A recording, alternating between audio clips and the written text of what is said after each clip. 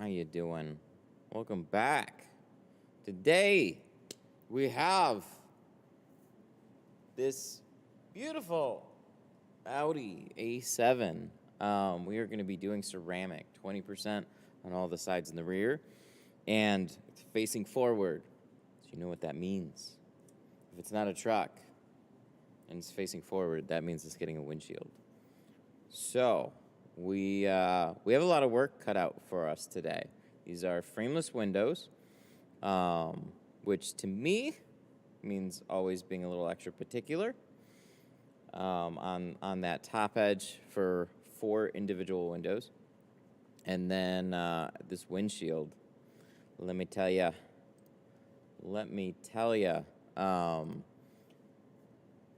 at first glance, it might not seem like the most difficult Audi in the world, and it's probably not. It's definitely on that Audi spectrum. The bottom edge is always what is so concerning about the Audis. So we're going to save that fun for near the end of this stream, and it looks a little different. So we'll see how we tackle that when it comes time for it. But in the meantime, how are you all doing? Oh, shoot. Hang on. Hello, Tint Studio. How can I help you?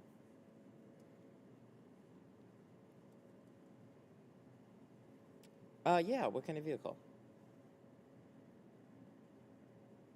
Jeep Compass? Did you want to do all the sides and the rear with the windshield or without?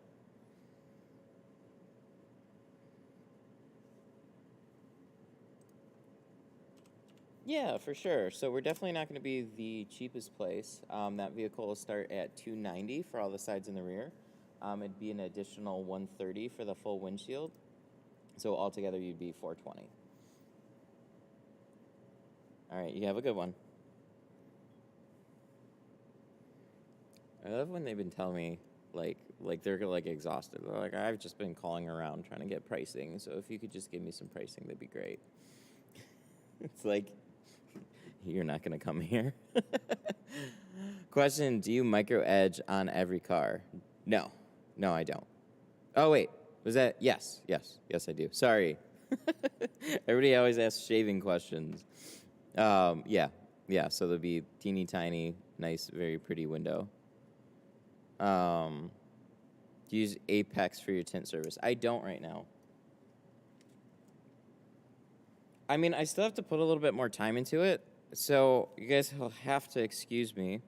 After yesterday's stream, my Blazer still is lacking a driver's door and then a windshield. So I wanted to finish that up to do 35, like to make it for a demo car again.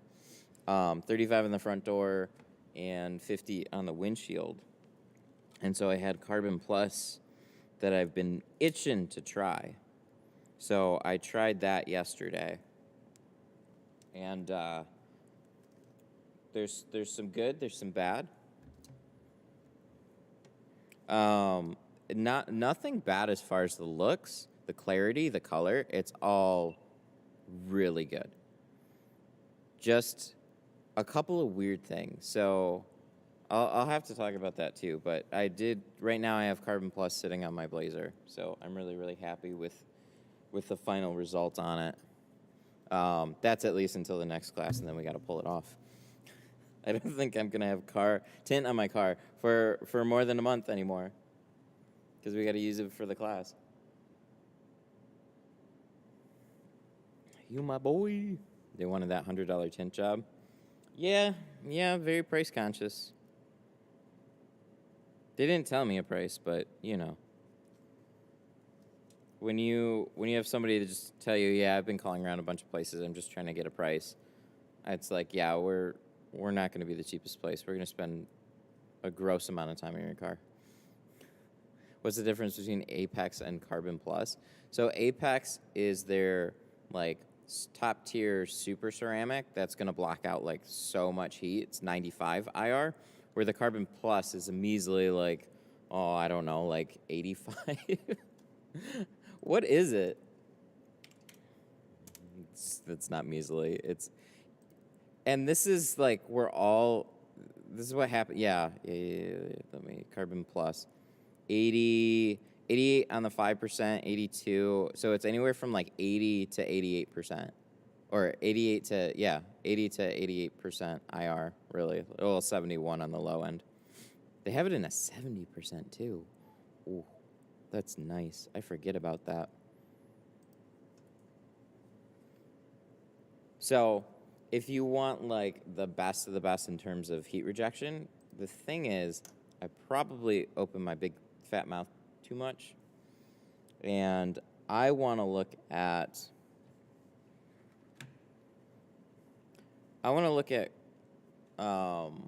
other super ceramics because I don't have a good comparison in that category at all, where I've used lots of different regular ceramics, lots of carbon films, so I have a good understanding of what other people are bringing to the table. And then in terms of super ceramics, I've really only used like the one from, I'd say, Walmart and GeoShield. So I'm just taking a wild stab at this. I think when you're putting 95% ceramic basically in your films at this point, like you're blocking that much IR, it comes at a clarity cost, a little bit. So it's like going from, at the lower end, things were definitely not as clear earlier on. This is going back like 10 years ago, and it's improved, and it's improved, and it's improved. Now when you're getting to this upper tier, this like top tier, it's like the last ground before you finally have, I think, like super clear ceramic across the board. I think that's the difference. That Walmart super ceramic is killing the game with the heat rejection until you notice the haze. I know, and that's just it. Like you can have a 99% IR film, no problem. Are you going to be able to see out of it when you pull it outside? Do you get more clients now or when you tint out of your home garage? Definitely now. I mean, that big part of that is that I've, existed longer. So in the garage, I only was there for like 4 or 5 months. But I could tell you there was an immediate change in having more people call here as soon as I opened up a physical location, because then the pictures are like, oh, he's at a shop, not at a house. So around here especially, it's just one of those things. Like, people would rather go to the shop. Don't you love waking up some pretty mean film paper cut? Can't unlock my phone using a fingerprint. The fingerprint scanners were always like, they're super good in the beginning, and they always dropped off so fast, especially in the wintertime. Like, with a lot of soapy water, my thumbs dry out like a ton. So then, yeah, fingerprint scanners never really worked very well for me for long. But, yeah, mean paper cuts, no good. Oh yeah, that part. Let's do this. So boop, ding ding ding, ding ding ding ding, ding. I see Carbon Plus are much higher priced than Apex. It's not. Apex is more expensive. Lesser haze. I don't think that's right. But I'll check it. Let's see. Apex. You gotta compare like 40 by 100.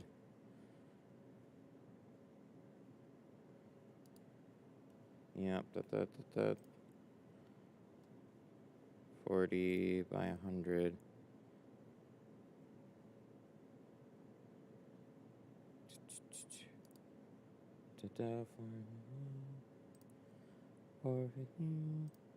Yeah, it's like a difference of like $200. Apex is like $200 more expensive.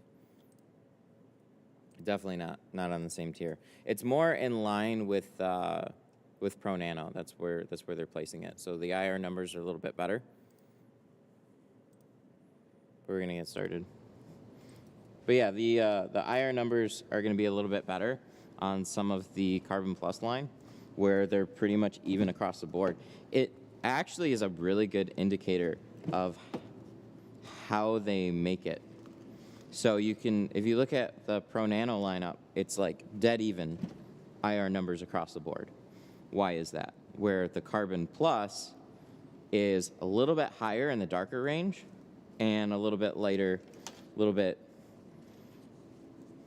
bit less in the higher range.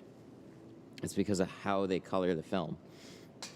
So really, really cool to see. With Pro Nano, it's a dyed ceramic. With Carbon Plus, it's a carbon ceramic. They get all their coloring from it with the carbon. Tint stuff. Oh God, we forgot to open the software. There it is. We're gonna order GeoShield. Felt like trying out Carbon Plus. Tint stuff. It's available on the site. So there is, I'm just gonna put this as a disclaimer until I figure it out myself. I only did a driver's door and a windshield with it. And I had this little issue where it started to roll back off of the glass after it had been sitting for like 10-15 minutes. That freaks me out a lot. I don't like to see that. Put a little bit more heat. Took me about 20 minutes and I got the whole thing to like set. So it's good. I typically add more soap, but it's supposed to have the same adhesive system that's on the carbon. The C2 carbon. And I've never had that happen with the C2. So I'm a little freaked out of that. But as far as having like clarity, performance, shrinking, like everything's great about it. Everything else is great about it, but that really, really freaks me out. I don't want to see that. So, full disclosure on that one. If you install it, just pay a little bit more attention and make sure it's going to lock up in place until I try it on some more stuff, and then I can say that it's fine. Jelly of the stream rig. I started using Hero 9 to stream content. It works, but it leaves me wanting more, saving up to copy you shamelessly. Hey, no worries, man. Quite a few people are now starting to do it too. It's only a matter of time, really, when you kind of do something unique and different. And I help them out to get there because it's confusing. So streaming off of like just the GoPro, I think that's a fantastic way to get started. It's to see if you like doing it. It's to see if you can build up any type of like, real traction and you before you make an investment. The HDMI transmitter, like I've got that whole breakdown video. That alone was like $650 when I bought it. Keep an eye out. Sometimes it's gone on sale, I think. And it's been out for a little over a year now, I think. So inevitably they'll come out with another version. I don't know when that'll be, but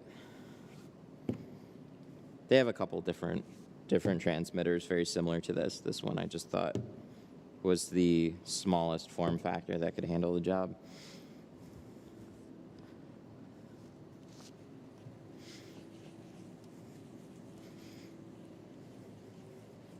But yeah, it's been fun. I've had a lot of fun doing this. I'm genuinely nervous about part of this car.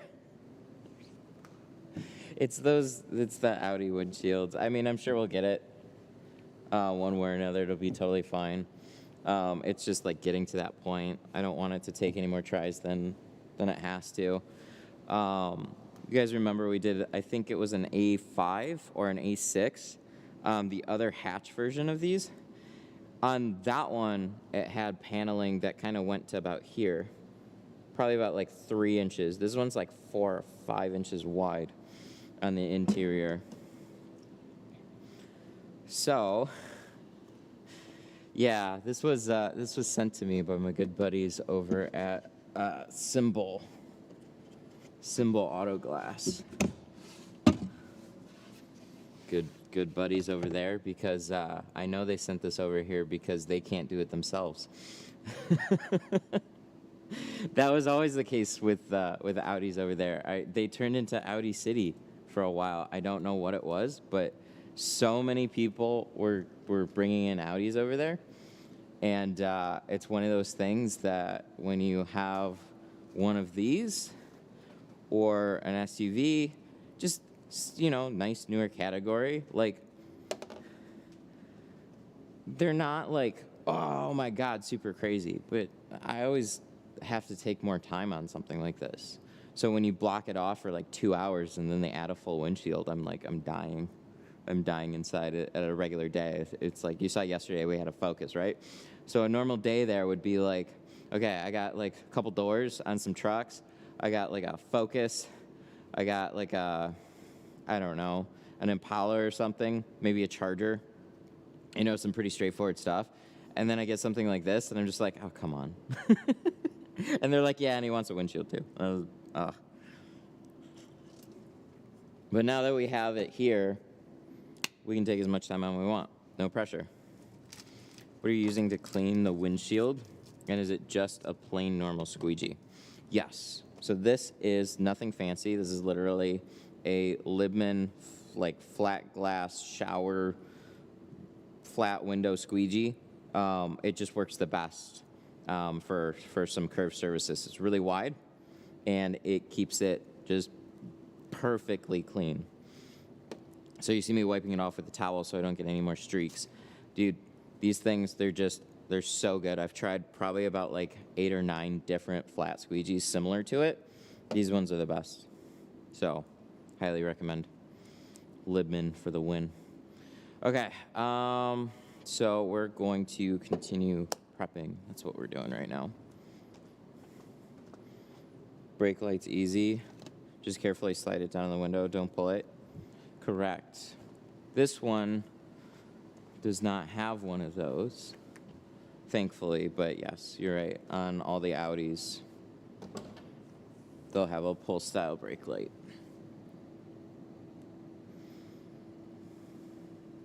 I would rather have the pull-style brake light and get it out of the way than have this much paneling on the sides. I don't get why they do this. Why would you have your exposed window this wide if you can only see through this much of it? It makes no sense to me. That is where you would like to have a sit-down conversation with the glass engineer and go, yo, dog, why do this?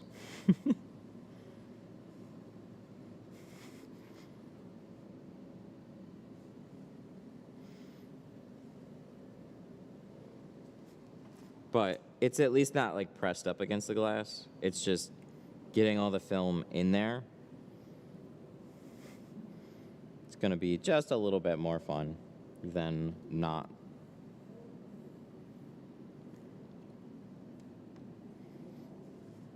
So, but that's just the beginning. We haven't even gotten to the windshield yet. But wait, there's more. I'm so excited.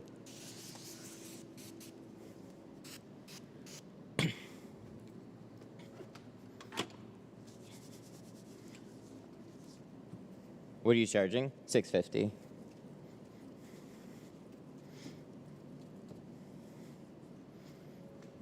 So he's getting, he went with ceramic on this one, so that's cool. That's the nice bit about it. It's at least very much worth the time to do.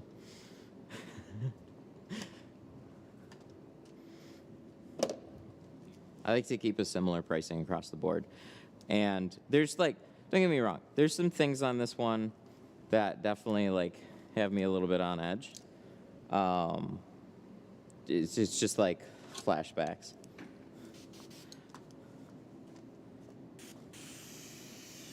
But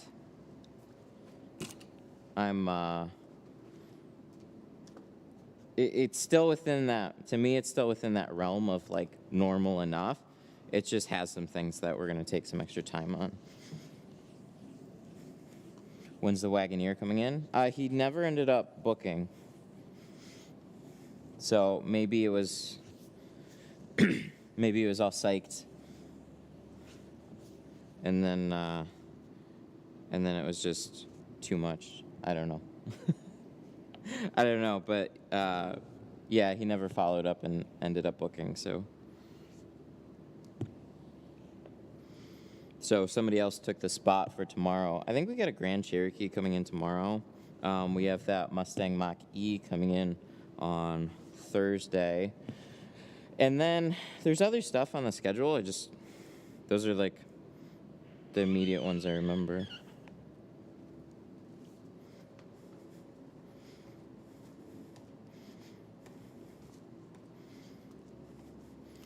What do you think the difference between Pro Nano and V Nano? Why the warranty and price difference? Because V Nano is a lower grade ceramic. So it's not going to be as high grade of a polyester, not going to be as clear, not going to come with the same type of warranty. So V Nano was always their budget friendly ceramic, and they actually discontinued it for a little bit, but people, I guess, demanded it come back, so they brought it back.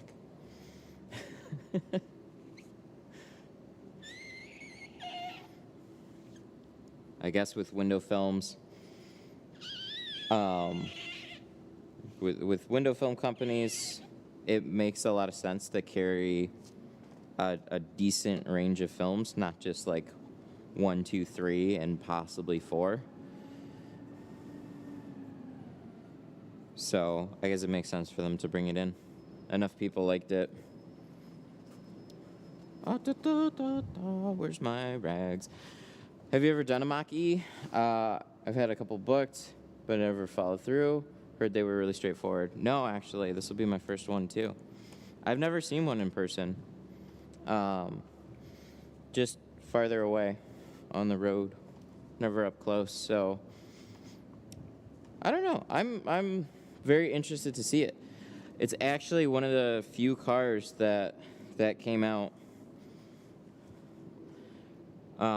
that I was really like, ooh, I really like the styling on that car. There's a couple weird things about the interior, but I really like what the direction and stuff they were going with it.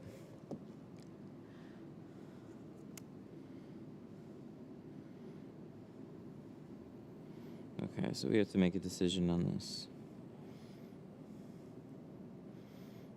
It depends on exposure. All right, so some would think that the dot matrix stops here.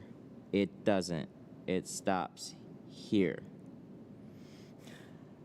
And this looks black to almost me. So when we look on the inside, oh yeah, we gotta go all the way to the bottom.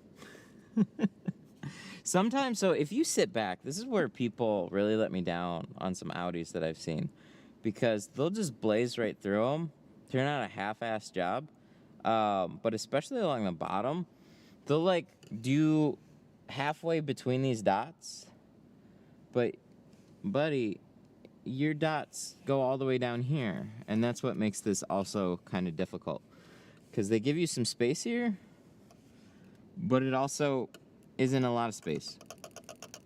So for reverse rolling, you can't roll it in there. You have to like do it a little sideways. And then you have this stuff. So you have a little bit of room. This isn't the worst I've seen. A little bit of room around the whole thing. We're not taking any of that out. And then to add salt in the wound, this one, this side's not too bad. I got more space here. On this side, there's a little bit less. So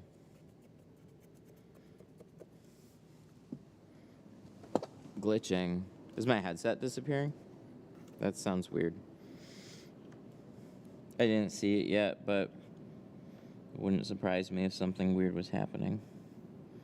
So we gotta go all the way to the bottom of this to make sure that there's no light gaps from any angles on the interior. It's one of those things that would definitely drive me crazy. The thing that drives me crazy right now is I literally can't see it. Oh, that magnet. Let's put this in there. So like a towel actually makes this a little bit more annoying, because if you can tuck a towel in there. How far down? Are we even at the bottom? Oh yeah, at the bottom. We are there. Yep. Right about there. I think it gets a little wider in the middle. It's lagging.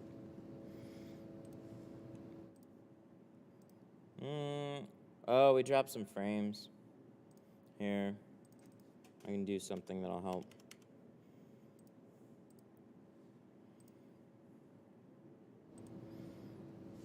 That might help. It's the internet. Sometimes we get a good day, and sometimes we get a not so good day. There's nothing on my network. Did you charge more? No. No, I charge standard pricing, standard ceramic pricing. So like, this is still an expensive job. It's just something that we have to fight with. This isn't gonna likely take me like a couple tries. It's not like pulling in a C6 Corvette where it's like I really have to spend a lot of time on like any one particular thing. It's just kind of like as a whole. And in my opinion, you can, but on some cars you really have a win, and some cars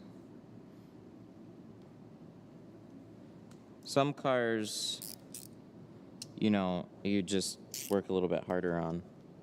I mean, if you want to charge more, you could.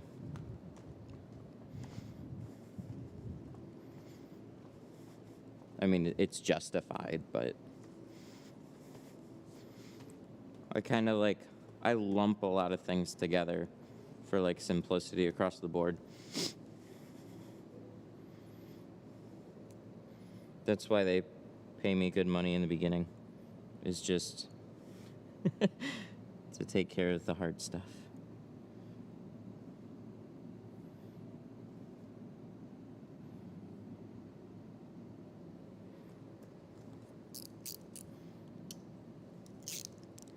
Yeah, this is gonna be fun.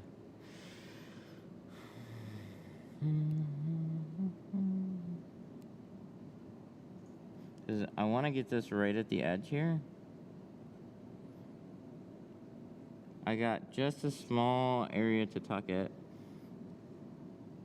but this is kind of the shape that it takes. It's definitely a little wonky. Should readjust this one.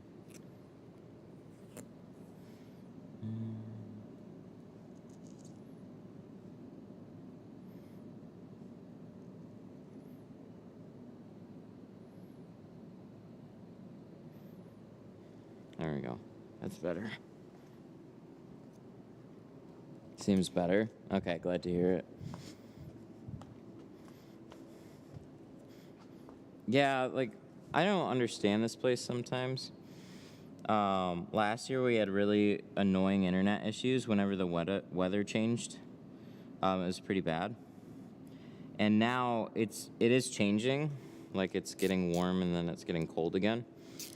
But it didn't really fluctuate very much. And I think the weirdest part is when it got warmer, that's when we had like the weirdest internet. Which last year was like when it got colder. So infrastructure things. There, that should do it.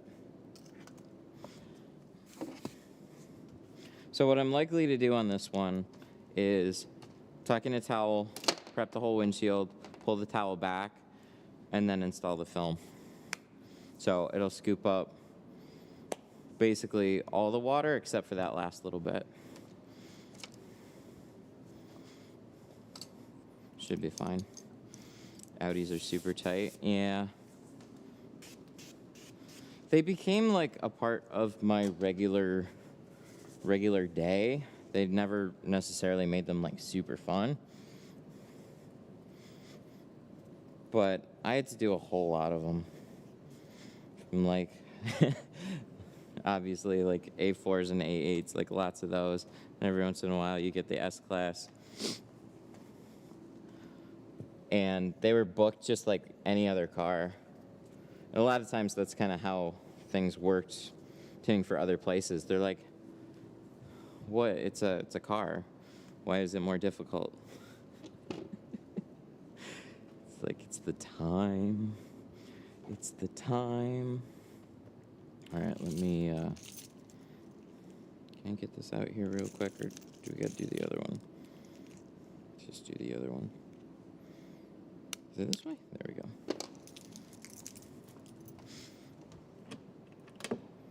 So, frameless, they're the drop-down type, so latches go in, windows go up.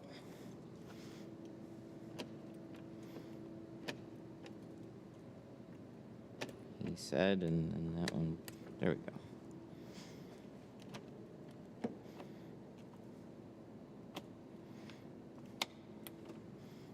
That German engineering. Yeah, I give them credit. They make some nice stuff. So we just have to do our best to deal with it.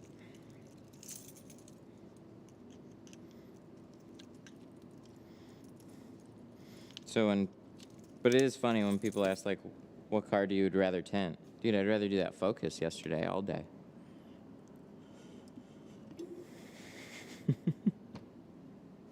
But I'm always appreciative to have these opportunities too, because this is like, you know, if we were only a Focus channel all day, every day, I mean, how interesting is that? Oh, look, he got another Focus. Is frameless easier?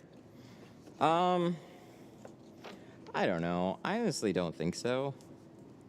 I think they both have their own challenges. Like, some people will just say yes. We have a good roll of 20, right? Should we use short rolls on this? I kind of want to just use short rolls, save this long roll for the back. I think they both have their challenges. Like, seals get in the way.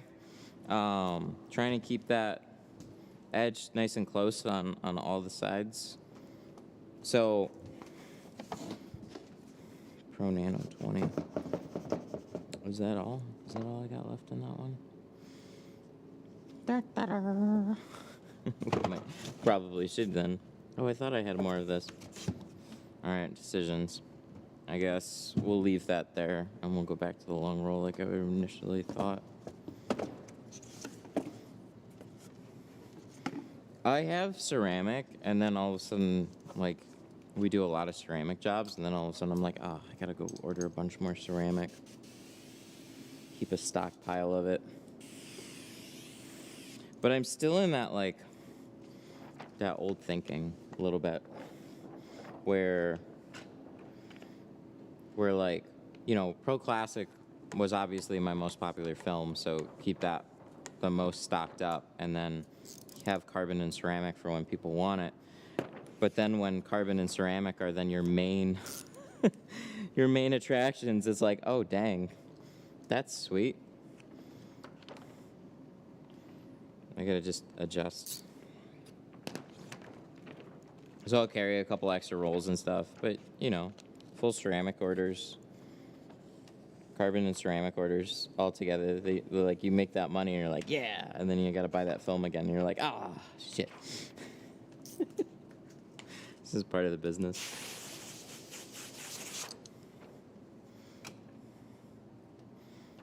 Work, work, work. That's right. Hey, buddy, how are you doing? Watch your live video. Haven't watched your live video for a long time. Why not? What the heck, man?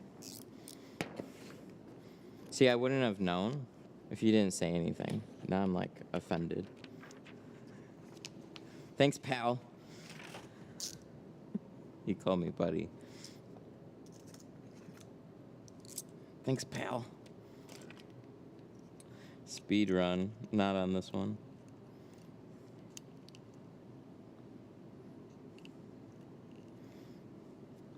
I shouldn't even be live.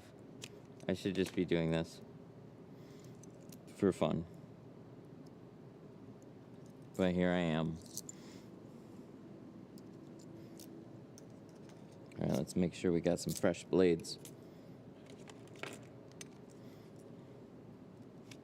Why does this thing like flip around so much? Like, it's kind of annoying. Like, it's really, really nice, and then I do like one of these, and then it does like a woo. Doesn't know where it's going.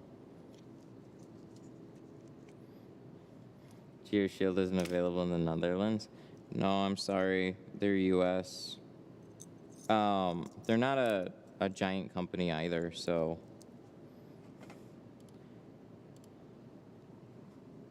I'm sorry. A lot of you guys that tint overseas, you unfortunately don't have quite a few things that are available here.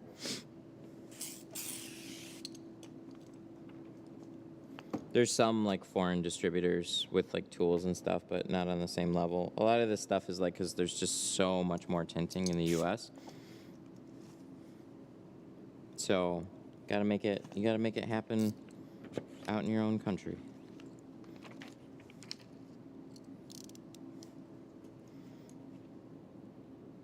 But it's gotta start somewhere.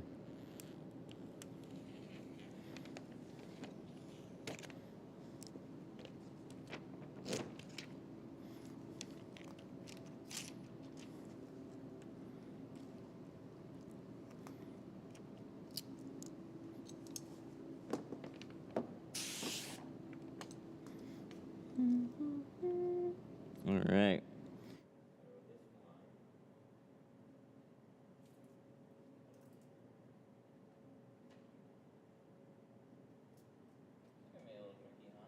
Look at that. So you have a plastic needle right here, and then the seal goes a little bit more inside, so we'll just keep it straight up. I'm just gonna fire it over. I think we'll just keep that line there.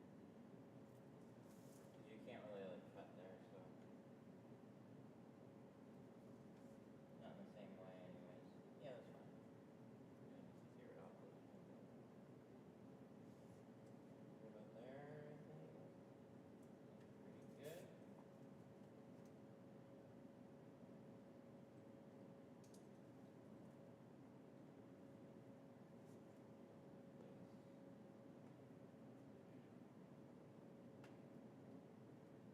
Go for it.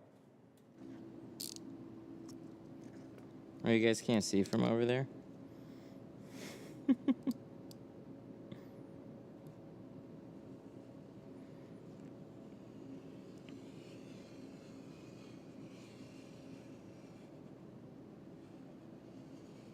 Oh, did you guys know that there, if you're on the YouTube app, there's a little live button, little live indicator in the bottom left-hand corner. If you click that, you will be at the most current point of the video. I learned that like a few months ago. I didn't realize they had like a live button there. Wow, that just...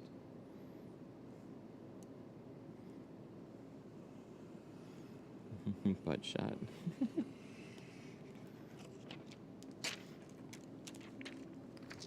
Is it cold? Yeah, kinda. It's not terrible.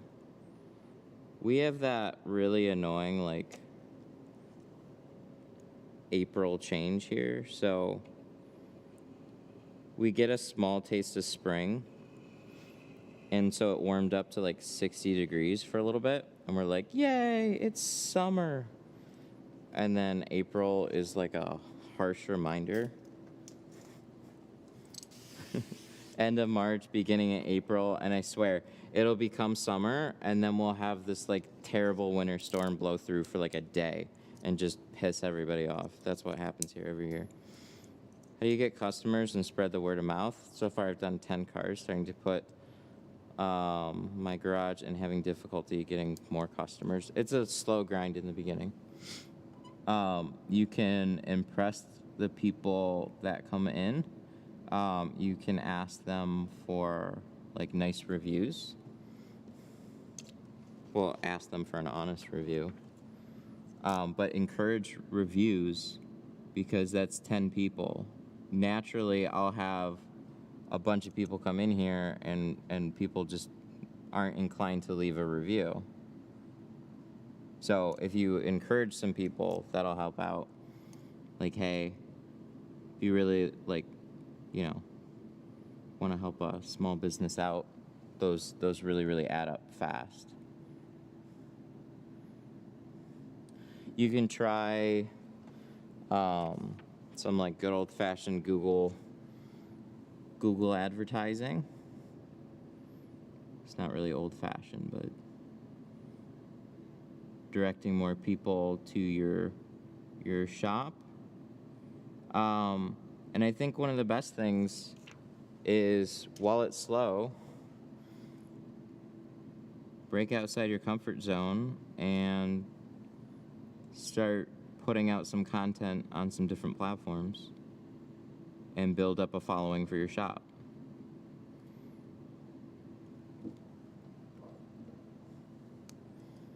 So questions, like videos that cater to questions that customers would have, like what are my film options?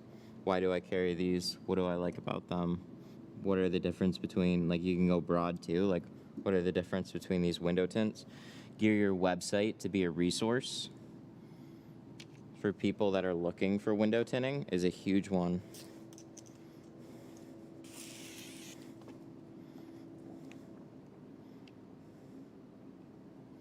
It's always stuff that you can do.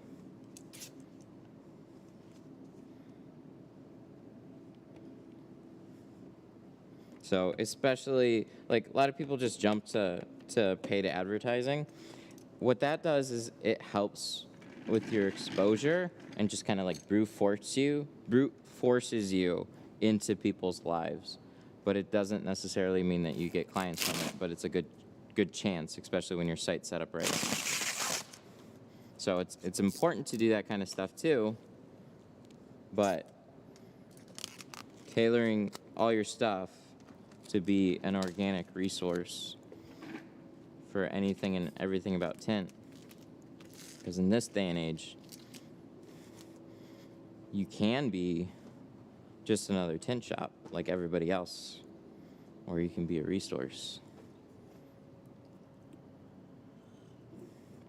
Can you show up close if you're breaking out the knife? Sure. So there are these little grooves here. It's only on one side, so you see how this side is blank? So I'm gonna snap away from where the groove is. So each one of these, like on the red dot, you have these like half clicks, right? So you go to a full click out where the groove is matched up with this angle right here. And then you just put that in there, and then I don't want to flick this in my eye or anything, but there you go.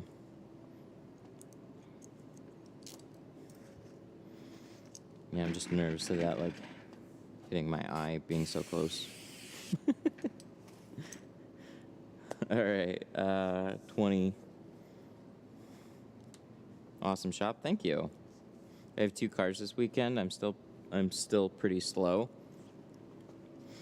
Last year especially, I mean, that was the case for me.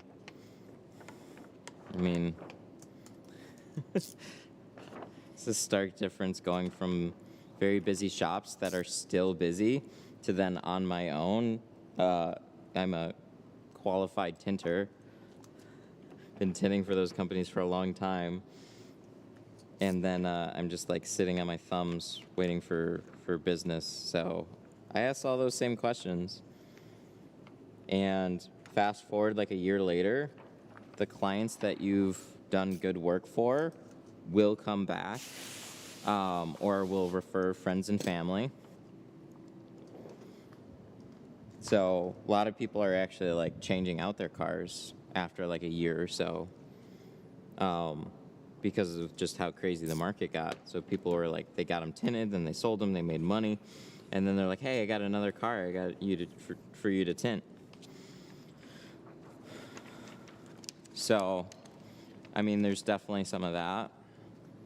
And the longer you exist, the more reviews that you get, the more that you rank when people are looking for you, the more you get your name out there. Like, all those things, they take time.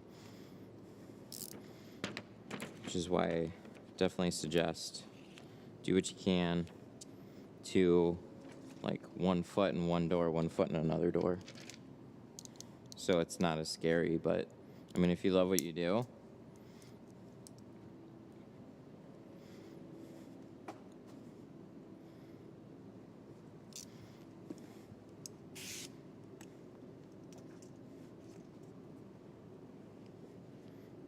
you'll get there.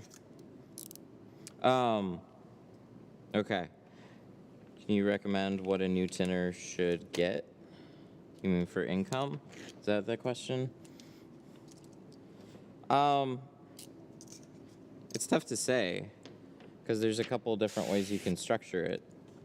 So if you're like a brand new tinter to a company and they're teaching you, then you kind of take whatever you can get for the opportunity because they're teaching you. A lot of people will actually pay to be trained. Let me read that question again though, because I might have missed part of it or forgot. So can you guesstimate what a beginner tinter should get as income? Okay. Yeah, but so it's kind of a tough thing to say. I think a good range for like qualified newbies are anywhere from like 50 to 60, I think, would probably be a good range for just an average place, but with probably an opportunity to make a fair amount more. Like you can make a lot of money as a tinter, especially if you know your stuff. But when you're still kind of in that new phase for a shop, you need to generate, like, they have bills. They're paying for overhead, they're paying for film, they're paying for you to be there. You have to earn your keep there, and they'll generally want to make at least double to triple off of what you're actually producing. So doing a lot of work, for most companies, I think I would generate anywhere from like $180,000 to $200,000 in tint, as long as they could keep me busy. That was kind of like the average. But there were seasons that, that slowed down. So if it was just nonstop, go, go, go, go, go, it would have been over that. But unfortunately, that wasn't the case. So on average, I'd end up like tint total for the year was like 180, 200,000 running around doing like mobile and tinting at these shops and stuff. Is it market dependent? Well, for sure. Because, I mean, an income bracket here is going to be different than an income bracket in a different city, especially out of state. Some people can, like, $100 can go a long ways somewhere. I guess not as much anymore, but I'm not an expert on that type of stuff either. I just kind of know. I just kind of know from like what most people are getting paid, and like if I was learning tint, I'd be happy to literally just make an income so I could survive and will be content with surviving, and then figure out what my goal is after that. Most people aspire to be their own business owners, but know that you're worth good money to any shop, and sometimes it's definitely worth it just to have peace of mind, make a good income, and be part of a bigger thing. But when I was really cooking for mobile, I think the biggest I brought home one year was like 90 something.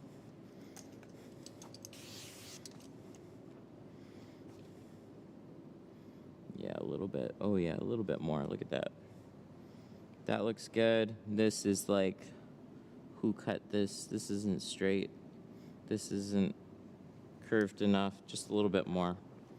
It looks straight, and then you put it up on the glass. You're like, oh wait, no. No, that's not straight. Oh, that's crooked. That's crooked AF. There we go. That'll be better. And then we round this just a little bit more.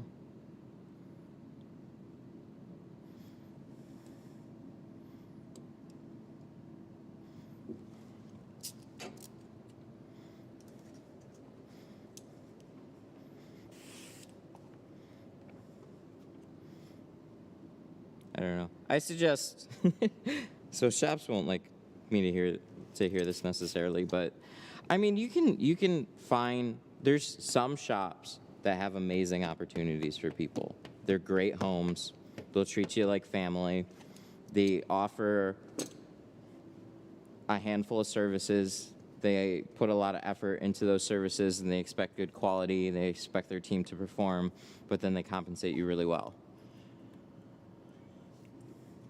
The places I would generally avoid are places that treat their window tinting more like auto shops, where they're doing like other automotive accessories. They're like more budget oriented. Window tint is just kind of window tint. Those types of places, you can still make good money, but as an employee, not really. Like you'll make an okay income, but not like 90 to 100,000 out of one of those places. That's kind of like a big difference. So, like, and you can tell when you walk in. A lot of the times what type of places that you're dealing with. They just treat themselves differently. They have more films that they want to show customers. They want to spend some time. They have good clients. They know their stuff. But that being said, like, so some of my most successful accounts have not been window tinting. Like, I did the best as a mobile service, actually doing for like associated businesses. So there were like glass shops, car stereo to some extent, depending on what they were. Like some of those places, they're hungry, they want to sell tint. And when they have a good salesperson at the counter, they will keep you busy and you'll be super happy.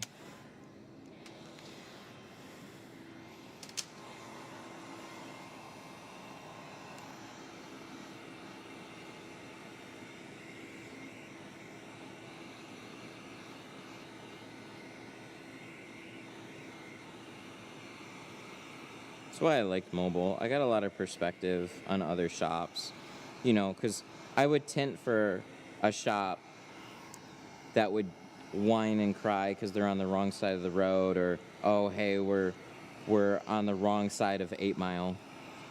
If we go to the other side, business would be so much better. And then you'd see the business on the other side of that road, and they'd be doing, and they would actually be doing better. But it wasn't that. It was the sales guy. When they think they know too much, that's when you have problems with sales guys. It's really frustrating. I dealt with a whole bunch of bad sales people. Couldn't be bothered to walk outside with a client to look at their car to talk about it. They just see a couple dollar signs and put low effort. That's the sale you get. Can you make a reaction video of Will Smith smacking Chris Brown? He didn't smack Chris Brown. Wrong Chris. I think more of the world would have cheered if that was the case.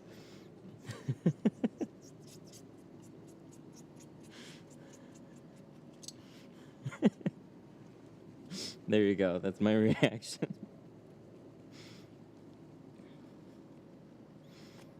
There's so many, like, everybody jumped all over that thing. I woke up, the world woke up and was like, oh, hey, the Oscars happened. You almost wonder if it happened strictly to just then promote the Oscars after the fact. As those things slowly become a little bit more relevant over the years.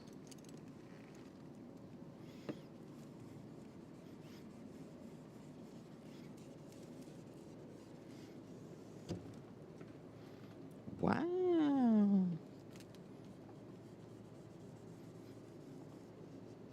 quite impressed with that, actually. Sometimes I do this on these top edges and, like, don't really expect them to be dirty. But time and time again, top edge. Clean your top edges. They'll get scuzzy. I learned about it from you.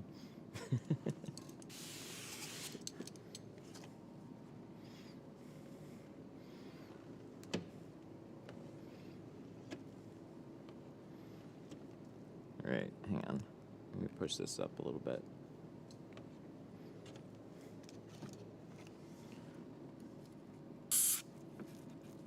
Ooh. Ooh, that's snug on that front edge.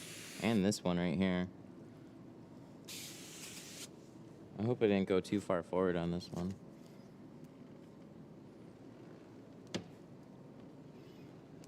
We'll find out.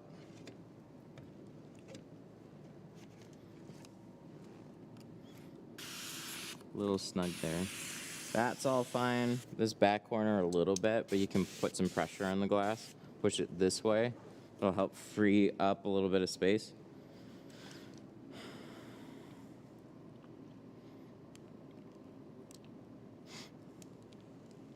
Any advice on keeping the little spots from popping up? It's your installation. It's generally not your cleaning. You can clean a window 1,000 times and still have just as many speckles.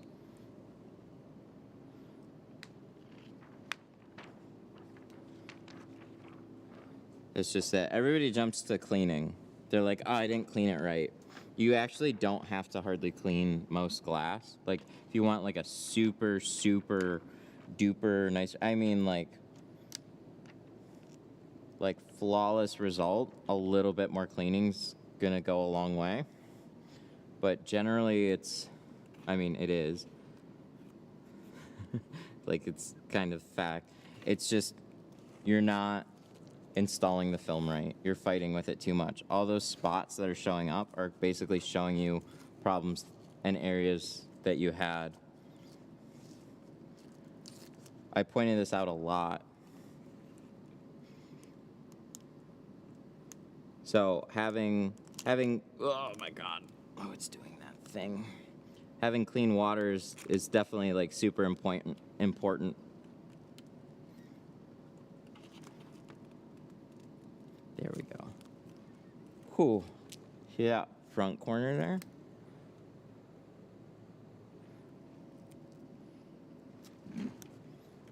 I don't want to see that happen ever. So we'll see. Hopefully it looks good. When you're out doing mobile, do you have lots of specs? No. I mean, sure, there's always that window that you put out, but generally no.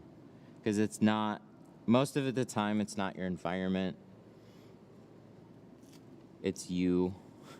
It might hurt a little bit, but if you're, like, if you can look around and you don't see, I mean, it'll be real obvious. If you don't see like tons of dust flying around in the air, like, and most of the wind is like settled, you can put out a good job. It's not the guy working over in the bay over there that's cleaning up a car. It's not somebody opening and closing the garage door.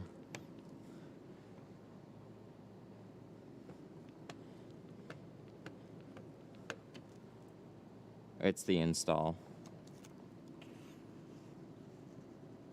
So the areas where you're gonna have a problem is like if you go into a body shop and they're sanding cars and then they have dust guns or like air guns and they're blowing a bunch of shit up into the air, or you have ceiling fans literally blowing down on the area that you're working on. Those type of things, those are gonna make it much harder for you to put out a clean job, yes. But if you're, you know, in an enclosed space and, you know, a couple minutes later, things settle, like, yeah, you can put out good job. Mobile, you just have to schedule around weather. So this is another weird thing. Like, so the way I talk about mobile is honestly more of like I would go from shop to shop.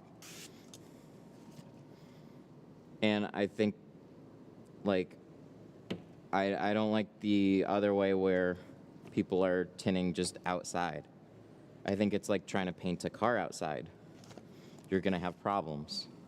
There's things that you can't control anymore. So can you get a good result? Yeah, you can get a good result. But how many times are you fighting against weather and other things to prevent you from from getting that good result too. Like all those things play into it. Oh, there's just this one little, please give me just a little bit of space here. I saw it. Must have been from like a sticker.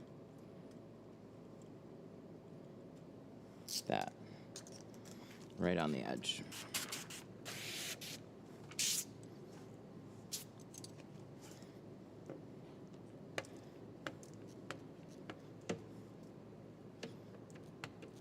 So one reason I like doing a lot of what I do on the car is to really show that you can tint in a lot of places too. You don't need glass boards. Like you can peel patterns straight off of the car and still turn out a great result. Like the car is your glass board if you want it to be. So yeah, see matte tinting in the Philippines as an example. Exactly. I was just super frustrating. Why? I had wind and I had sun to deal with. Now, put me in the shade and cut down the wind, and I'll put out a good job. But the thing is, if I'm like running to, like, how are you going to set that up? That doesn't make sense to me. Like, how are you going to consistently set that up? Like, I can't tell you how many opportunities that you're really going to lose. I admire the people that take some of it on, but don't have that be your only thing. Don't go like, yeah, I'm solely a mobile tinter. I can run from like, I can go anywhere. I can take on any job.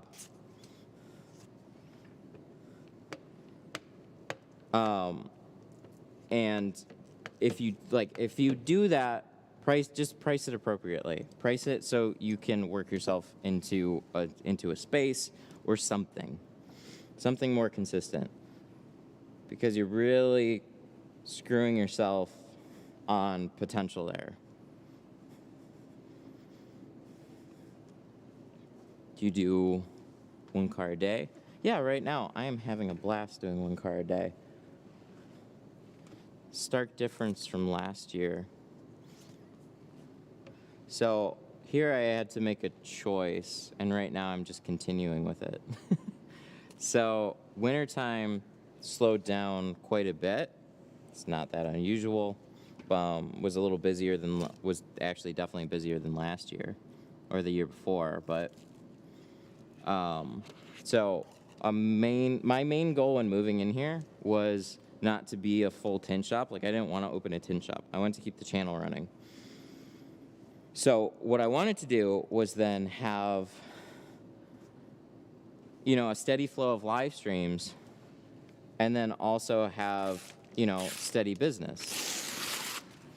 But what's happened is for every car that I take on to go live, it puts a lot of pressure on the next appointment. So I have to then start rushing the one that I'm doing live sometimes because it just something doesn't go right.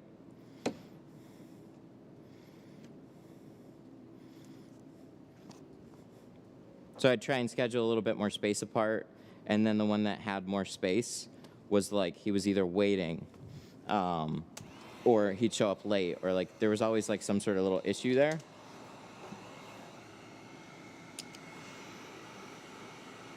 So then, because it slowed down, I was then spacing everything out for the channel by at least one a day, keeping it busy enough. And now I've just been continuing to do that. So now that there's a lot more people booking, the smart thing to do is then pick my live stream days and then take the extra work and then just do a couple more cars in a day. But I like doing this, so I don't know. I just kind of kept it going. It's fun. I enjoy it way more than cranking out a ton of work every day. But that being said, there are the days that I just want to focus on tinting the car and not going live. So I don't know. I feel like if I'm not live, then there's a problem. Are you doing it on weekends as well? I go Monday through Saturday. That's a pretty normal work week.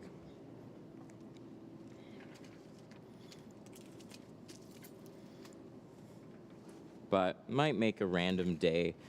I kind of like, I have a really flexible schedule. So Sunday's off, and then sometimes I've like intentionally scheduled off like a random day through the week to give myself like a little midweek break. And we might just do that more consistently. But we're trying to do a lot this year too. So we scheduled like a couple of family trips. We're trying to make it back home to the motherland.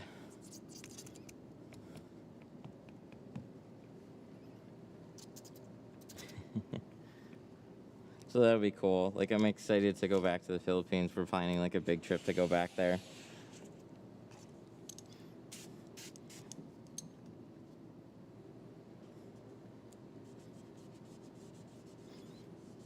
That's a cool thing about being your own boss. Yeah, you can tailor your business any which way. So you don't have to do, like, I've talked to some other people, that's been really cool, where like they schedule everything for 3 days of the week, like spaced out through the week, and they take the rest of the week off. So like on those days they're busy and they love it because they're making good money and they feel productive. But they're not like, you know, then they're doing other stuff on their days off that they enjoy. I think part of what I mean, I think anybody, how do I say this? I think this is really the killer for anybody doing something that you love as a job, is when it's all you do 24/7. I think eventually you kind of grow to hate it. You need a good space in there where you can still work and do what you love, but then you have a break and do something else.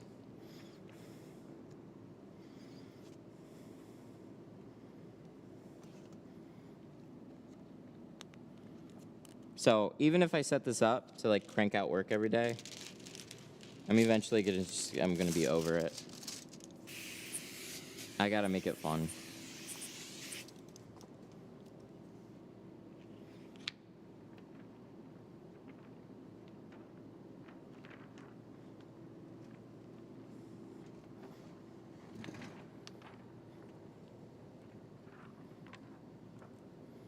But what I'm doing right now, like, it's weird to see it all going on now. It just kind of makes sense, right? When I started the tinting out of the home garage, I was like, yeah, my goal is like to just do, like, if I can do like one car a day and make it all work and go live, like that I'd be more than happy doing that. And so it's really kind of surreal to see it at that point where that's basically exactly what's going on right now. So I'm not making as much money as I could potentially by just like trying to book as much, be more ambitious about advertising and tackling extra jobs and not saying no to opportunities, but I think there's a good home life, work life balance that I don't want to lose. So I don't know. Everything comes at an opportunity cost. So really, really happy with just where it was. I had a really good idea about a lot of this as I was kind of working on it, and then to actually see it kind of come together, it's like, oh dang, it worked. I was tinting for like a handful of companies, walking around an apartment complex, and then like, hey, if we get a home garage, it makes all the sense in the world. I can just tint from home. And then that happened. And then the city said no. So then it's like, oh no. So then I jumped into a shop and just took a leap on that one. I was like, one thing that's important is downtime right now. I can't lose it. So whatever I find at a halfway decent price right now, I'm just going to jump on it. And then it was another slow grind to, like, you know, I got more business, but I also have more costs. Slow grind to work up your reputation and stuff, but if you kind of just sit there and plug away and try not to pay attention too much to the time, you'll see you start to move in that direction. So that's been really, really cool.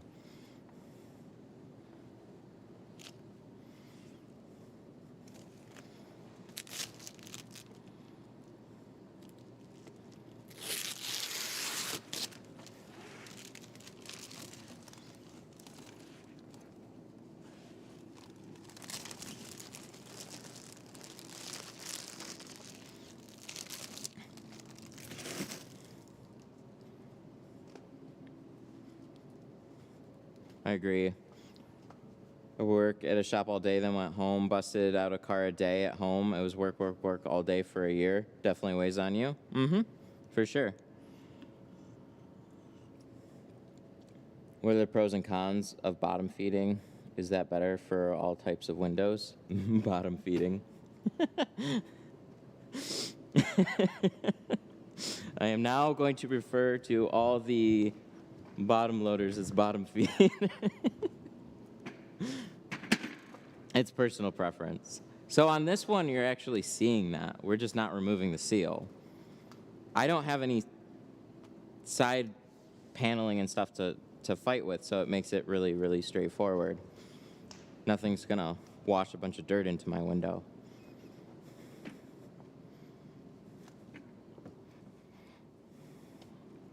Bottom feeders. But on most cars, we just do the two-stage method, so I don't have to pull anything apart. But if you want to do it the other way, then you're all free and clear to do it. You just gotta take apart the panels. There's other people that are gonna be way better at telling you what to do for that than I ever will. It's just not what I specialize in. Deep thought.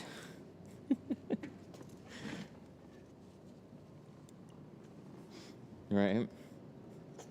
On this one, I'm just a little bit more like laid back, a little bit more relaxed with this one right now. This is gonna be,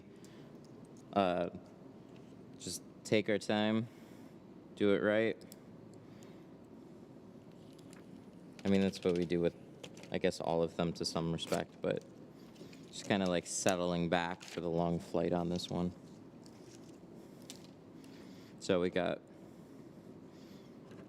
the doors knocked out. Pre-cut ceramic. Check out Tint Zoom.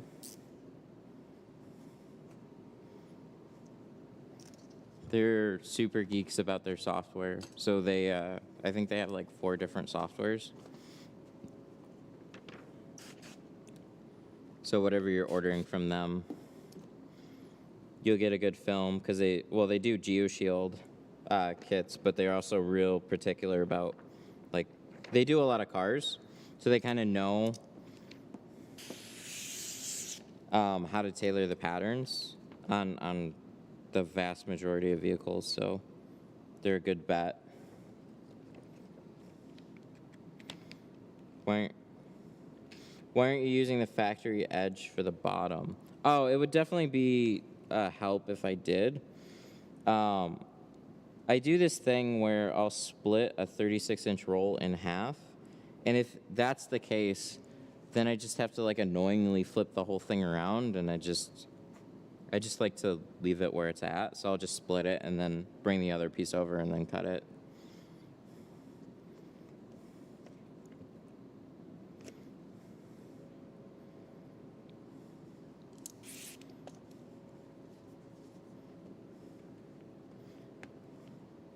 So if I was using a short roll, definitely would. Or if I want to like pull it off of the roll, split it in half, put it on like a board, or you know what I mean, like it was on the shelf and I cut the piece out of the box, and then like just split it in half and then lay each one. I just don't want the whole tint here and then flopping over, I guess.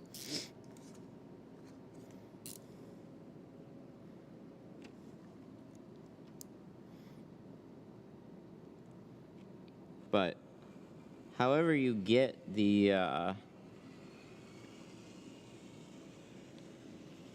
however you get the edge there, if you have just your flat factory edge, then you'd be totally fine on these too. It has nothing to do with it being frameless. You see me do it on a lot of cars.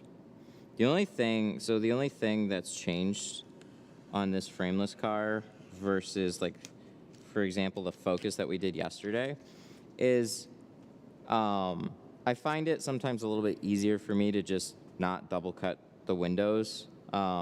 This goes back to like some of the earlier Camaros when they re-released them.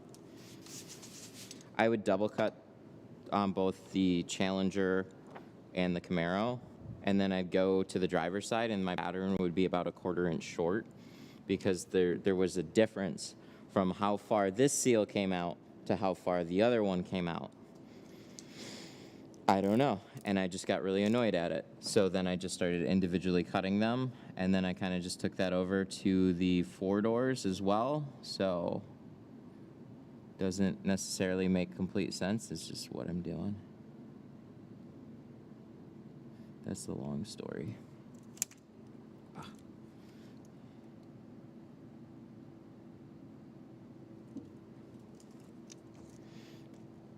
But yeah, the biggest difference here is just the way that I'm going to install. So instead, I peel the whole liner, install it, bottom feed it.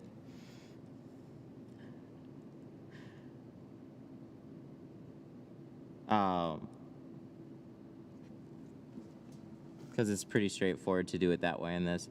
I've seen like 2-staging on frameless windows. They don't give you a lot of room on that front edge. So I've always had a much harder time trying to 2-stage frameless windows. But it is possible. It just hasn't really gone that well. That's mostly like when it comes to like Challengers and Mustangs. Or like Challengers and Camaros. Because like this is like pretty short. And it gets really tight in this area. I don't know. It just wasn't really working. I'm going to call it bottom feeding now. I love it.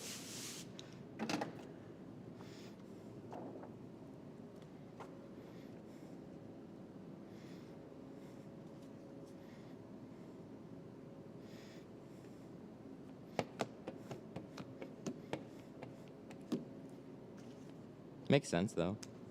Love watching your channel, Matt. Matt, you are kind of inspiration to people that want to open a shop. Appreciate the insight.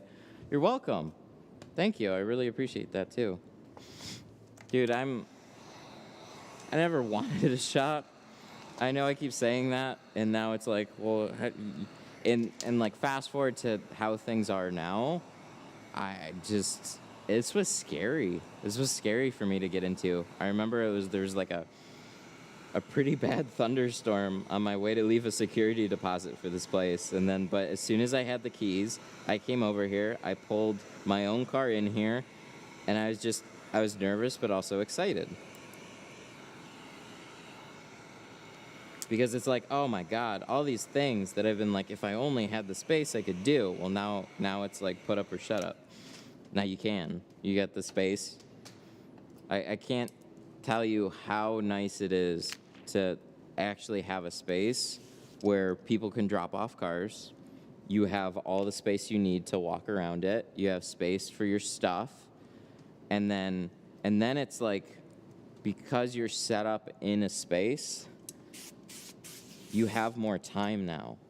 You're not running around packing up, going from here to there, trying to do all those little stupid film, like the logistics of like, all right, where are we tinting your car? All right, what am I dealing with? What do we have to rearrange? How do we get that? Like, there's so much time spent, and it's put like a price on your time and calculate that at the end of the month. How much time did you spend trying to get from job to job? You will definitely spend a lot of time versus having a space all set up, and that monthly can be scary for sure, but then it's like, oh, where mobile I could do like 3 cars. Now I can do more than that. I can stay here, I can work later. I can have them drop off overnight. Where like for mobile, it's not always an option. So I'm not trying to just like harp on mobile here, but like always consider those opportunity costs. You save on rent up front, sounds really good. And then you're just spending a lot even on gas now, and that's crazy. I know I watched the garage shop videos and look back on you. I never wanted a shop till Boss Man showed me the numbers. Yep.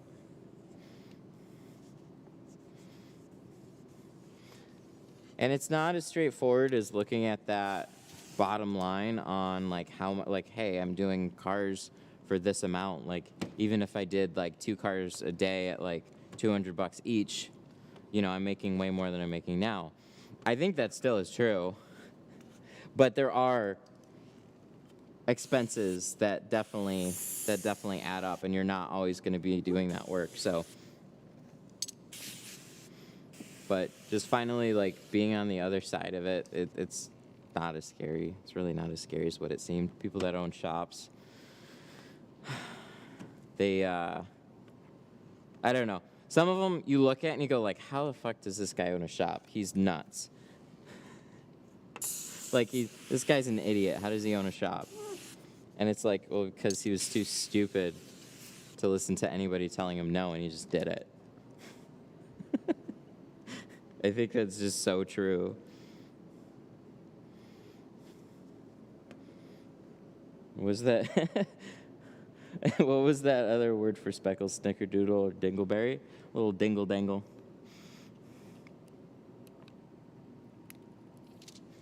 I don't know, it changes.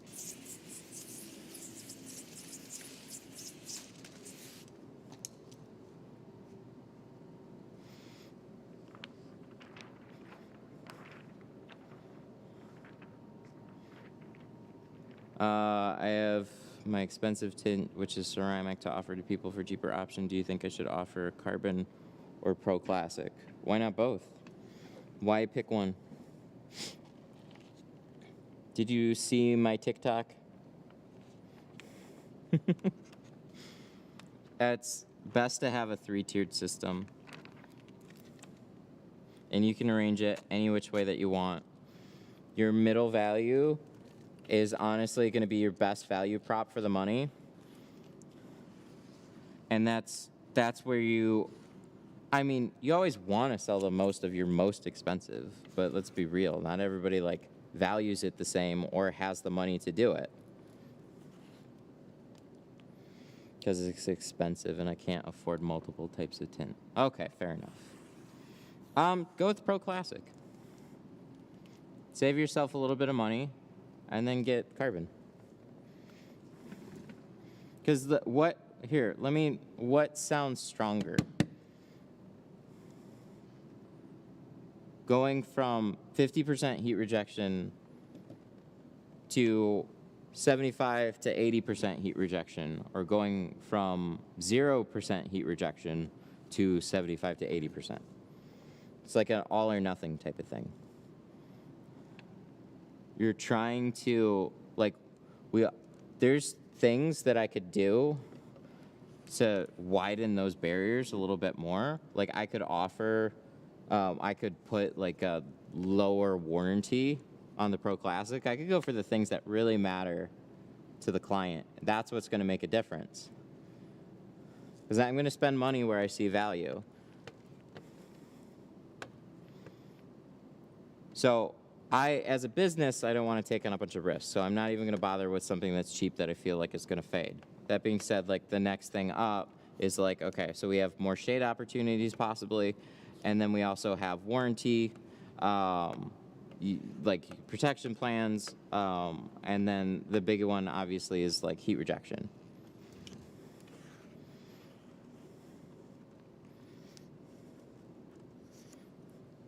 So Pro Classic on that scale is a great film.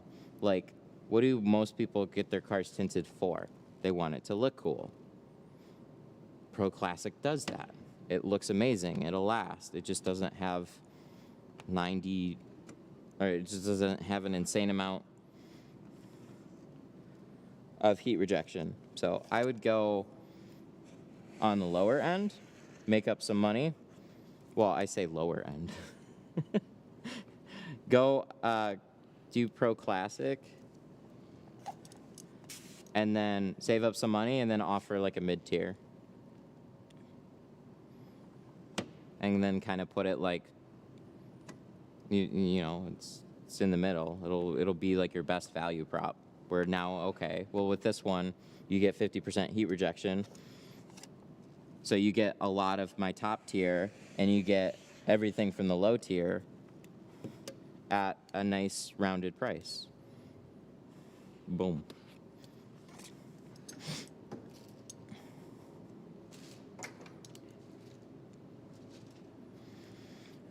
So I don't know. I really like the idea of just being an all carbon and up shop and everything like that.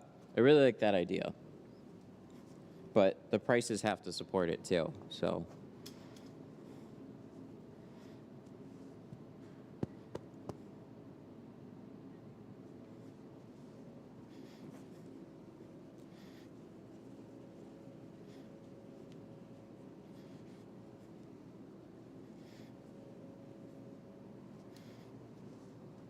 You guys want to, so part of that, oh, it's such a good video. You guys really should watch the whole thing.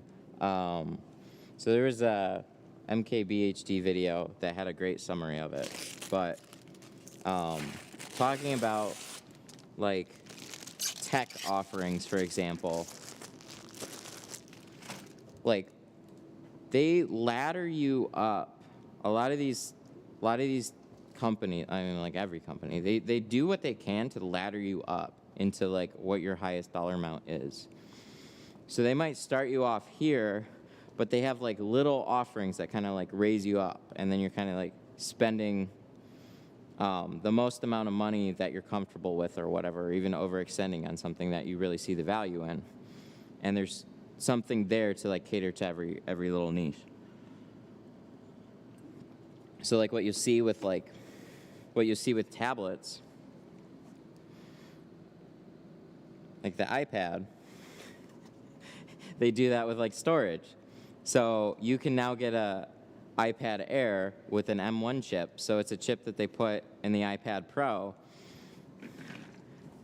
but you only get 64 gigs of space. And you're like, only get 64. The next tier up, what is it usually? 128? That's not available on there. It's 256. Now it's $150 more, which puts you $50 away from just getting an iPad Pro. So then you might as well spend another $50 and get an iPad Pro, right? It's just the business side of it. So when you're offering all the things right up front for like one price, like you still have people that just don't have that much money to spend that still want to come to you, that you still might be happy to service. So you can do that with like lesser expensive film, and then have those things that kind of fill out your offerings. Don't you charge $290 for dyed 4-door back window? Mm-hmm. Yep, I'm more expensive to just get into now. That's because I'm spending too long on every car. But really, not terrible. Like a lot of the good tin shops, some are only offering carbon and starting, I think, I've heard at like $350. I don't know. So I don't even think I'm necessarily the best example here, because I still have a lot of been beat up a lot.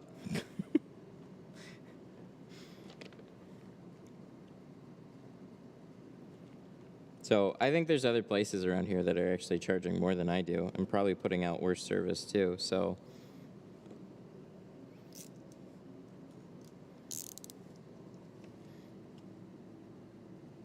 Not everybody, obviously, but I think that happens.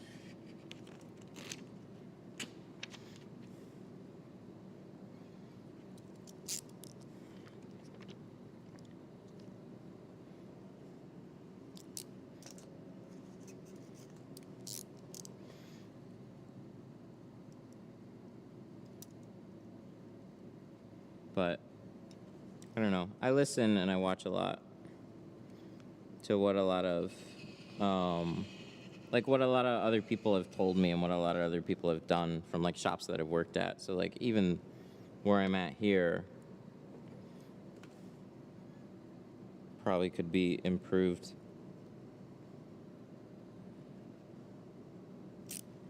But carbon is the best value prop here. So $290 starting. $290 for most vehicles, sides and rear. Extra for windshield, obviously. And then what is it? $290, $350 for carbon. So it's like it's not even hardly a big jump into carbon.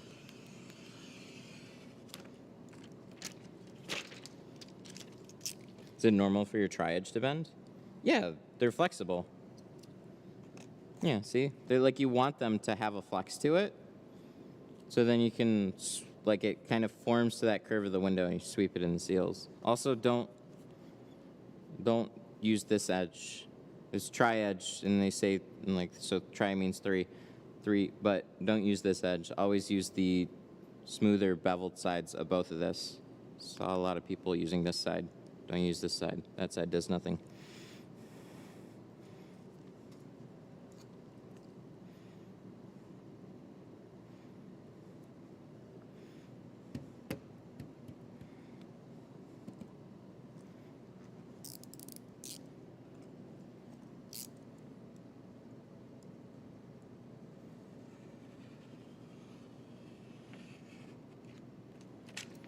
But yeah, they're flexible, they bend, they do wear out. Most tint tools do.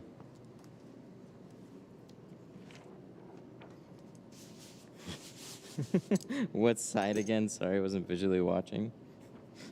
All right, then just pay attention.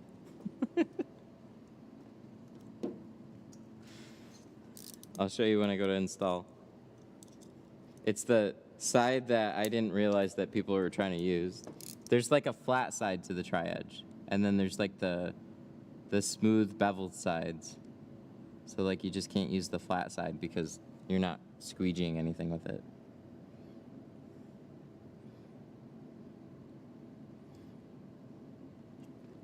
I just didn't realize so many people were doing it. Let's get those close. I'm gonna fix them, don't worry.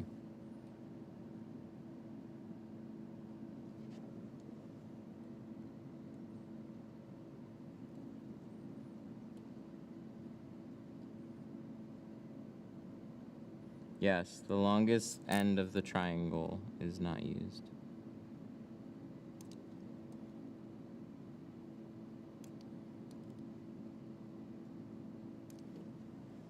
Come on, where's that sliver? There's just a little, there we go. That's straight.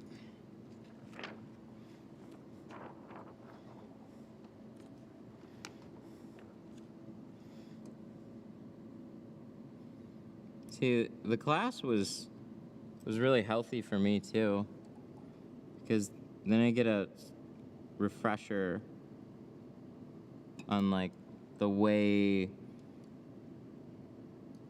new people look at window tint. Everyone's different, but there's no punches pulled here. Like, this is literally everything. Everything is here. You can learn off of this, 100%. You just really have to pay attention to all the little things.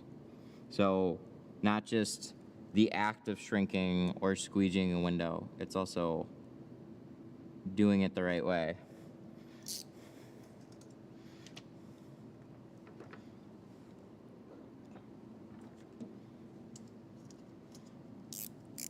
Everybody's a little different. Some people put a lot of pressure.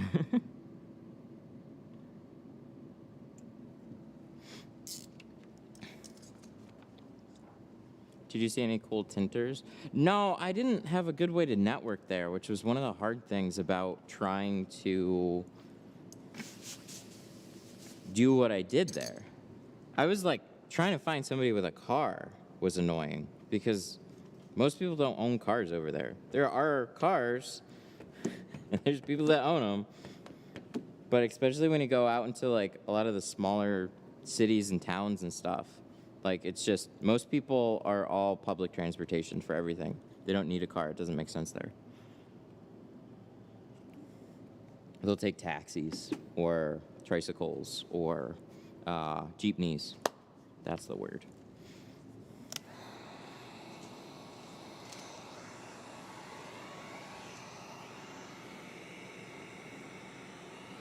So you guys know how we have Uber over here, Uber and Lyft. Over there they have a service called Grab. I think it's owned by Uber. But you can use Grab to get like a low-cost taxi. They have the ride-sharing service over there. And then you can also just do a regular taxi or tricycles or whatever. Depends on how far you want to go and how fast you want to get there.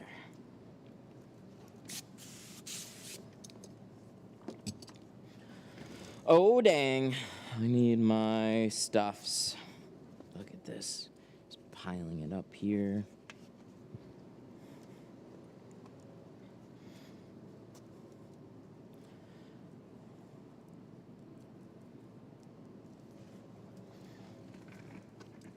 Yeah, networking is honestly something I've never been very good at.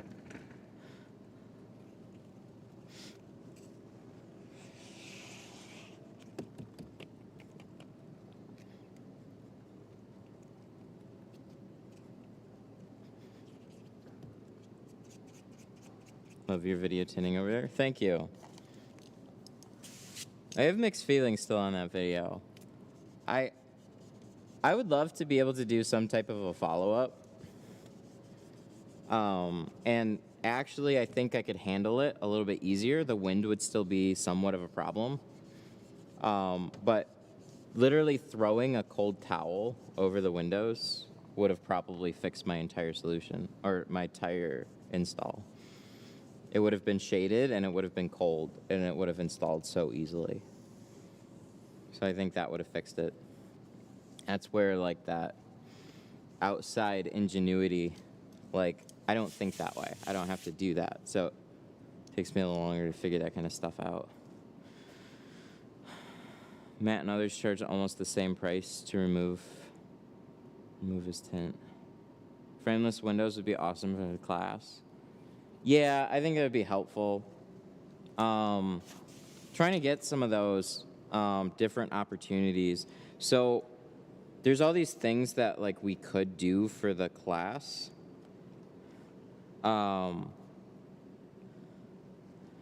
And so like having those opportunities here is always nice, but I really also want to stay focused. So like if there's a good way to do that, that'll make it happen.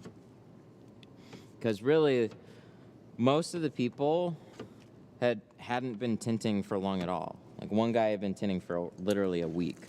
He was out from another company, kind of in the area. They sent him out here for a training program.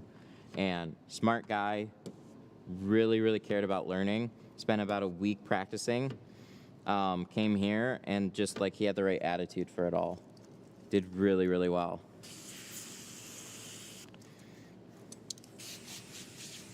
But learning the main things was like heat shrinking, hand cutting, and then frame doors are going to be harder than frameless doors.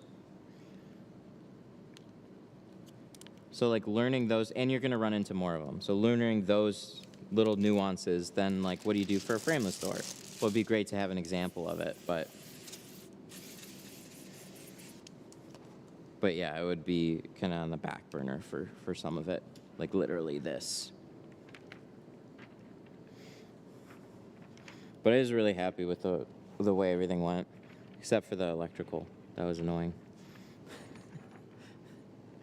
We spent like 2 hours trying to figure out I told this story already, but spent 2 hours trying to figure out. So like my ceiling lights, I hooked up some more ceiling lights, and we blew a breaker. But we didn't know for sure that we blew a breaker. We just kind of assumed. We heard like the click, and we're like, okay, that's a breaker. But then we're looking at the breaker box, and it's like this older breaker box, and none of the breakers were for the ceiling lights. And we're like, what the hell? So then we're looking at all the outlets and stuff. We spent about 2 hours, ran to Home Depot, got a little tool to help try and figure it out. Still nothing. Literally taking apart electrical boxes. Shout out to the guy that did that. Trying to like wire chase.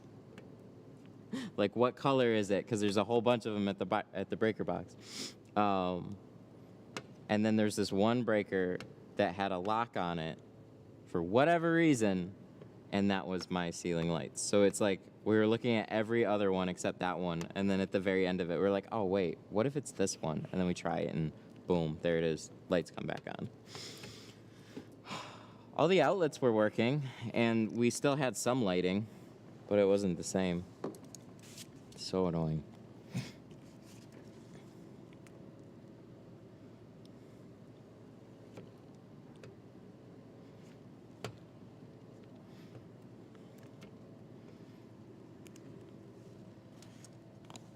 But yeah, I think one of the things that I was most impressed with was just, I don't know if my channel, I mean, I'm assuming it had something to do with it, but like everybody that was coming in here, like,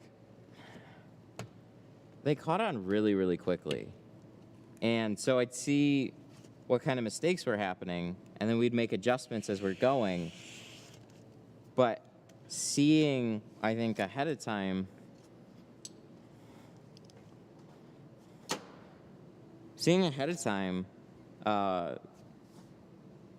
the whole process, and then just not quite getting it right, and then coming in here and having a lot of those little refinements, it made a big difference.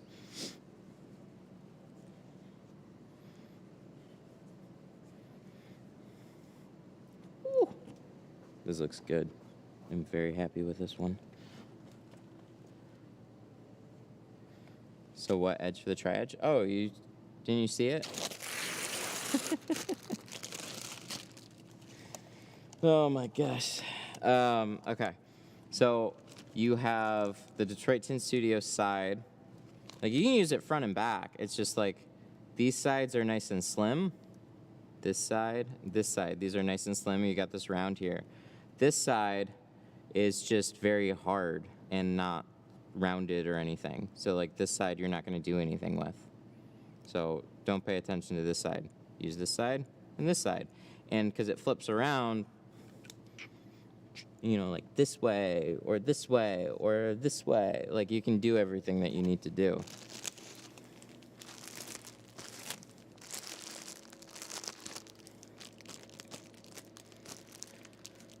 Do you have any specific day that you go live? No, I like to try and go live whenever I have an opportunity to, so most days if I can. I think Audi A6 and Q7 last week, same day, Saturday. They got tie seals, both were 22. Yes, they do. Audis are always a little bit more difficult. I'm pretty sure you recommended not Scotch-Brite pads. You can use Scotch-Brite, just the blue ones. Don't get the green ones. They say like non-scratch. So blue ones from like local stores if you want to just pick one up.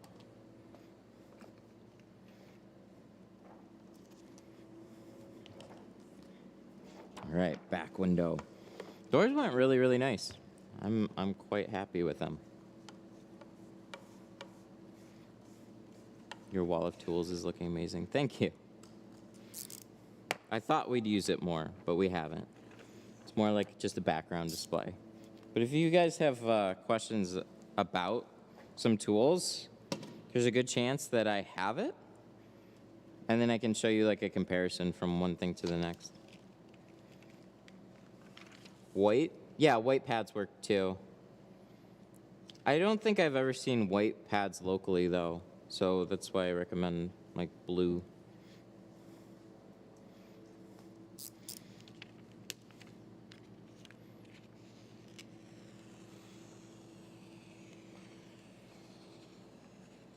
Name the 5 best tools you use.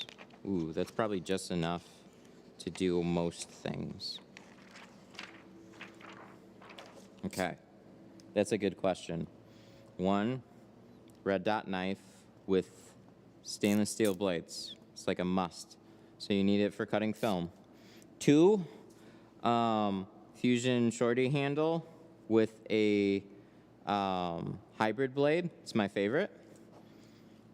But these are kind of categories too. So knife, handled squeegee. Shank, we're on 3 now. So this helps with tucking. Not a necessity, but still very, very nice. Then we have the Detroit Tint Studio Tri-Edge. So any of the pink, blue, and yellows, and obviously these green ones are amazing. So this is really like for doors, right? Then we have, you need a sprayer. That I'm gonna leave up in the air for you. So like these are like, what are the top 5 tools that you wanna keep on hand? Obviously, I love tint kegs, that's what I use. You can use a trigger bottle, you can use a lot of sprayers. Tint keg's my favorite. Let's see, so that's all that. Felt card for shrinking. That's what I use. So obviously you're gonna need a heat gun too. I use the little Wagner's. Felt card helps with shrinking, so that's kind of cool too. And then you have a couple little like back window tools, but as far as like stuff that you're gonna keep on hand, I mean, this is really it. Yeah, I can tint so much with just these right here. The things that I'm gonna need for like the bottom of the back window is like a side swiper. It's awesome. And then obviously a bulldozer wherever I put that. So these are like more specific to back windows and windshields. Where did I put that? I'll have to find it. But there'd be a bulldozer sitting around here somewhere unless everybody stole them. Oh, here we go. So bulldozer, and special shout out to the tail fin. Get the green one. So those are probably all my favorite ones. Like those are all the main things that you're gonna need. And then all that right there, I mean, we use some razor blades or some scrub pads. We have glass aid if we want to keep things safe. But to just tint a car, like that's all you need. You don't need everything to tint a car. But it's nice to have a lot of little extra things for special situations and whatnot.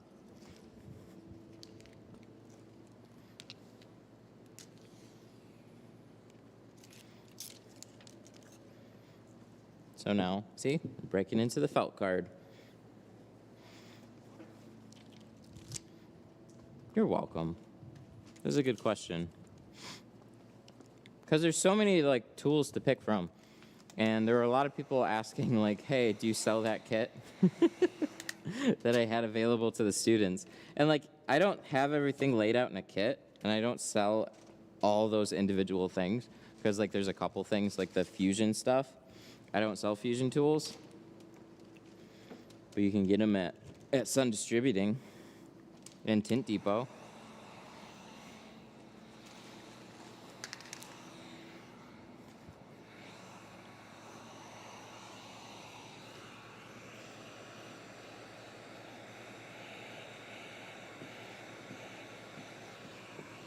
You should start selling kits. I did think about it.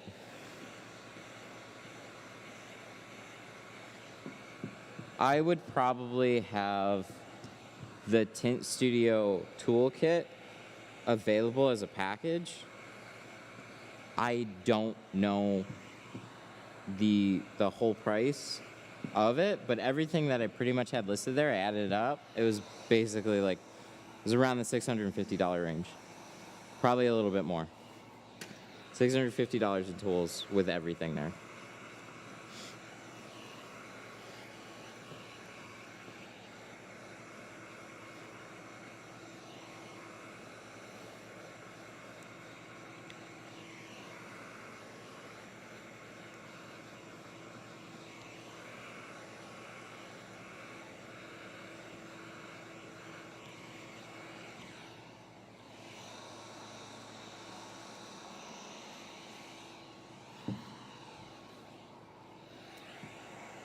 But everything, everything you saw there is already available at the places that I always say.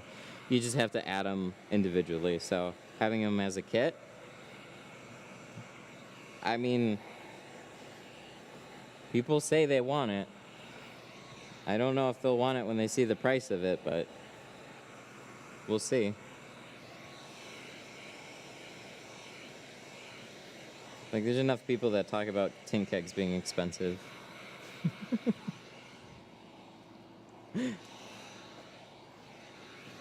So, probably just the whole tool belt option with all those tools will be about the same price as a tint keg.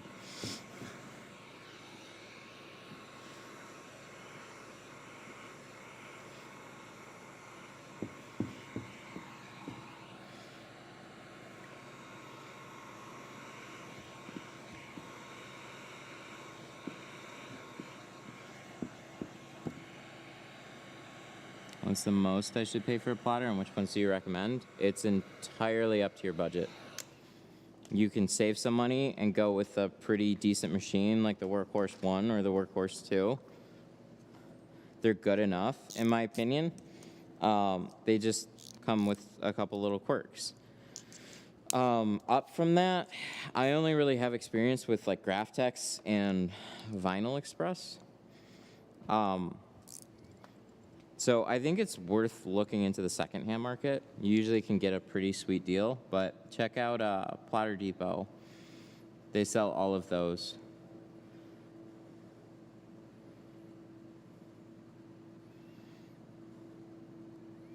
So it's just too nuanced.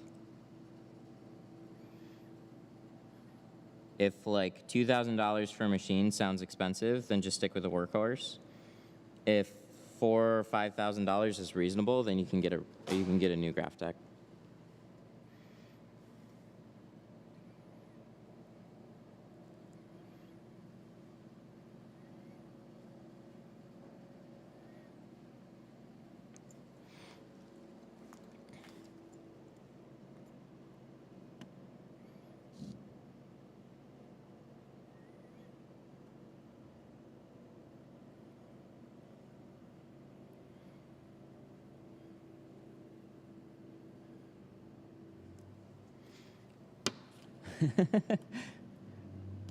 There's an LED headlamp with a wave on, wave off feature. Man, I got too many things on my head already.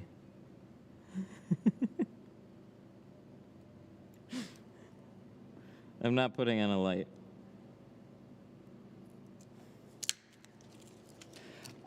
Yes, the glass aid gets put on before the dryer sheet. So it really needs a nice, clean surface. So even wiping off your glass with a towel will leave little smears and stuff behind, so it's not ideal. That's where I'll take a nice flat squeegee the whole thing off. Lowe's offers a good Wagner wall steamer for around $50. Works great. I wanted to take a look at that one because it's got like a really, really long hose too. That's kind of what I did with my steamer. I got one of the Jiffy steamers, the Overkill Jiffy steamer. It doesn't put out an enormous amount of steam, and it takes a while to heat up. And I swore I was never going to get that one, but then it's that whole like eking up in price thing. So I wanted a steamer that was all contained. I didn't want those little like gallon jug things that fall off. If it was going to sit in it, it would need a lock, and none of them seem to do that. I don't know why, but they don't have a stupid little plastic lock on them. So when I put that thing in the car or near the car, like, it's clunking around and eventually you knock it over. It drives me crazy. So I got like the big stone Jiffy steamer because it was like, I don't know, like $50 more. And then I combined hoses. So now it's super hose. Where is that thing? It's around here somewhere. Oh yeah, it's over here. This guy. So this is my steamer. Looks all super professional and stuff. But yeah, I took my shark steamer hose and I combined it. So now I have like super steamer hose here. Look at this. I don't have to move it around the car anymore. These are, so remember I told you the circuit breaker popped? This is for those lights right now. I gotta go tie this into another circuit up there. I'll do that another day. Maybe we could do that on stream actually. Oh no, do I need another extension cord? Let me see what I can do. I don't think I've ever gone up the scaffolding on stream. Why do you shrink the edges after you cut them? What do you do before you started using Glass Aid? What were you using before you? Oh, okay. We're going to buy the white tape. Glass Aid. There's a link. If you want to know about it, there's a link for it. What did you start using before Glass Aid? I didn't. It was being peppered with lots of tinters saying you can cut on glass. It's totally fine. Just use stainless steel blades, keep a low angle, and you'll be fine. And then every once in a while, I would see a hairline scratch through my entire window. And then when you're delivering a car, just give the car a good wipe down and leave a couple little smears on it, and good to go. Yep, thanks. Cross your fingers real hard. So on a busy day, like I cut on glass. For years and years, I cut on glass. And then for the most part, it was fine until it started to become less and less okay. And then here I am coming back teaching people, and I swear, like, glass was getting softer or something was up with the blades, or just like, you just get one of those things and you're just like, okay. Yeah, it was not a highlight.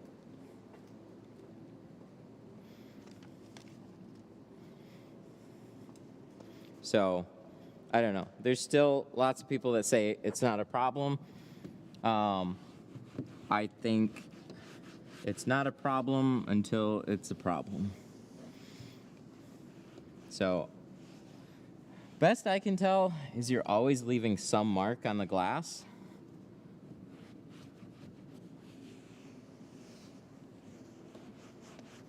Best I can tell is you're always leaving some mark. They're just really hard to see. So, and then some are way more obvious than others. That's a sexy dash towel. Dude, we were gushing over these towels the other day. So I used these a couple streams ago. This is the best towel that I've ever used, period. The printing turned out sick.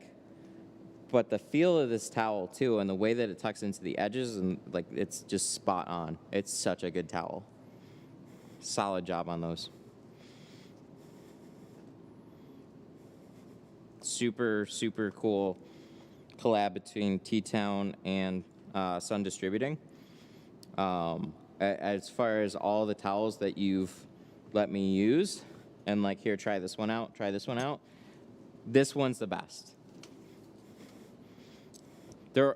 This one, still a great towel. This one, it's better. Yeah, we were gushing over these things. They're really, really solid towels.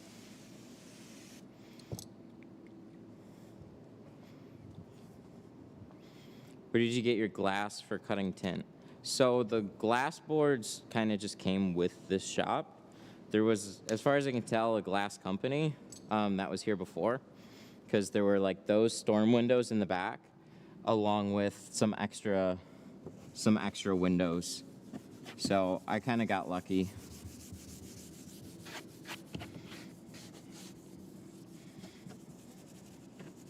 They were in some like white frames, and I just cut them out of the white frames. There's this even bigger one that was in this black frame. And I just, oh man, I could not get that frame to cut loose from the window. So they're all like glued into their frames, so you can like kind of like slide a blade in there and then cut them free and then pull like the channeling and stuff apart. That other window, I just couldn't take it apart.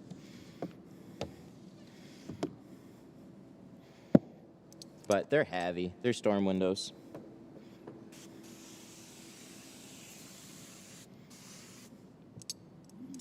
Double.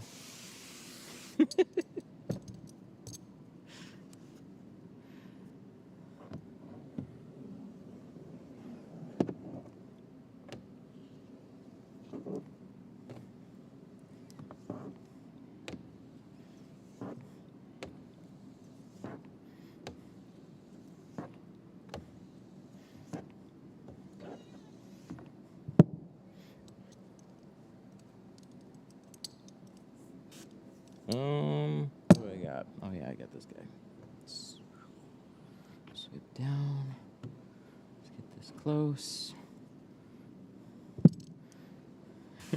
Ambidextrous. At least I can double hoses.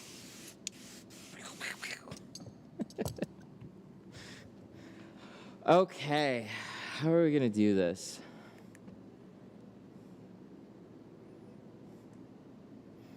And then if we do this, it'll go back up, right? Okay. Also, what is up with blue license plates? I didn't realize like that was becoming a thing in Michigan until like I saw one car, and now I see this one. Did our license plates changed?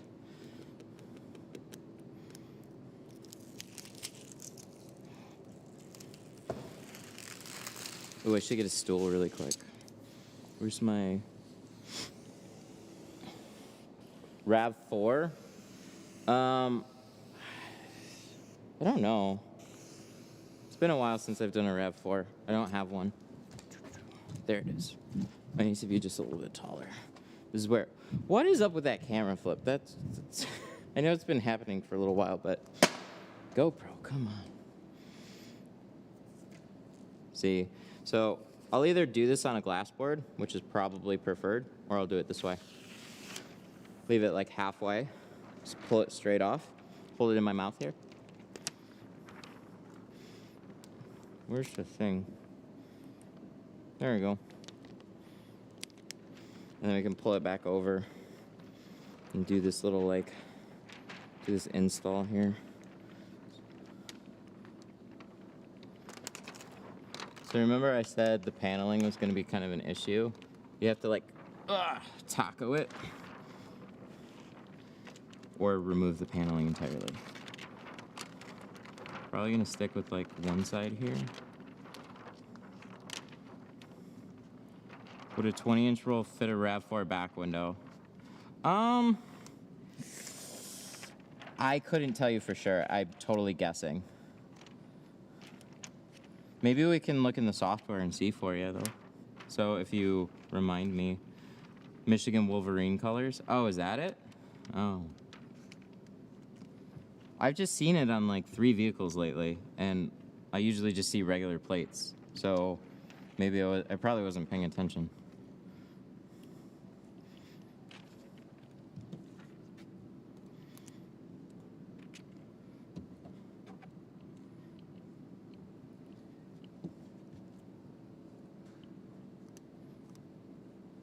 That's what's nice about at least having some plotter software, because you know exactly how tall that window is. And you'll be able to see if you needed a bigger roll or not.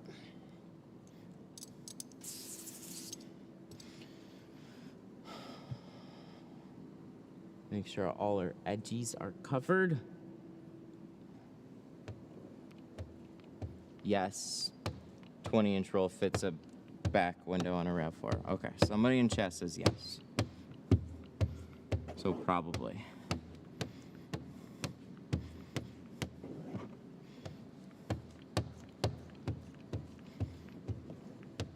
That's cool.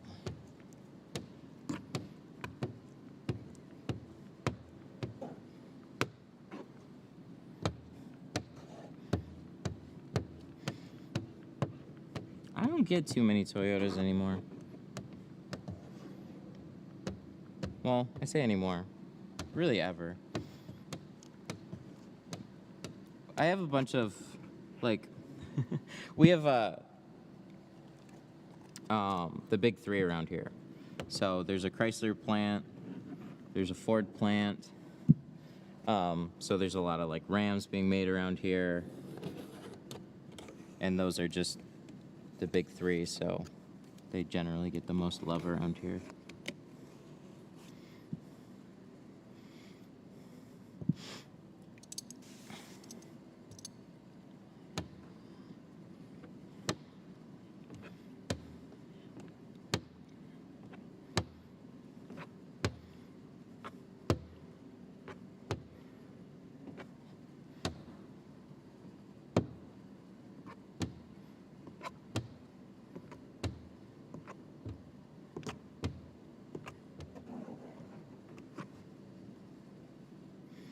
Cool. I think we're doing good here.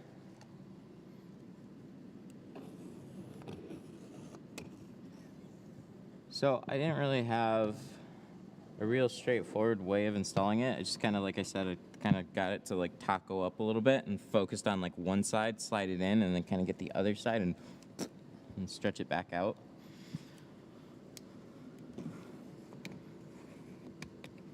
But that comes with some little hazards, you know, make sure it's super clean, because you're inevitably dragging it across the pad or the paneling a little bit and stuff. So it's nice, new, clean paneling, so it's not too hard to clean.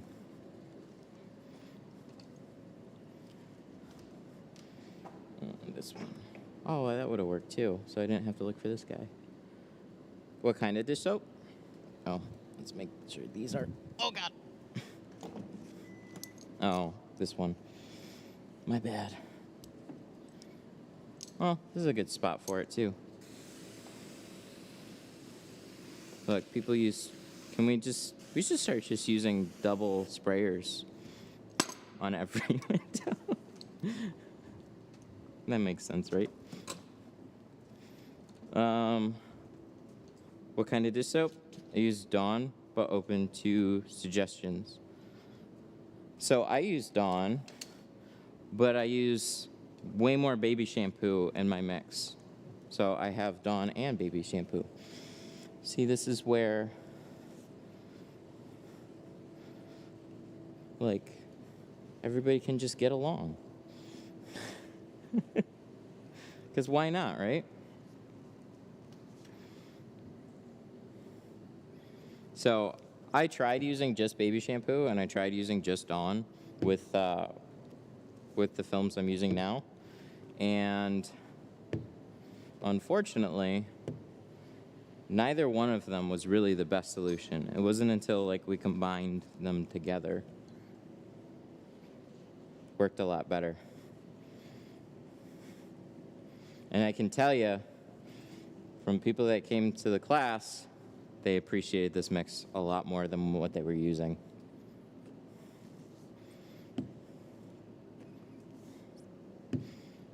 Most people would rather have the tint slide around the glass a little bit more, so this is a more slick type of mix, where a lot of the bottled solutions are kind of like they're a little bit tackier than I'd like them to be. There we go. Let's go all the way up. Bleach. Yeah, sure, why not? Don't do that.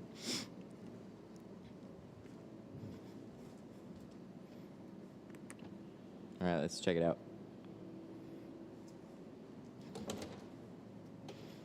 Woo! Dang. I like it. It looks good.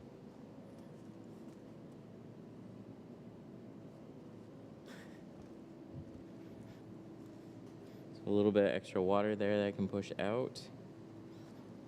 Sweet. Looking good. Let me get, where's my studio squeegee?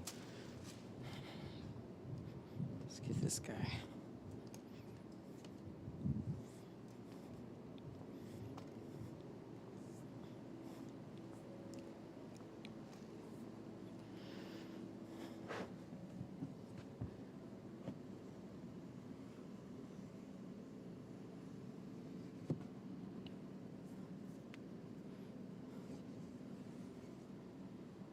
Dry shrink or wet shrink?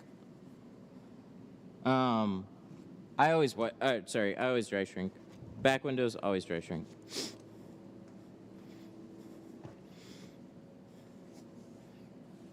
Doors, all wet shrink, but it's just because they're small. But just don't get confused on that. For a beginner. I mean, like, the easiest thing that you can do for yourself, like, shrinking is just a thing to learn. Dry shrinking is going to be the easiest route for that. For, like, installations, if you want to pull the door paneling apart, that'll be the easiest way to tint the window because you remove all the obstacles.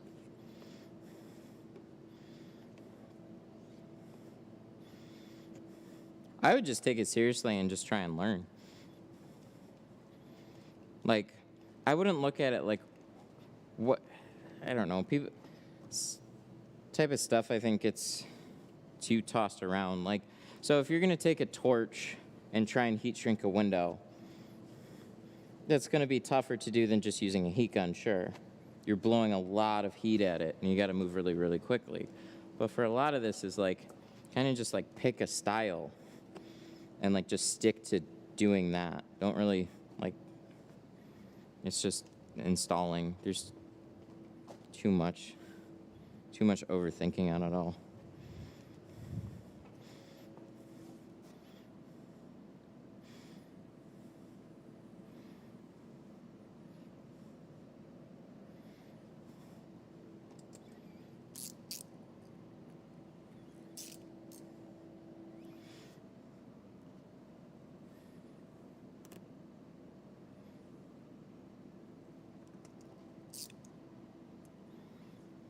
Milwaukee or DeWalt?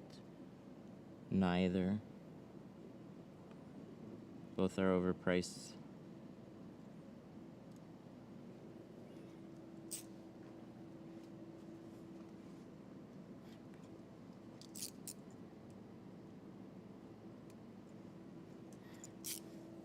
Ooh.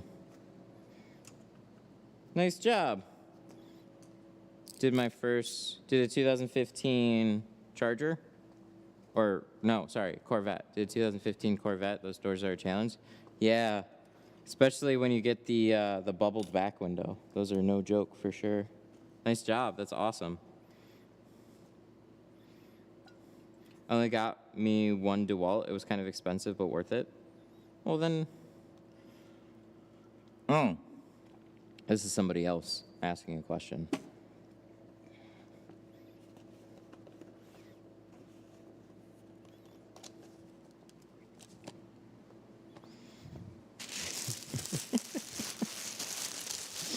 Milwaukee has lifetime warranty, works for me. Yeah, I can... You see anything?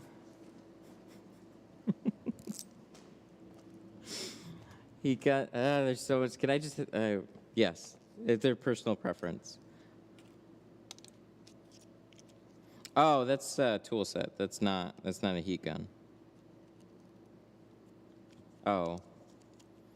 We go on... it drives me nuts sometimes. What really, you guys, like, I don't mind repeating questions and stuff. What drives me crazy sometimes is I go on a tangent about, like, DeWalt or Milwaukee. They both are pretty known, like for tinter, like in the tinter space, we're all talking about heat guns. So like I just kind of figured it was a heat gun question, and then it's like we go down this big rabbit hole of that. Can I do these like this? Oh, let me get my short roll.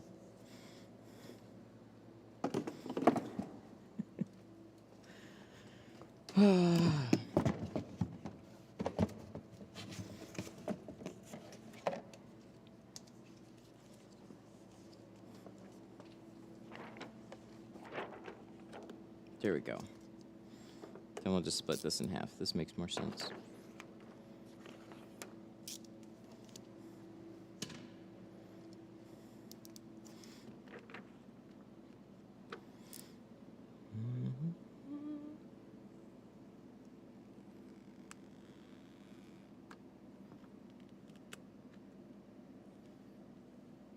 Yeah, so through the class, I had Wagner's, Porter cable, the Craftsman, the Fusion heat gun.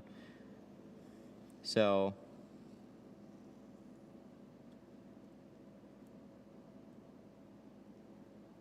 some people preferred the air that came out of like the Craftsman / Porter cable, and some people really like the Wagner better. And then I had an AutoZone heat gun, and they're like, "Oh, this thing's terrible." So it was actually really nice, showing some perspective on just a few of the different things that are out there, like the popular choices, was really helpful. I never really found a lot of value in spending like $80 to $100 on a heat gun. They would generally just like kind of fail. So I've tried like, I've done the Milwaukee, I've done like the more expensive Wagner. I've done quite a few in that range, and they've all just like, they're more focused on additional features, which makes sense if you look at it outside of window tinting. So like, if you're doing like electronics work, you need a heat gun for like melting solder and stuff. So, and like painting, which obviously they're in the painting section. So like different temperatures, different fan speeds like make a lot more sense. For window tinting, it's still personal preference there, but more people like we just put the heat gun on all the way, but all those additional little settings, you don't need them. Just need a heat gun to get hot. You need to put out air, melt the tint.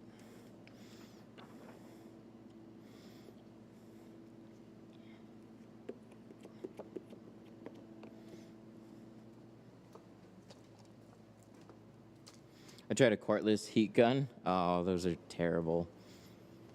Yeah, they're not. There's so much more power in the wall than a battery. So I'm surprised they can even do any type of a heat gun, but they're only for like little touch-up spots. The best cordless heat gun is going to be a torch. From there, get something that plugs into a wall.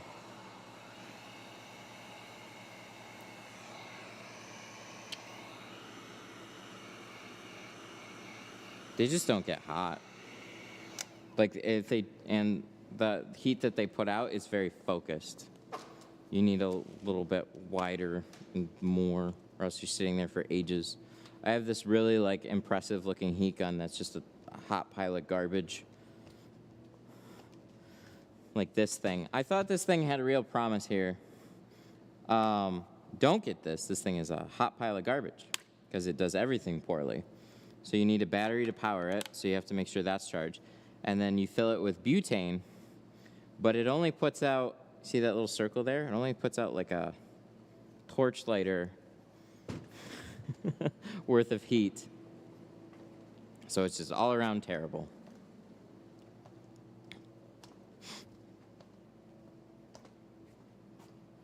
I think the battery life was like 20 minutes. Yeah, it's just, you know, it's the same problem with like electric cars. Like, took a lot of engineering and manufacturing and like money behind it to make it really work. Batteries, just for heat guns, they're not going to be there. They're going to be really big. They're going to be really heavy to put out the amount of power that you need for it to be cordless. Better off just getting used to a torch. It's quicker, faster, lighter.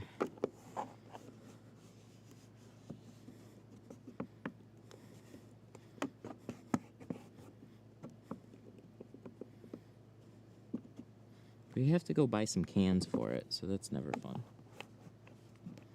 This one gives me a lot of space down here.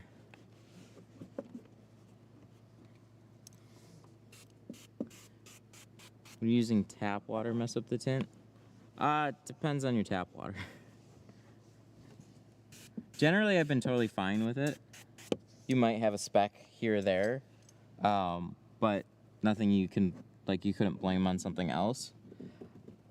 We have decent city water around here. If you have hard water, you'll probably have some sediment and stuff. You'll need a filter on it. I've got so they sell these like inline spigot filters at hardware stores. They're like carbon drinking water filters. So they just hook up to like a regular spigot and you can filter all that shit out of it. I have it hooked up to my hot water. And when I first got here, my hot water was like blowing chunks. So I just left it on for a long time, and no matter what, there still was chunks coming out of it. So I would use the cold water until I eventually got a filter for it. Now I get nice hot tint water.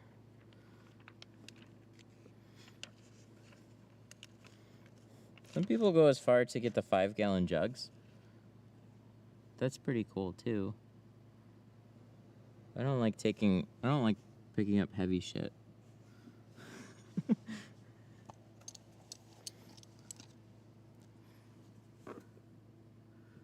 Like making a trip to the store to get all that would drive me crazy. I could have a water company, I guess, drop off theirs, because I hear that's shit. Maybe we can get this out.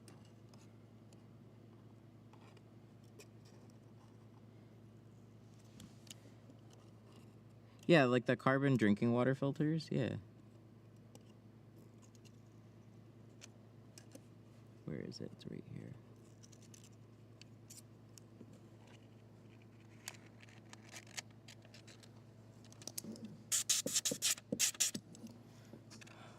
I don't know, dude.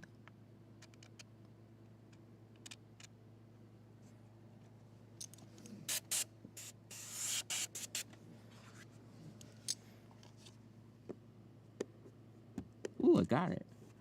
The chunks are from your hot water heater. Mm-hmm.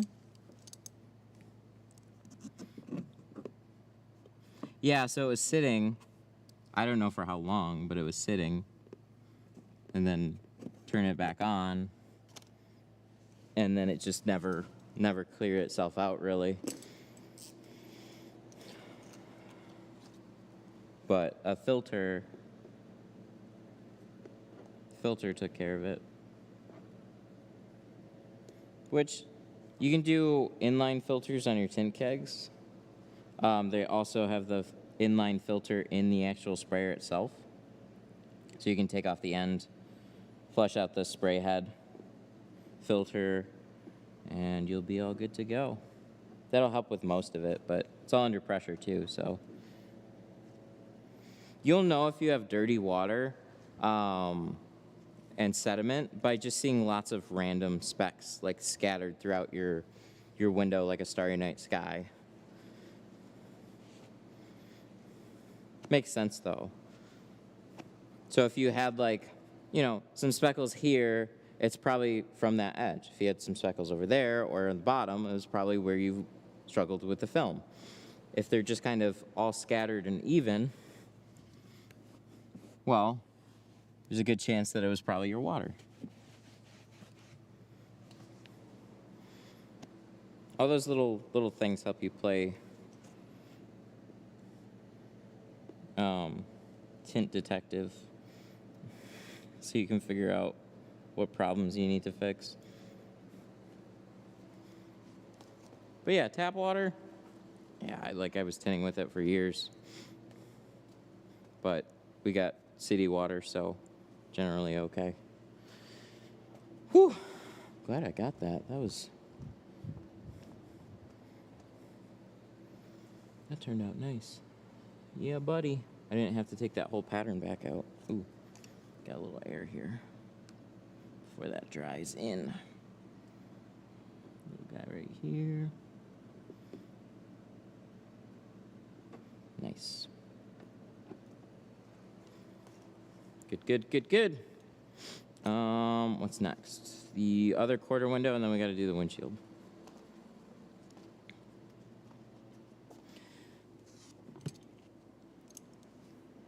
Ugh. Can you show the window edge? Yeah, sure. Look. This one is pretty nice. Pretty close. Ugh. Micro gap.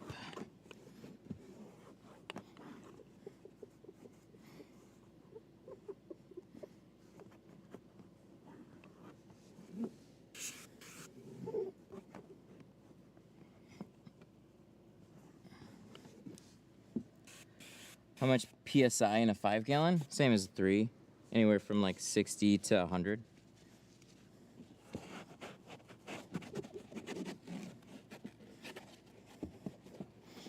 More power. More pressure. The like harder it'll blast, the finer the spray though.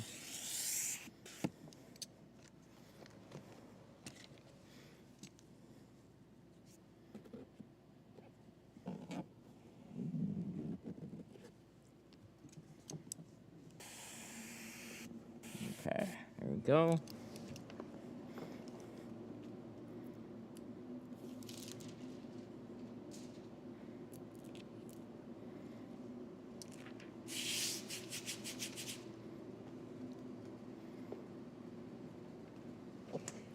Taco. Is today Tuesday? Oh, it is.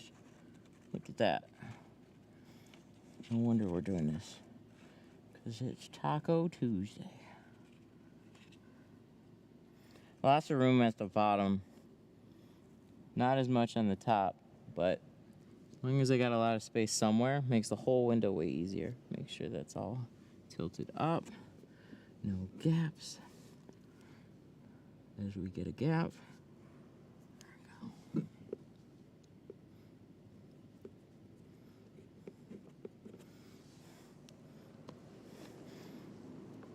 Yeah, 20 is my most popular shade by far. It's also factory vehicles or factory privacy glasses favorite shade. So many of them, 20%. We're very near it.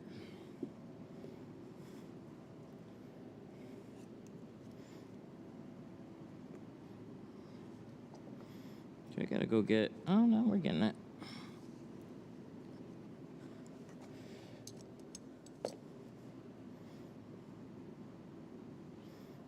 Let me go get my conquistador or conqueror. What is it? I don't remember. These things. I don't use these near as much as I used to, but they're very handy to have. So they got that nice long edge, and they have a nice rubber blade. So you can get into some interesting spots, and it's not as hard on the tint either. So they work really, really well. So especially these like long corners where you're trying to like, you know, this isn't going to get quite as far as this is. So that's why we switched over. Much better for certain situations. So that's why it's always handy to just like, you know, have a handful of extra tools laying around for all those little like, just gotta get that bubble. That's what those are for.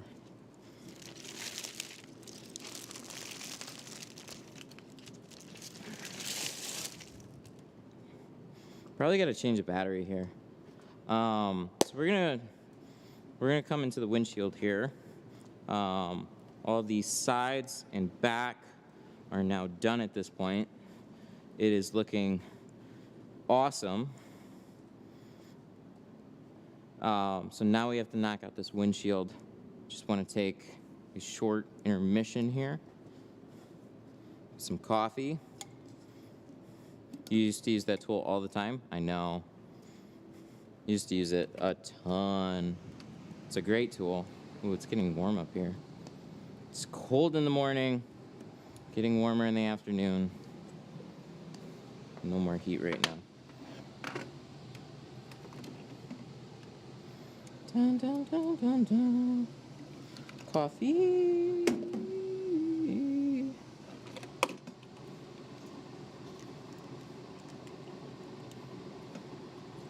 See, I had all these little Nutri-Grain snack bars for people that came here, and I don't know if anybody actually ate one. But they're mine now. So we'll let that percolate. Dun, dun, dun, dun, dun. Cannon. What's up? I remove... What's surpass? Surpass without damaging, if anybody knows. Yeah, what's... Oh, sun pass. Is that like, that's like the Florida thing? Is that what that is?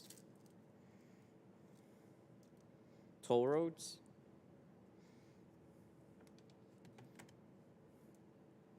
I don't know. I don't have a good answer for that. Because like with like the Jack's car wash stickers here, like any car wash stickers, I just take a razor blade and try and remove it as best I can. I kind of leave it as like a disclaimer. Like with most of this, you wet it down a little bit, sneak a razor blade, and just do it as best as you can. But some of them are made to just fall apart as you take them off. So I don't really have to deal with them on a regular basis, so I don't have a great answer for you. Facebook group would probably know, because there's lots of Florida tinters there. But that would be my first guess. Nice office / showroom. Thank you. We put a lot of work into it, finally, because it looked like hot garbage for a good year. Now it looks way better. So this was really, really cool for the classes too, because like, you know, we have all this space to play around with back here. We got nice bright lighting back there too. People could see the difference between having something like this and just bright lights in the back. So we switched the vehicles back and forth a little bit. That was cool. And then like that whole big upfront area, it's like 500 square feet.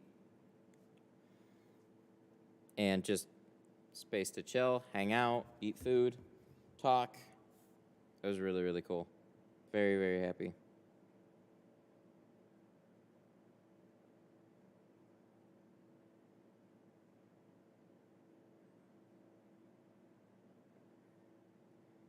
Oh, is my phone on silent? Oh, that's annoying. I didn't know that. Let me see. Somebody wants to change an appointment.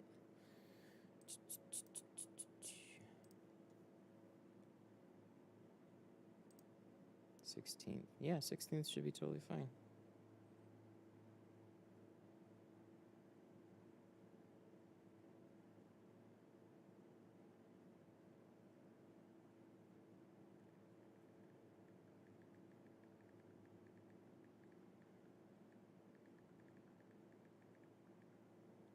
Dun dun dun dun dun dun.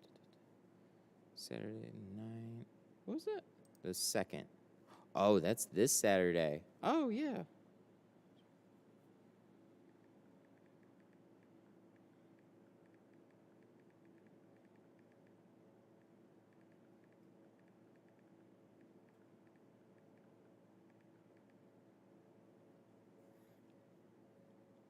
Edit. Do you ever go to your dad's shop? I haven't been there in a little while. But yeah, occasionally I do. Where did you put your YouTube play button? It's still in the box. VW Golf. Oh. Oh, that's fun.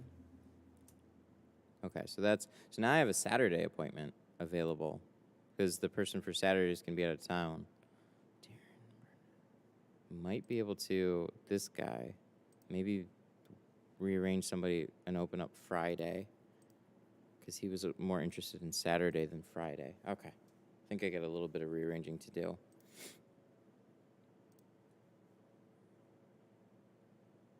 A few other people were asking about earlier appointments too, so we'll see. How's your day? It's going good.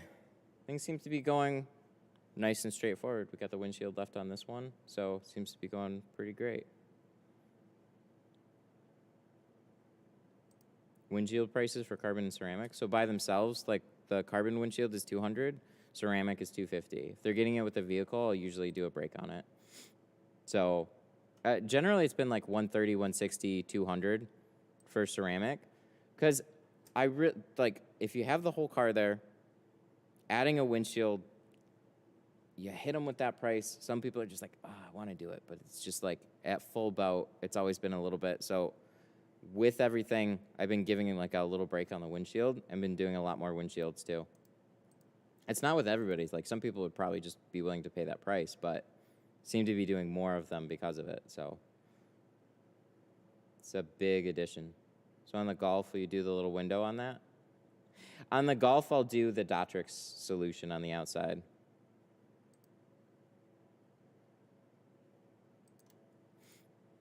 Just been asked a lot lately.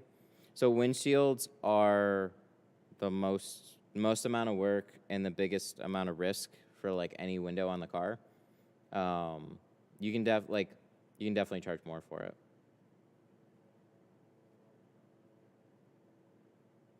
That's not bad at all. Yeah, it's just, I see people's reaction. So for some people, it's totally fine. And for some of them, they're like, I really want to do it. So it kind of helps me out with some extra sales on that. But if we're going to like schedule just your vehicle for only the windshield, like there's the time slot, pulling in the car, the prep work, like that extra stuff, that's where it's like as a package, it's a little bit cheaper that way.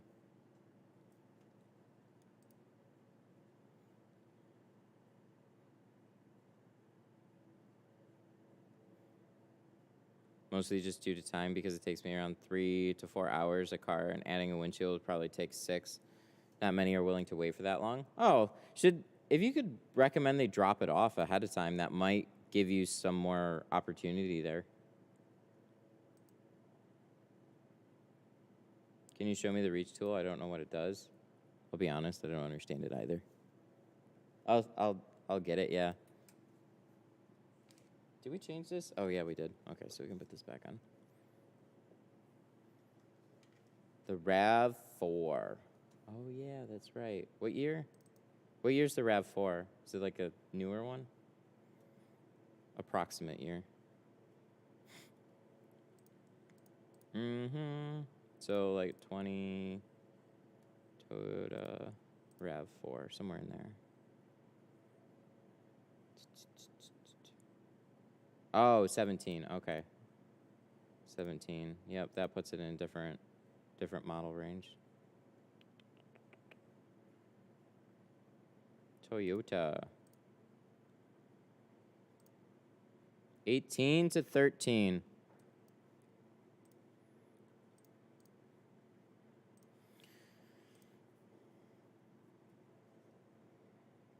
Oh, that is little. Look at this. Look at this baby window. Oh yeah, this is teeny tiny. It'll be totally fine. Watch. I'll guess. That's 15 inches. Oh, that's 3,650. 15. Oh, look at that. Yeah, 20-inch. This is how much extra film you'll have on a 20-inch roll. Boom. Look at that. Yep. You are free and clear, my dude.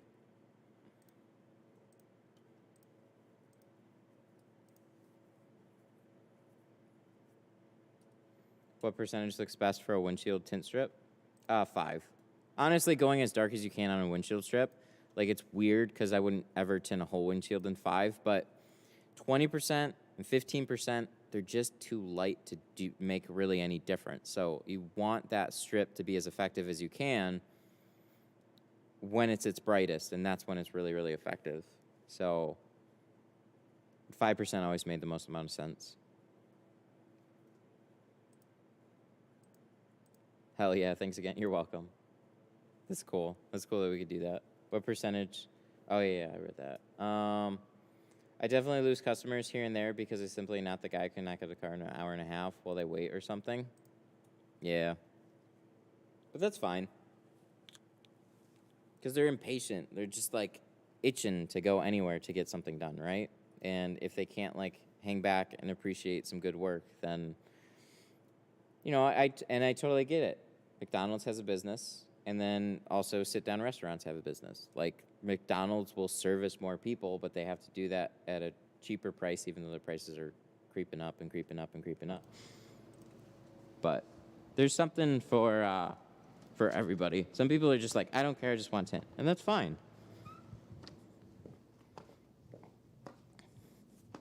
I think there's enough of those places, and I don't want to be another one.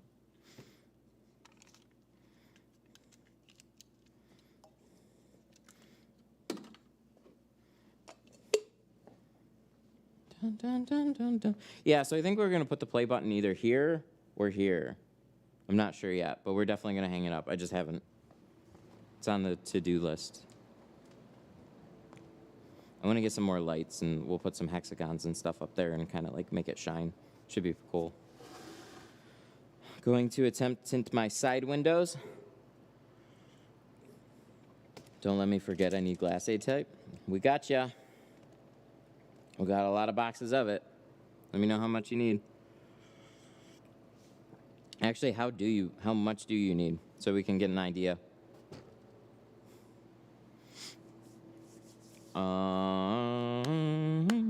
What do we need to do? 50.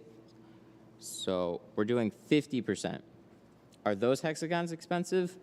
They were a little pricey for that many. It was probably a couple $100 in hexagons, I think. So they're like 25 for like a pack of 12. It's like 1, 2, 3, 4, 5, 6, 7. So it was like 150 to like $200 worth of hexagons up there. So not expensive in terms of like how much they cover, but yeah, they start to add up. They're actually like little acoustic tiles. So there's tons of different kinds. You can get so many different types of like wall aesthetic sound dampening shapes.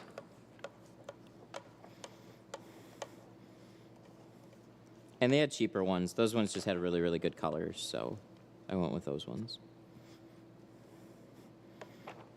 I'd say I got the carbon tier of hexagons. I didn't go full ceramic on them, but best bang for your buck, I think.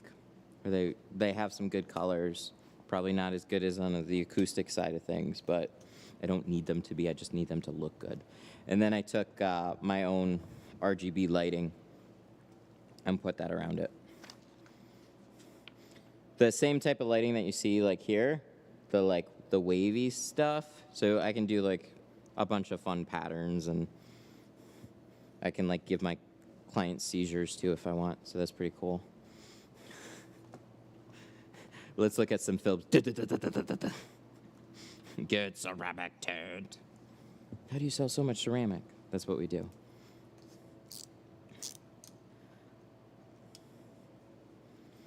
Yes, that's exactly what I did.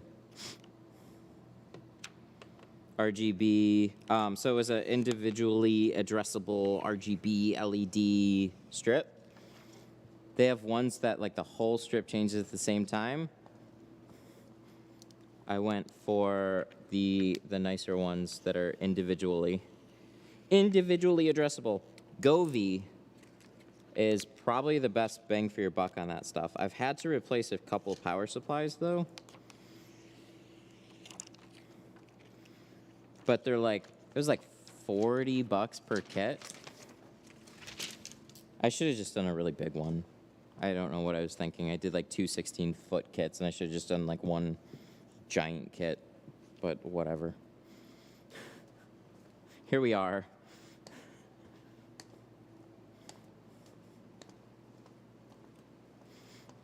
Where did you get them from? Amazon. The world of RGB lighting has really changed a lot. Like, there's so many things that you can do.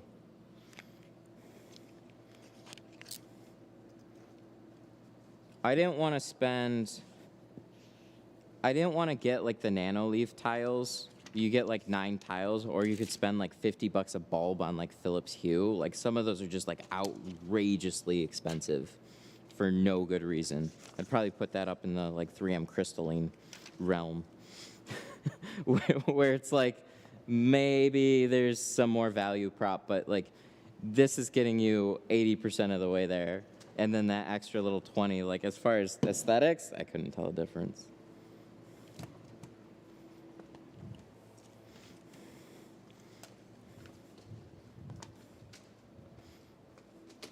Can you show the reach tool? Oh yeah, that thing. All right. You either love the reach tool or you hate it. Which reach tool do you want to see? Do you want to see my special edition Tint Whiz one? Which number am I? I'm probably one of 185. Come on now. I'm number 85 on the list. I would have rather been 100 of 100. Okay, so this is the reach tool. It's kind of funky. It's curved in. And from what I can understand, you're supposed to like leave it flat on the glass and then like squeegee that way. Don't really angle it, I think. So just like put pressure and zzz. I don't know. I've never really gotten a good feel for this thing. I think you either love it or you hate it. But that's what the reach tool is. So it's got 2 sides, and there's supposed to be like little difference between how curved one side is versus the other side, I guess. I need Jay to come here and actually show me. Try it. Maybe on the next back window, but I think what you're gonna see is me get really frustrated really quickly and then go back to the other stuff that I use. And I love Tri-Edge. I love them very much. They make really, really good tools. It's a difference in stiffness. Oh! Well, there you go. One side is stiffer than the other.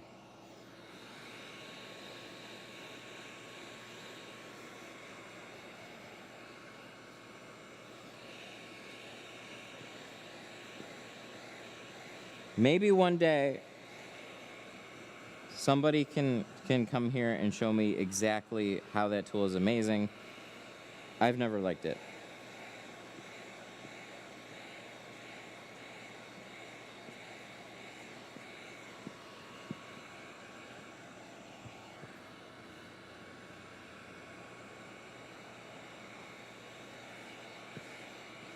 So some people love it, some people hate it.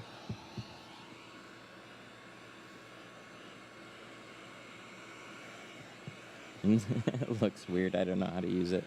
Yeah, and I think that's the problem with it. Is like it doesn't just feel like you can just pick it up and use it.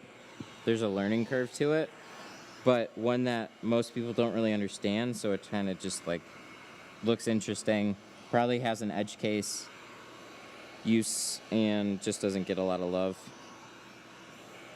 But there are people that genuinely love to use it. They just don't, for whatever reason, make videos, I guess, because I haven't seen one. But I would love for them to show me. That's how this stuff works. Like,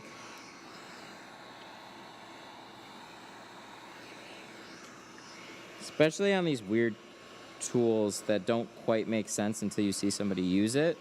Nobody's just going to pick them up and start using them then until you start like showing how they're really, really helpful. And how they fill that like that one little niche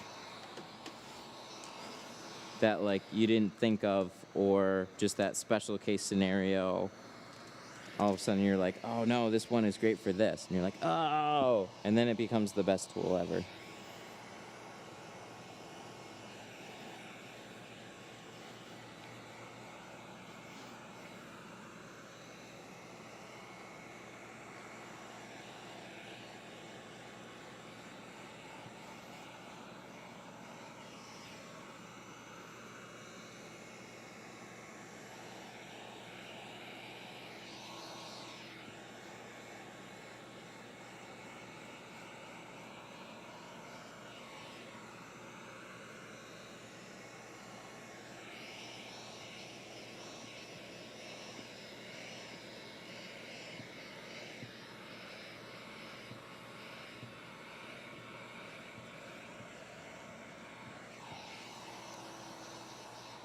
What do you think about Clearplex or similar applications for exterior windshields? You know, I've heard things about them, but I haven't tried many of them.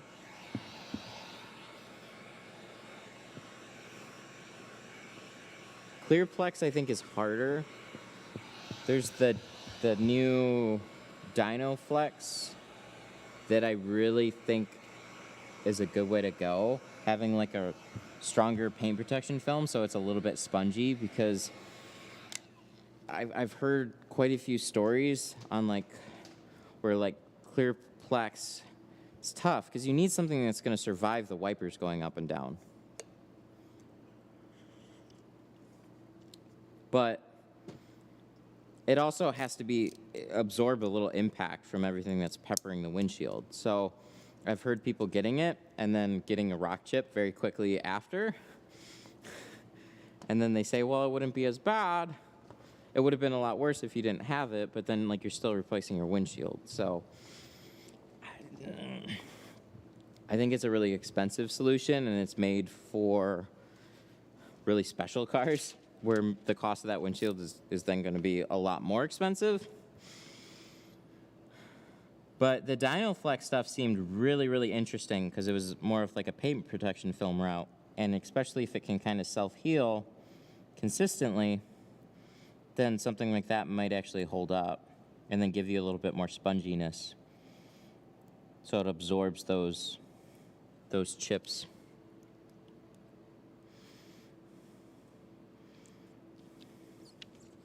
But that being said, I don't really have experience with those. There's one company that came out. We tried their film. They're still like getting it worked on some. Shit was so blurry though.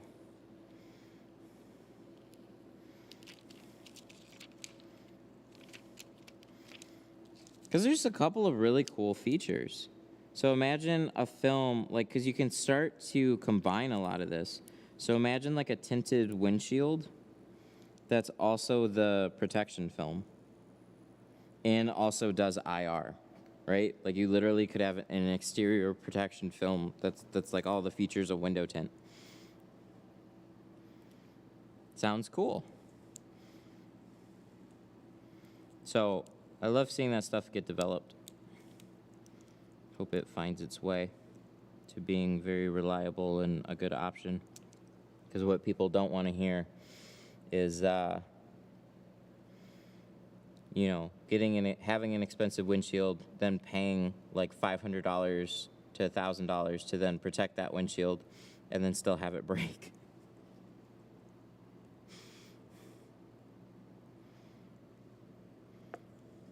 Where like $250 to get it tinted off the beginning, like, yeah, it sucks to pay that again to replace it, but it's not as brutal up front. How old is your baby? Is a little, like 16, 17 months. He's a November baby. So I think 16.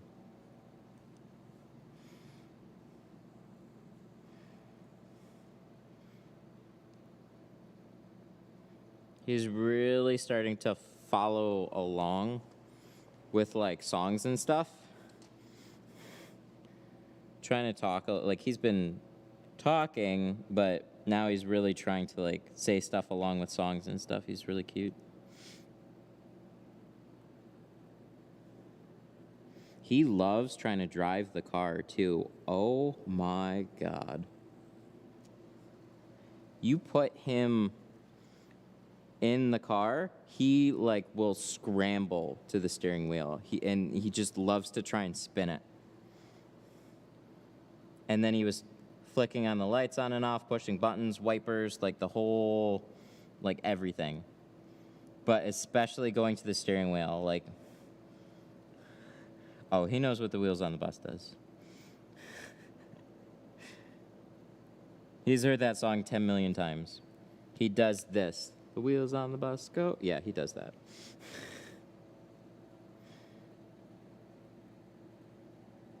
But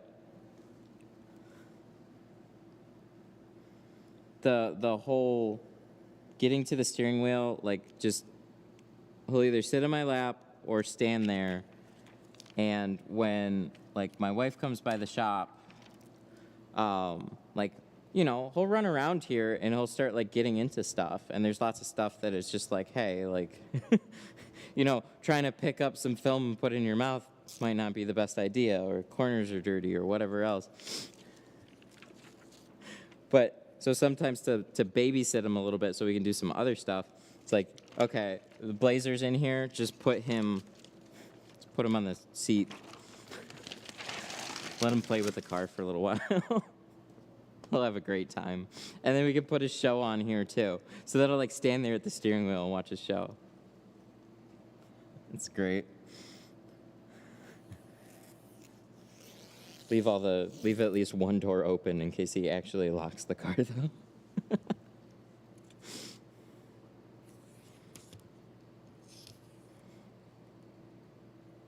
I want the wheels on the bus to run over the baby shark. Oh, you know, I've gotten, like, I don't know. I hear those things so much that it's just like, now it's just, I'm not even annoyed by it really. It's just, they just pop in my head and it's like, no. It's whatever. But nothing calms him down like singing him one of those songs. So it'll be like, if he's a little upset, moody, scrambling around a lot, he'll like sit right next to you if you start singing one of those songs. And then he loves clapping his hands.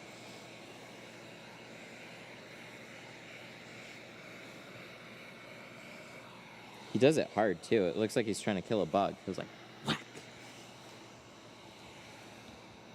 But at the end of a lot of those songs, they go, yay! So he's always like,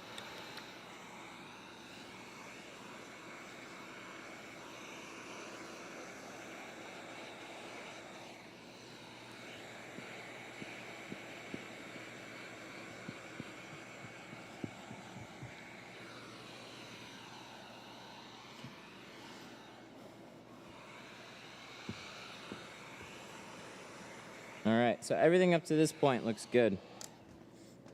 If I could stop here and leave this as exterior windshield film, I would. But I suppose we have to try and figure out how to do this windshield here.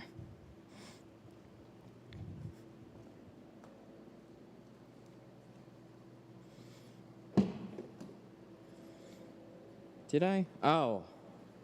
Where did I put the towels? Oh, I just bunched them up here. I figured I would have hung them up or left them back here or something. All right.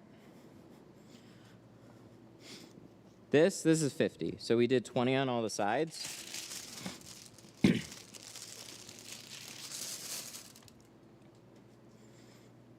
50 on the windshield. So I totally didn't know this, and I have a roll on the way. I said this last stream. I can get a 40% carbon, so I'm gonna make sure that's available. 40% and 15. I've had 15 for quite a while. I just didn't realize they had 40% in the C2, so I'm gonna make that available too. So with Pro Classic, you have 35. You have 5, 35, 50. 5. Oh yeah, and 20, obviously. And then jump up to the carbon, there's a couple more shade options there. And then crossing my fingers for the Carbon Plus here, because I think we'll have the same type of, like, a couple more shade options as that comes out. But look at this. Okay, this is what I really like about, the dash protector. I like towels that just kind of, you can tuck them in and they kind of just lay flat and out of your way. And I'm not super great or skilled at tucking them into the corners and stuff. This one just kind of like fits in.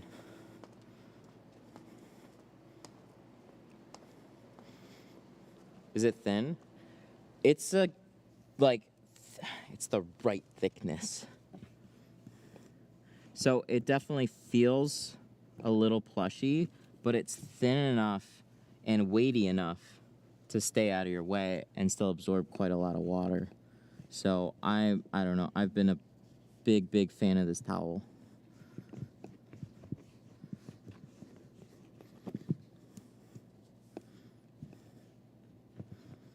Because look at that. I mean, you'll see me here screw with all these towels and they'll bunch up and whatnot, and it's just like I can't get any of them to lay flat. So usually I'll put in a towel, clean my whole window, and then pull it back out if it's a really tight bottom edge. Now I'm rethinking that, because look at how nicely, and like it's all bunched up here, but it's still like 90% out of my way. I don't get that out of any towel. Is it thinner or thicker than the yellow Costco towels? It's weightier. Probably a little bit thinner, but in a good way. So it's dense. It's way denser than these. So these are like nice, soft microfibers. This is very plushy, or not plushy, but yeah, it's the best that I can describe it. It's dense. No, it's sun distributing.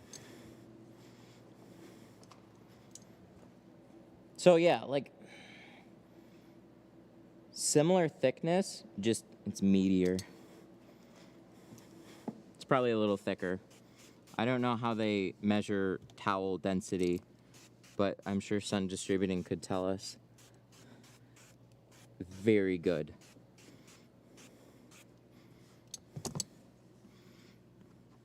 But yeah, I ask a lot from a towel. I want it to tuck into my edges, and I want it to stay out of my way.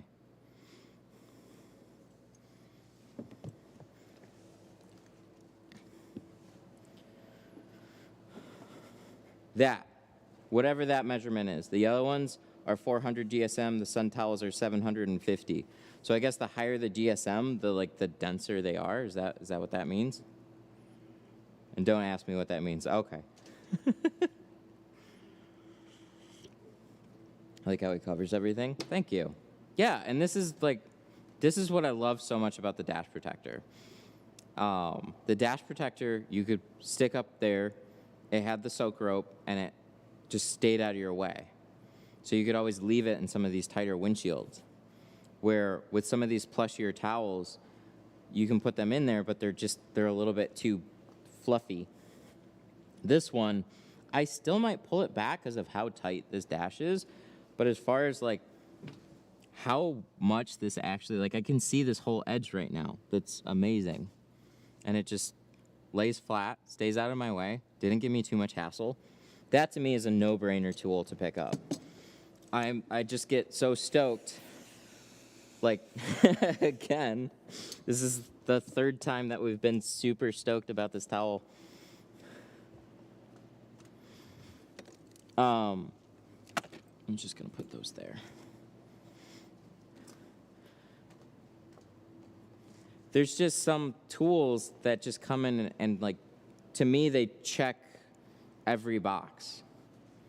And this is one of those tools that just seems to like check every box perfectly. And it's easy to use, it works. Highly recommend. It's a no-brainer tool to pick up. If you're gonna get a dash towel, this is the one to get, period.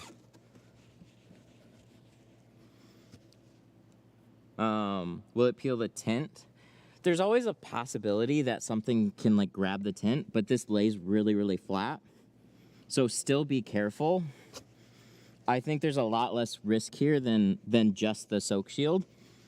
But I'd still use both on a lot of windshields. I would still use a soak shield and I'd still use this towel. This especially shines when you have these super tight windshields where everything kind of gets in your way and you don't have much space or room to work with at all. You're just trying to get the film tucked into place and you're not trying to damage the car. So whatever you can do,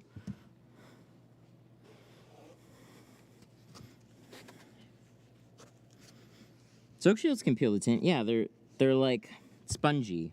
And there's times that I've peeled the tint back trying to get the soak shield out, but I still use them on a lot of windshields because water protection on a windshield is super important. So you can still use both of them together. For my students, I got both. I got soak shields and I got good dash towels. So you're probably fine with only using the dash towel in most cases. But you have those windshields especially, like on the Rams, on Chargers, Durangos, any of those. Oh yeah, you're definitely gonna see me still using both. They're just ones that I'm not even gonna fiddle around with.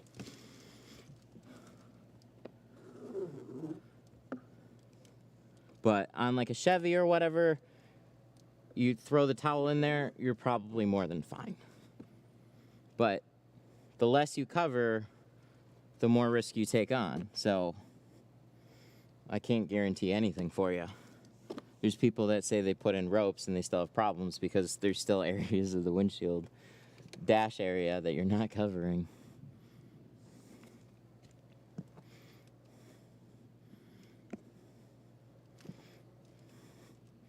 But yeah, get the towel. They're not even expensive. You should charge more. I'm just kidding. They're 45? 45 per towel. Worth every penny. The dash protector was like 125, and I wanted it to, oh, it's such a cool idea, and I love the crap out of it. But it just didn't hold up.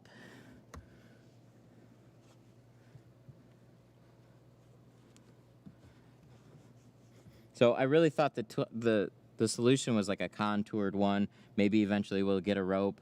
No, this one, oh dude, it's just great how it is. Yeah, you could probably make contour improvements in the future or whatever. I think that would probably help out a little bit.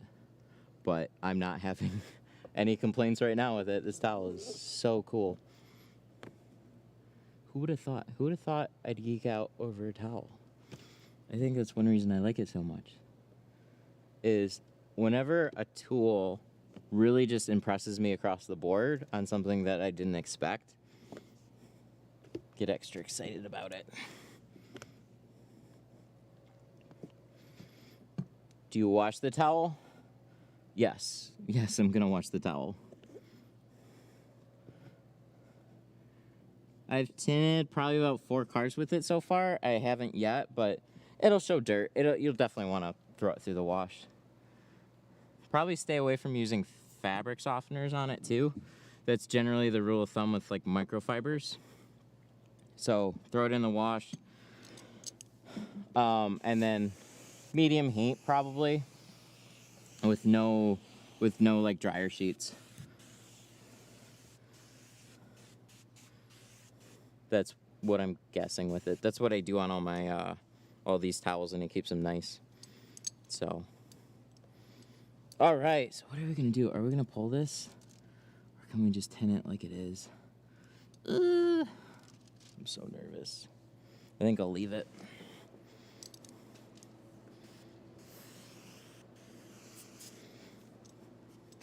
So, just for context, anything that creates some thickness there is not my friend. So, doesn't matter how thin the towel is. Anything that's there is not exactly going to make me super, oh wow, how did it end up here? It's not going to make me super happy to do this windshield. So the more things that we have in our way, so probably be in my best interest to just like remove it, but it's kind of just like laying flat and nicely out of my way as much as it can. So I think we're just going to do this and see what happens. It's a bold move, Cotton. I'm going to use that same great towel, but a little biased because I made it. Yeah, this is what's so cool too, man. T-Town. He's been like a long time viewer of the channel, or at least long time commenter. So I'm assuming that means viewer too. But to like see this collab where like he's a tinner too, and then Sun Distributing partnered with T-Town to get them printed and everything. So it's a really cool thing to see happen. If you want to help support some awesome people, this is a nice way to do it. And I'm pretty sure I only saw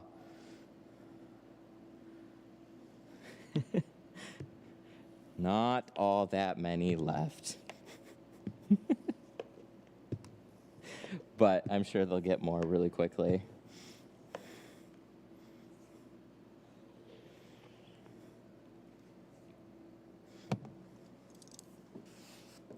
Why did I do that? I just want to do this part.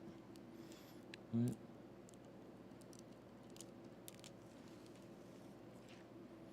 Why? When you get that big green squeegee, like a year ago,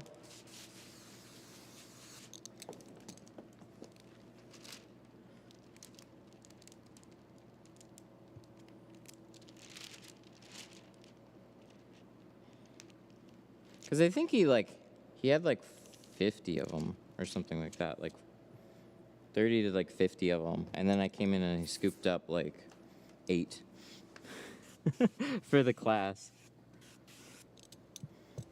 Where did I get it? Sun Distributing. Sun Distributing. There you go. There's a link.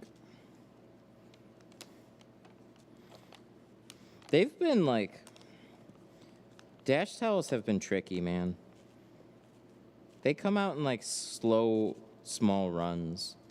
And like they keep getting asked about them. But it seems like the people in charge of bringing them to market don't focus on it. So it's like there's only like a handful available and they're all kind of in different versions and stuff.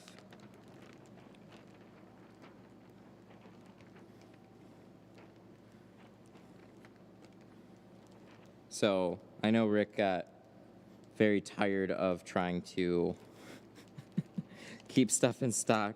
So he's like, fine, we'll make it ourselves. And I mean, it's cool because it's such a good improvement. It's not just another dash towel. It is the best dash towel.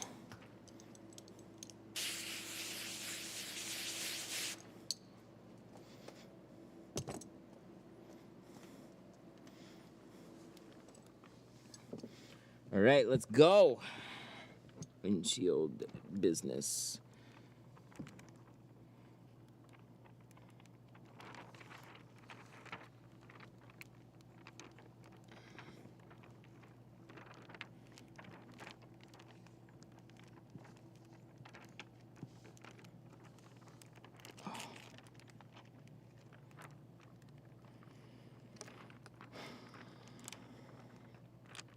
There are a lot of people that want to know about the plotters. A lot more now than ever. So we finally brought one in. Windshields, I've never successfully had plotters.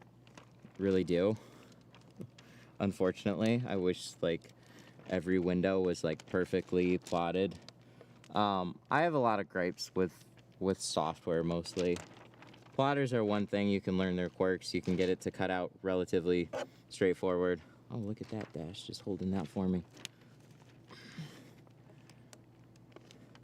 But, yeah, this is tight at the bottom.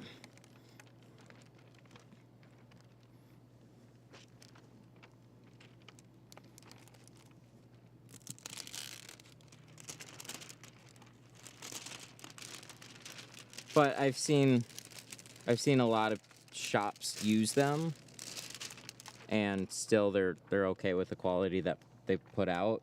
Me, I just can't put that kind of shame on my doors. So some of them are fine, some of them take a lot more little refinements and stuff. So they're kind of like good enough for like an average thing.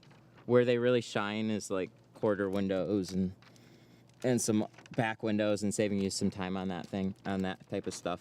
But most softwares is what really lets me down. God, this windshield.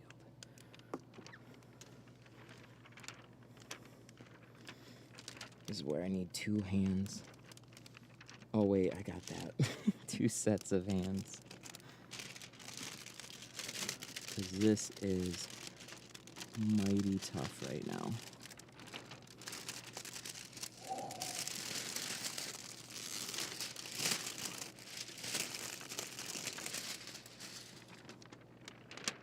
See, when I say a tight windshield, you got a lot working against you. It's like the back window on steroids. You got so much paneling pushing in, trying to tuck the stuff in, a little bit of towels grabbing it. Magnets. No. Magnets would not help in this situation. I gotta move the entire piece of film around. So it's not like the whole thing's gotta shift around as one big piece. Magnets are gonna cause one spot to cling. So, not really gonna help a ton. Maybe for like a couple small areas, but gotta get it lower.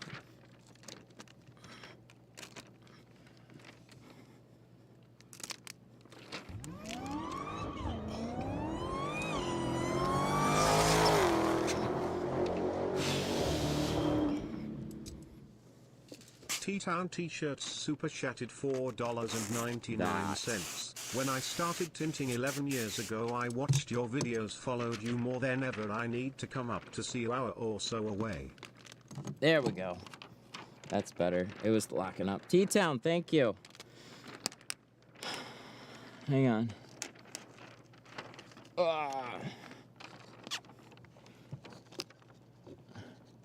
Yeah, you should definitely make a trip up here.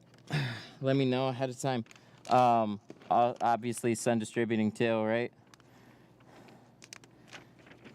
Be quite the trip. Fuck me. I should have taken this towel out.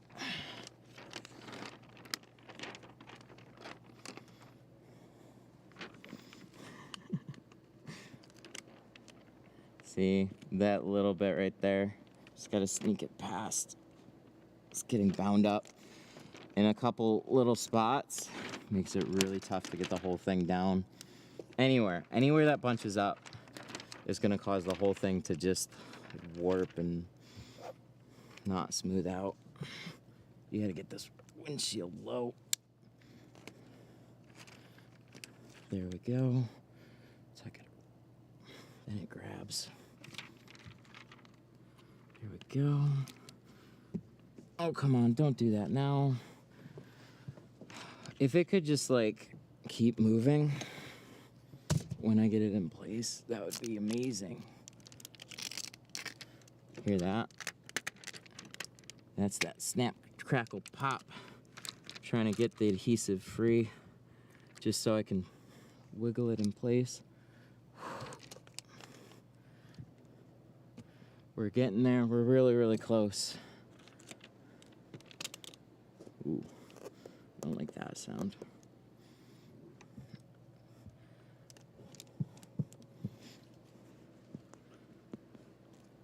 Do I baby Audis? Well, I mean, as much as I can. I might just free up a little bit so I can spray a little slip here. Get the rest of this tucked in. Whew, we're getting there. Nice. That's what we want.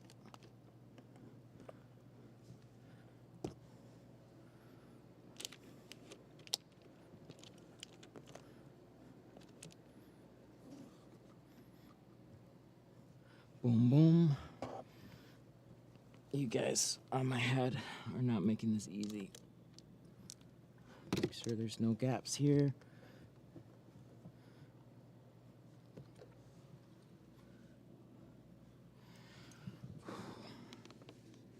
Do you still get sore from twisting and turning? You know, I'm starting to think about it now. Oh, what the hell?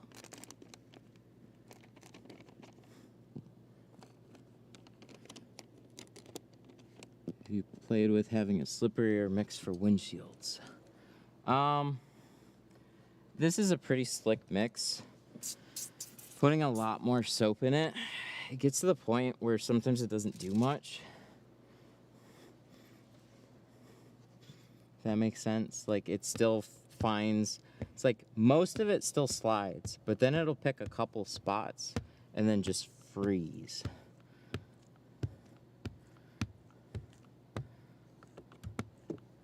So what I'm hoping is just with all that fiddling that this still turned out really great. Crossing my fingers real hard though, because that's not like what I like to see. Seems like this side's pretty okay though. Let me get to the other side. Woo!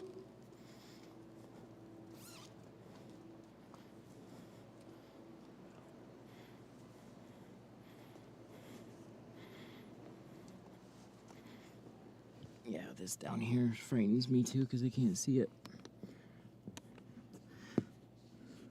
Should we have pulled the towel? Oh no! It came free. Oh, this towel's baller. I would have fought with that tooth and nail on a soak rope.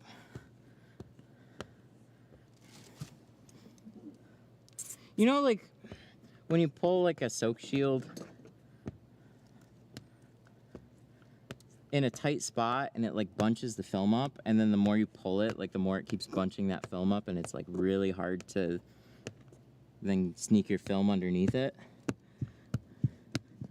This towel just likes to lay more flat, so that went really, really nice. It's all good.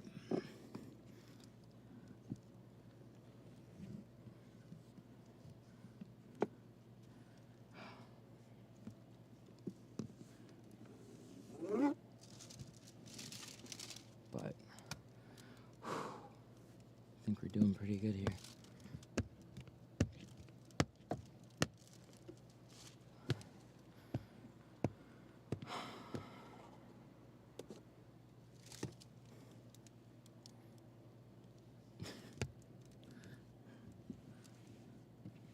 There we go. See, now I can see that so much better. So, still would have been way smarter, potentially. You risk water. But when you roll this up, when you get the towel out of the way, you can just clearly see everywhere you need to tuck, or at least a lot better than you did. So no matter what, towel's still gonna get in the way. The more space you have to work with, the easier it's gonna be. But I don't know. I think we made it happen.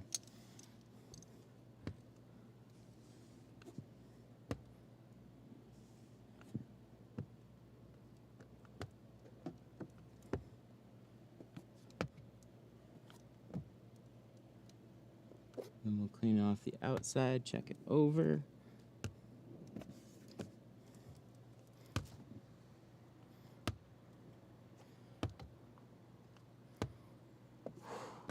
That was not fun.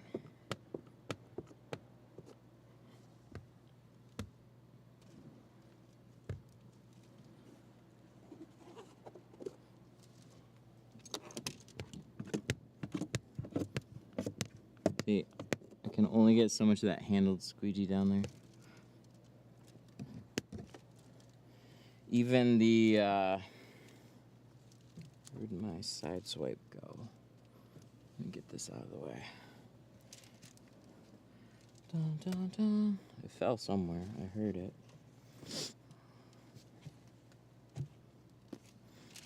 Alright, let me readjust here.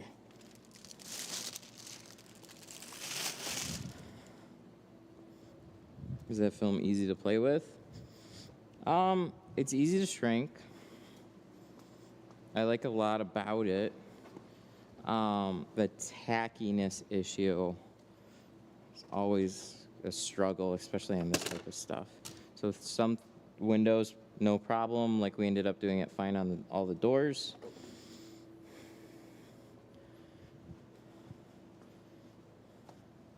But on the windshield here, it just, you know, it starts sitting for too long in a couple little spots, and then those spots will freeze, and then the only way to really free it up past that is then lift the film back up and then try and spray underneath it. I don't know if I want to use this. Where's my bulldozer? Let's do that. Just need a little reach here.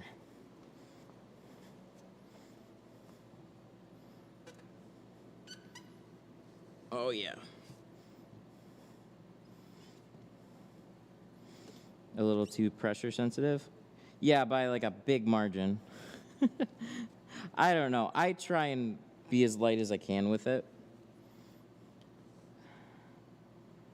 There's a lot of films. They're all using a similar adhesive system. It's...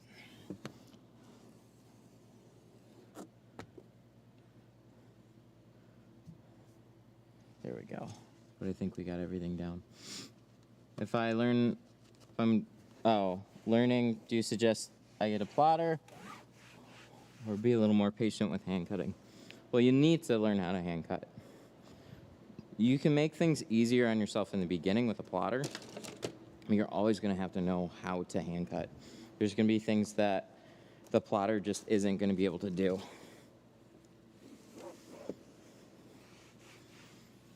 So, like,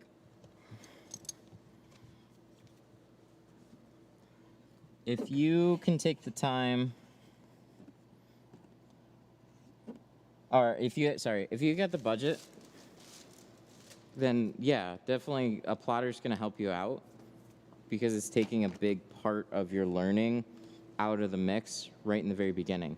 Like, hey, I'm doing a couple doors, I'll just print them out real quick. No big deal. You get them on the car, if you mess up, you can print another one out. No big deal. There's going to be some little differences there where the top edge isn't going to be quite as nice, but you're new, it's probably going to be a little problem there anyways. So it can definitely help you out. Where it'll really cost you is you go to cut a couple patterns out and they just don't fit. And now you're kind of stuck. You're like, ugh, I got to hand cut these, and I've been using the plotter so much. I just haven't really hand cut. So you'll start to favor it a lot, but it'll definitely help you out in the beginning. So if you can at least commit, to practicing hand cutting on cars, kind of like equal to the amount of ones that you're printing out, then you'll do great. It's a good way to kind of speed you along. Always put some of that practice in.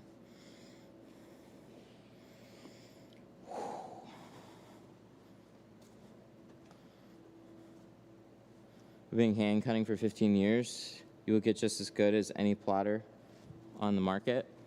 Hand cutting is always a little better for a lot of situations because it's just more exact to the window that you're cutting out. There's some that, like, you know, if they've got buttons on the windows and the pattern's right, then it's all free and clear. It's all good. But I've been let down time and time again on software patterns where it's like, I just wish I cut it out. It just doesn't look as nice. So I go back and forth on that. Like we did we hand cut the back window. There was a piece of trash in it yesterday, and then it was like, all right, I can either like strip all this off, re-glassate it, and do it again, or I can just print it out, and it should be fine. And in that case, totally fine.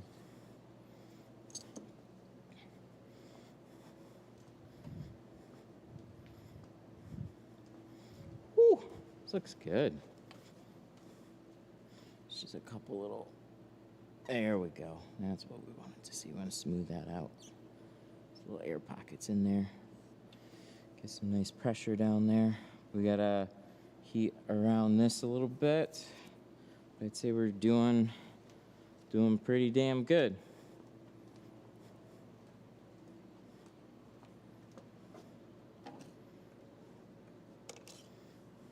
I actually have been spending hours practicing cutting and trying to fit tint into the window. It's no joke how much tint is needed to waste to learn, but it's fun learning something new.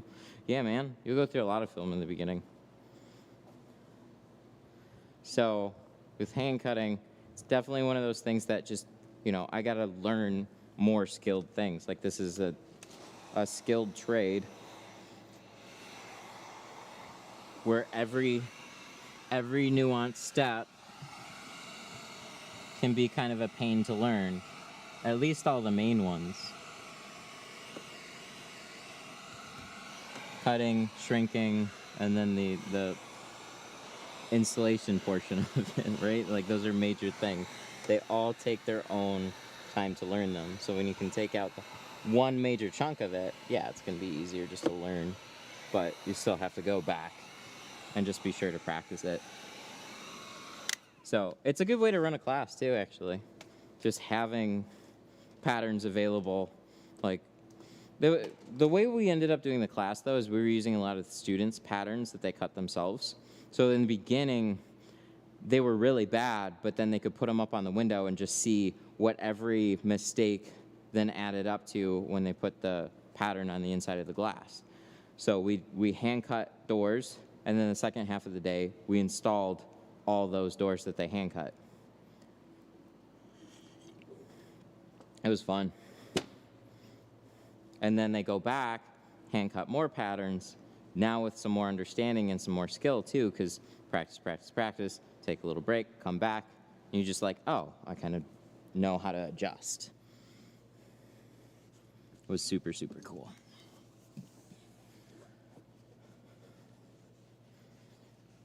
You can take advantage of like, yeah, there's really good ways to like keep everything kind of moving along to where you are using a lot of film, but you're also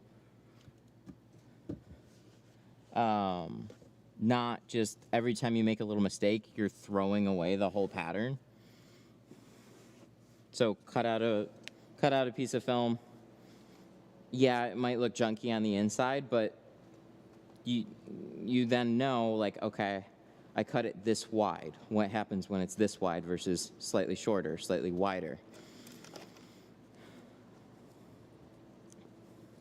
All these little like nuanced differences, you can play around with them all. What cars did you use for the class? So we have my Blazer up here. We also had a Nissan Maxima, which was kind of this really nice middle of the range car where the back window is super easy. The doors were fine. Like you spend some time learning how to hand cut them, but like the front doors are gonna be a little bit harder than the back doors, but overall pretty forgiving seals. The Blazer's just a little bit tighter, but nothing crazy. But we're really learning a lot of concepts on those for installing. Like it's a pretty average door. And then, so the back window was the easiest to shrink. The windshield on the Blazer was like intermediate, and then the windshield on the Maxima was very curved. So I saw a couple people, like they were determined to get that windshield shrunk on the Maxima. And so I was like, hey, easier, harder, very hard. And what, they jumped right into the deep end of the pool, and they're like, all right, we'll do the hardest one. Because if we can do the hardest one, that means we can do the easier stuff. Well, they kept struggling and struggling with the windshield. And then I was like, hey, maybe you should take a step back. Because you learn things, and they said this too, like sometimes like they just felt so defeated on some of this. Oh, I'm not even going to. There was just a little, I thought this was a little bit more free. Oh wait, maybe it is. Oh, we got it. Okay. Sorry, I don't want to overcomplicate this. There's just like a little thing right here that I can fix. So I'm gonna fix that real quick.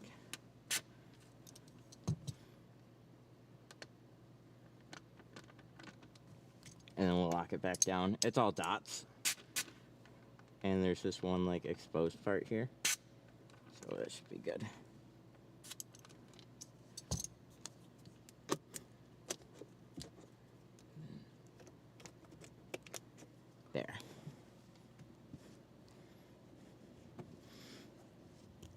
so they were really focused on doing that windshield. I tried to tell them a couple times, and then eventually they did. But I get it. You like, okay, so you get so focused on like trying to conquer something that sometimes you just need to take a breather, take a step back, and okay,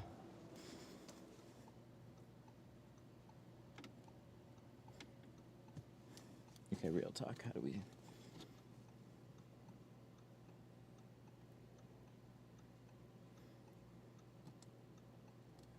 No, that's a parking sensor. How do we? Isn't that just like a tap on, tap off thing?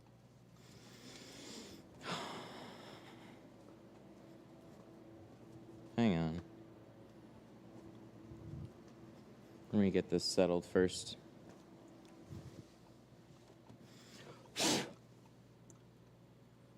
There we go. Okay. Yeah, it's a little like touch switch. It just wasn't touching. That's fun. Better. Yay. Okay. But what I was saying was sometimes you need to take a step back, and I mean, they told me this, like, have a win. And what I was trying to get across too is like, you're gonna, just by the act of shrinking through an easy windshield or an easy back window and then an intermediate one, you're building up a little skill and you're understanding like the fundamentals of what's going on. So then when you jump into a harder window, you now know what you have to do just at a harder scale. And then you start to learn like how much heat can I put on the tint? Where should I put it? And like what are the other little things that I have to finesse to really make this happen? Where if you just start at the deep end of the pool and you have to swim, you're just gonna have a tough time and you're gonna feel really, really defeated. So it was really a nice array of windows to practice on. So a lot of fun. I have trouble with squeegeeing out. Windshield puts ripples in the film.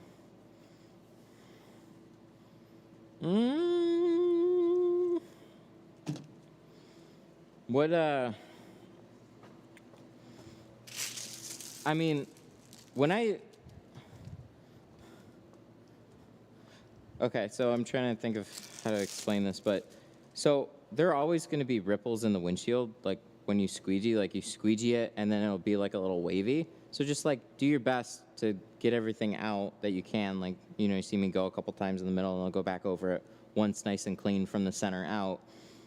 And then I just let it naturally dry. So it's gonna be a little wavy, it's gonna be a little ripply. As the water kind of like settles down the windshield, it's gonna be a little bit more in some of these bottom areas. But like a windshield's just gonna be ripply when you deliver it. It's gotta dry. Same thing with the doors, back window, everything. There's always gonna be water in between there. So it doesn't sound like you're putting, excuse me, it doesn't really sound like you're putting ripples in. But like that, I would expect it just to be like the drying process. But I didn't see what you're doing, so it's a guess.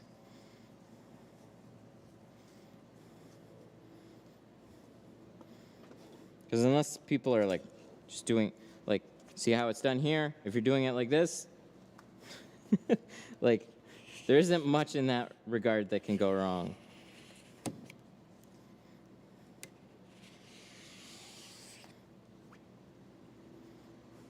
This thing turned out nice. Big struggle on that windshield in comparison to like the rest of it. It was just like a lot of blah. So on the next one, I'll probably still pull the towel, but it is possible. But anything in between there is going to make it a little bit more difficult. I'm just always really cautious with stuff like this. We're dealing with lots of new systems, lots of electronics. Generally, you're okay. Just, you know, be as safe as you can with it. But I'd say pulling a towel, tinting it right the first time is probably better than having to tint it twice, because then you just have more water. Any tips on the dot matrix? Just ignore it. Like, there's only so much you can do. You got a nice clean window. Dots are going to do what they do. Don't overthink it. Everybody else is putting out the same type of stuff. Like, I'd love for them, like they're here. Like right now they look a little uneven. They're all going to silver out. It's just part of the drying process. It's just what's going to happen. The best that you can do is literally completely drying them out and then trying to touch them up after the fact. You'll get mixed results. And I mean, I've seen like taking a torch can kind of seal them down pretty well, but it's kind of a one-shot go thing. That's about as best as you can do.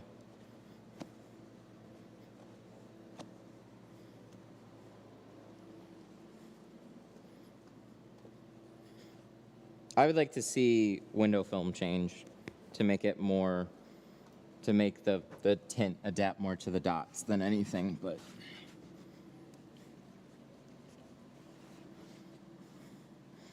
it's kind of like shaving a door. It's like, so you see a lot of people talk about it in like the Facebook groups, and like I give people a lot of credit. You can make some amazing looking top edges. Most of your customers aren't going to be as much of a tint nerd as you are. So they look at you get a brand new car from a dealership. Most of the time it's like, oh yeah, that looks great.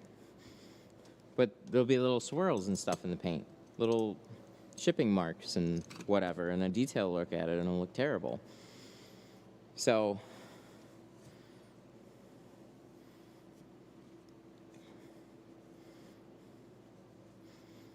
yeah, or cars being manufactured a little bit differently. I agree. So on some windshields, yeah, they laminate the matrix in between the film and the glass. I think that's a beautiful look.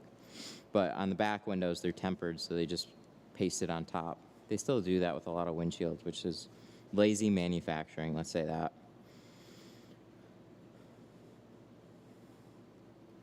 Dot matrix on the windshield? Yeah, same thing. Same thing with all dot matrix. Like, it either looks good when it's laminated in between the film and the glass, or you'll have a silver border around the whole thing.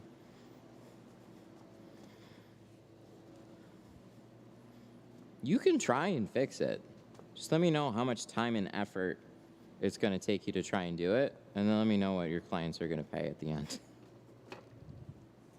That's where we're kind of in this like middle ground here.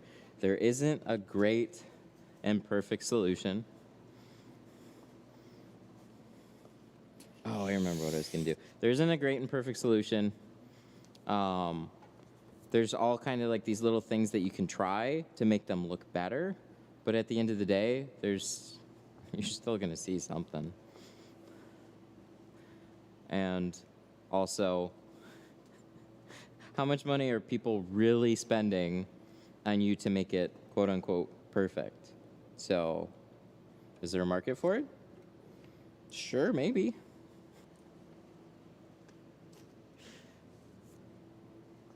Where's my tool belt's there. Let me grab that. I'm doing circles right now for no reason.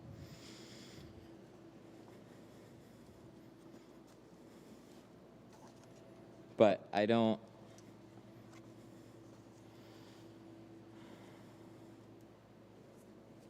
You can also cut at the edge of the dot matrix. I've taken that route before. What, where you see a gap on the inside?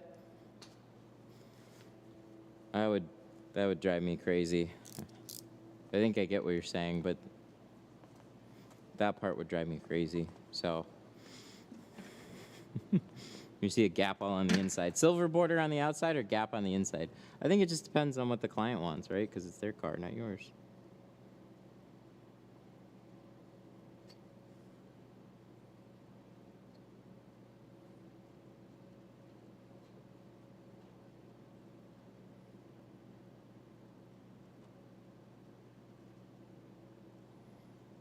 There we go. This part scares me a lot.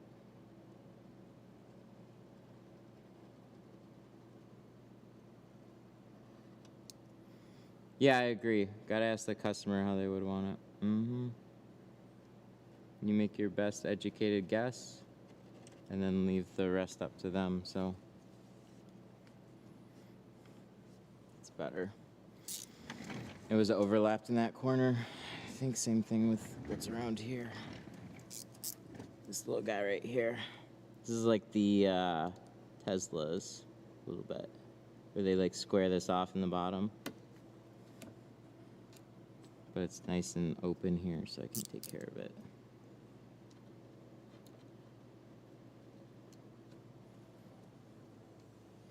Same thing with up here, little edge.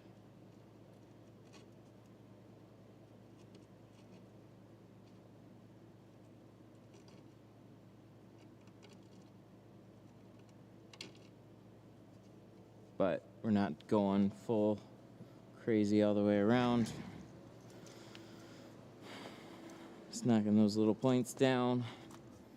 That's good. That's good. This one down here. Yeah, this is really like that. See? Look at that. Model 3, they do this. I think Model S too. I don't know. Where they kind of like square off the bottom a little bit. Is that good? Yeah, I'm good. Okay. Can't hardly see it.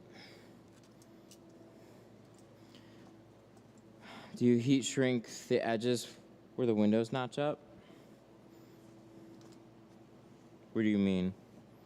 I'll make sure like the doors, especially frameless, are a little extra dry at the bottom and the top edges, anything that's getting pushed into the seals, and the customer's just gonna go open and close the window a bunch of times.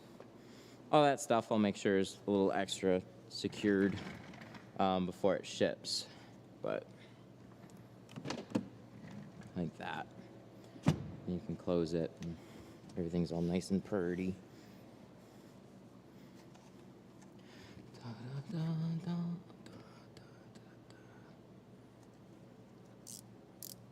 Yeah. So that's all good. Sweet.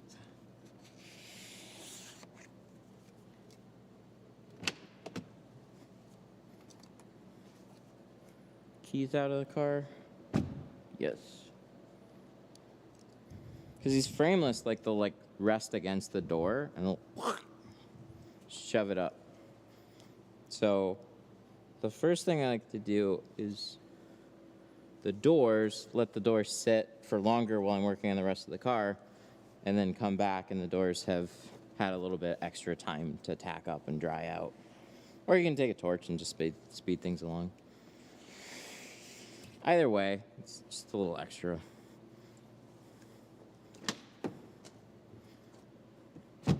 And then make sure they unlatch too. It's the thing about like the Camaros, and some of them you pull on the outside and they won't unlatch. Just make sure they unlatch. Tinter Oh, there's a couple of super chats. $1.99. There we go. Oops. See how that like basically wedges up here? So they're always going to shift up and down every time you open and close them. God, I forget we just did the windshield too. Woo! That looks nice. That looks really, really good.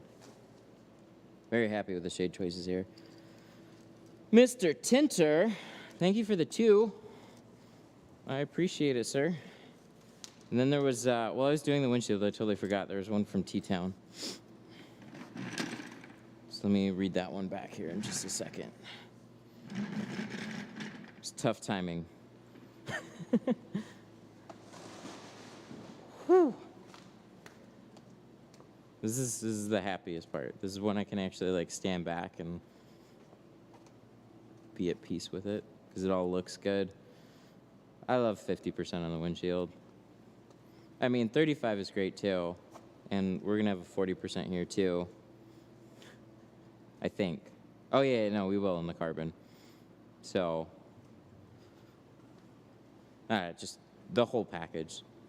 20 and 50. Are they legal? Yeah, with the doctor's note.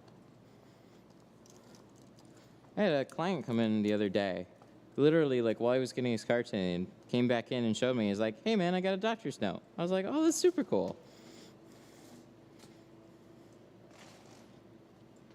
Just depends. Depends on the client.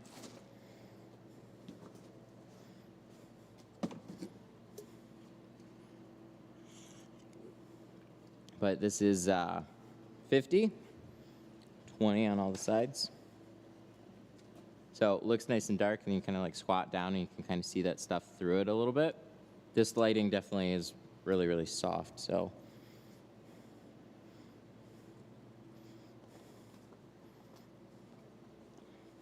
I don't ask questions. Yeah, right?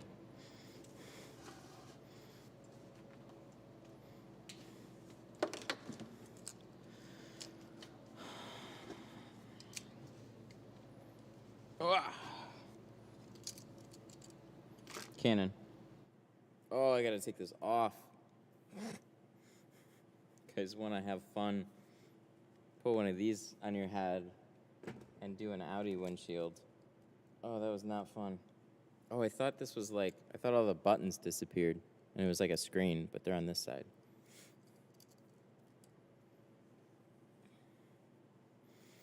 Been so distracted the whole stream. Dang, what the heck, man. Okay, no crises. Everything cool.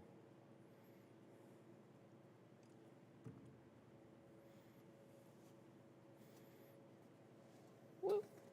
Can you touch on the third brake light? Do you cut around it or cover it up? On Audis, BMWs, I always remove them.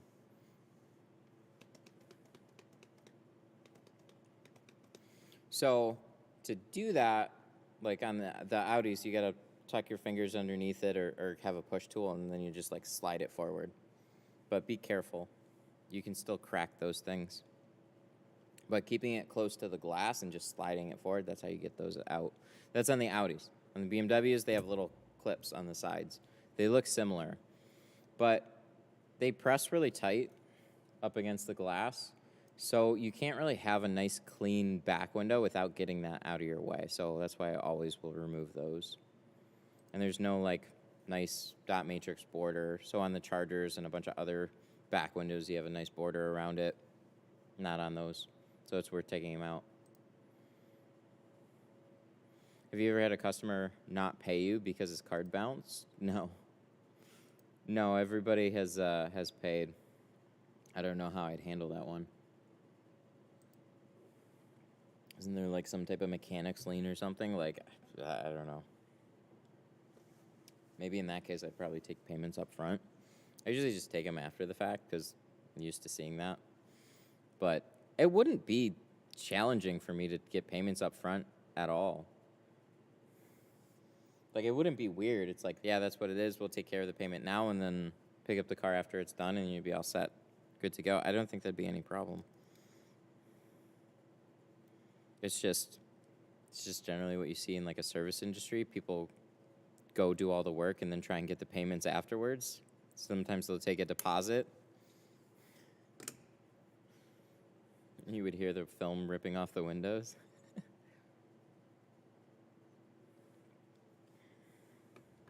Yeah, I don't know. Some of that to me is, it's too sketchy from people.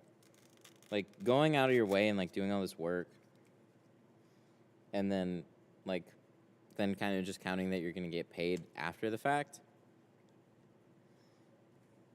But that's generally how most of it's done.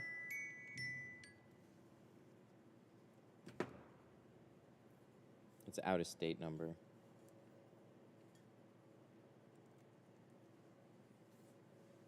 I'll get to it in a little bit.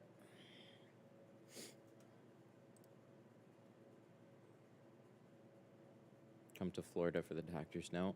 I don't even think that'd work. I don't know how that would go. An out-of-state doctor's note. It would probably be...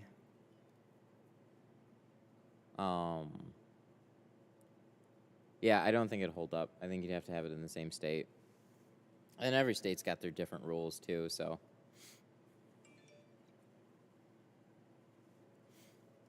He blocked me and deleted me from Facebook? Ouch. Well, because the thing is, with some people, like, if you just let them, if they're not paying and then they take the car,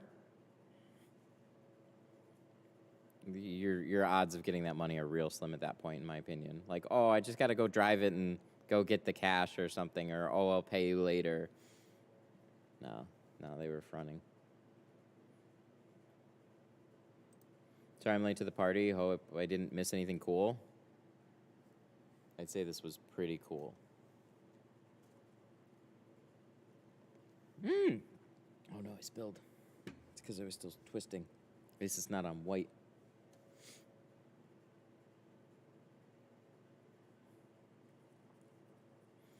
So, what most shops that I've been a part of and been to, and what generally people seem to do, is they will write an invoice, they will take a signature on the invoice or something like that, and then they will collect payment after the fact. I don't know if it's just a courtesy, that's just the way I've always seen it. If I had some type of fear that people were going to be a little sketchy because then they get to work and now it's like, oh, I just, my card got declined or whatever. I think most people are good. But every once in a while I have that one person that's just trying to scam you, right? I would probably just start collecting it all up front and just, it's not an issue. This is the same way I felt about deposits. I'm collecting deposits from a lot of people that would probably just show up. It's for the handful of people that we're scheduling that weren't showing up, and then it becomes a big problem. So then it just becomes a deposit thing. Everybody leaves a deposit. I don't like that it has to be that way, but that's how it is. I'm tinting an 05 Corvette in Battle Creek. I was just wondering if you could give me some advice. I just called and watched your video. It would be greatly appreciated. That was your number then. Watch the video. I can't give any advice over the phone on a Corvette. I have a video on a Corvette.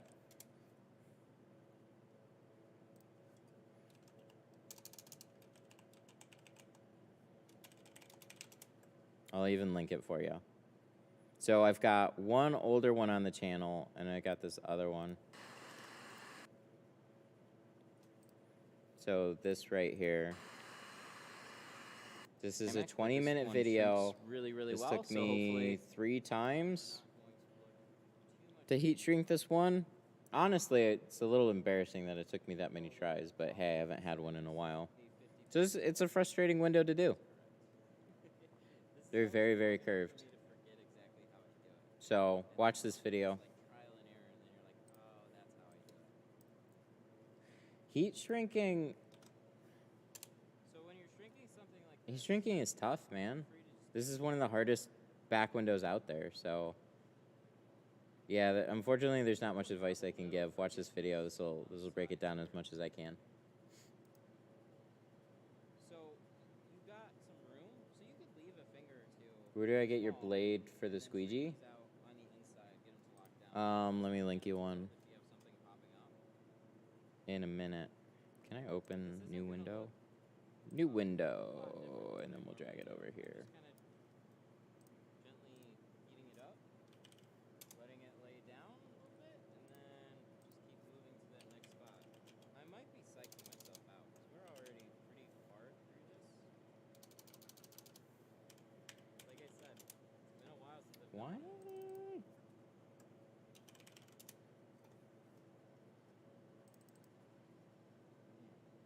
What's the hybrid? Why can't I find it? Not slowing down right now. Hang on, let me look at my own page here. No, did we just push it down too fast?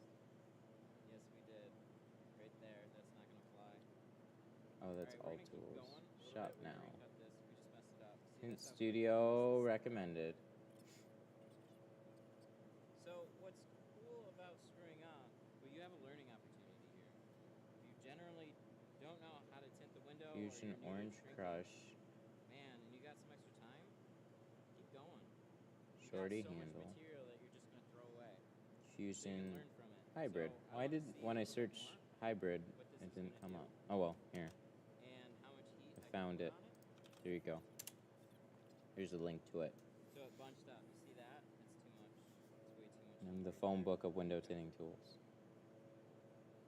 Yeah, that is when Carpet things shield? go horribly wrong. I don't know. Now what do we do on the other one?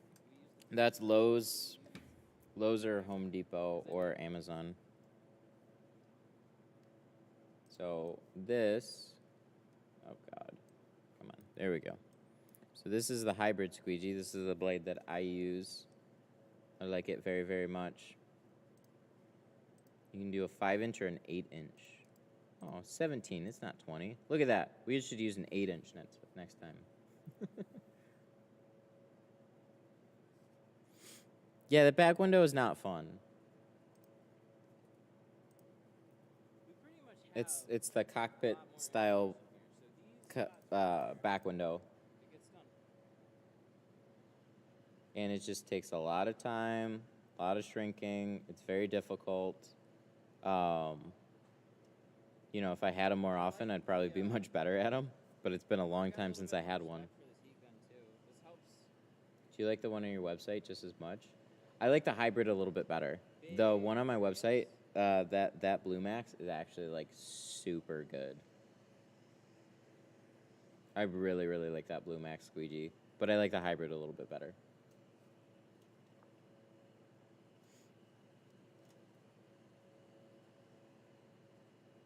I just don't want to stress this out too much. Damn little pocket here. Oh, I'm gonna be doing that back window in the next day or two. Nice. Good luck, man. so that's why I want to be careful on putting too much heat. It seems to freak out.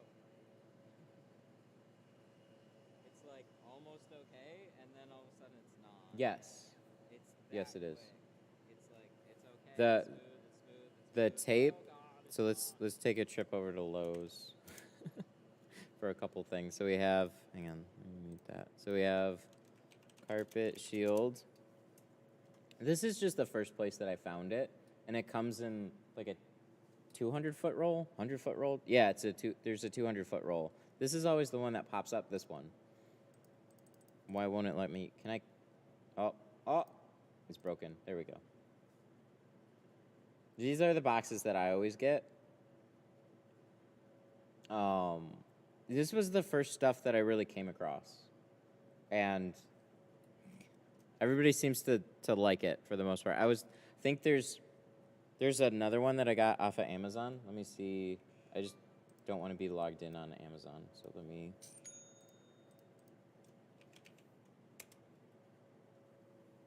What was that? Oh, that was a little order. Thank you.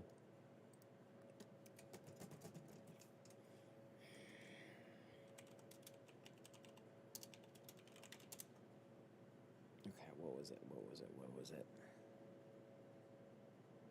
I'd have to like look at my purchase history, so I don't want to log in. No.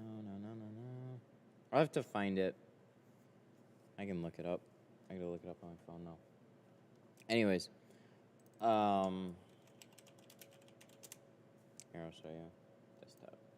So you can find it, like carpet protector and stuff, all over the place. Like this is nothing unique. It's just a big long roll of sticky plastic, and it's made to stick to carpet. So then it does pretty well with door panels, and then you can walk on it. So then you can be pretty sure that when you pull it back up, it's not going to leave a bunch of residue behind. That's kind of why I went with something like this. It's a pretty good solution. So you can find it on Amazon, Lowe's, Home Depot. Any of these will more than do the job. As for the tape, yeah, house wrap tape. That's exactly what you're looking for. So Lowe's has their Lowe's version for like $10 a roll. Tyvek is going to be a little bit more expensive. I think this stuff is like $14 a roll. There's also a really, really good one. I'm thinking. Tuck tape. Tuck tape's a really good one. That you can find on Amazon because it's from a Canadian distributor. Ooh, look at that. It's $11.34. Oh, I like the white one better. They got me. I like the white one better. The white one was like $14. They both were the same price, actually, but now you can save some money and get the red stuff if you want. But yeah, it's sheathing tape. It's for houses. So that plastic that they put over the house. This is the construction grade sheathing tape. This is what it's for. It's great. It's like the perfect type of tape. not like painter's tape.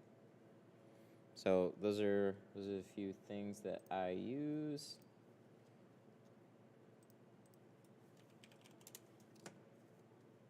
What's your dream car?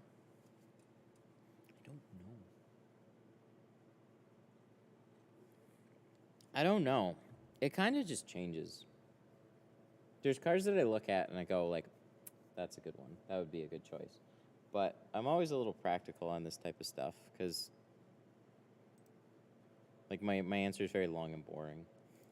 I don't just have like one car where I'm like, I love that car. I really like minis.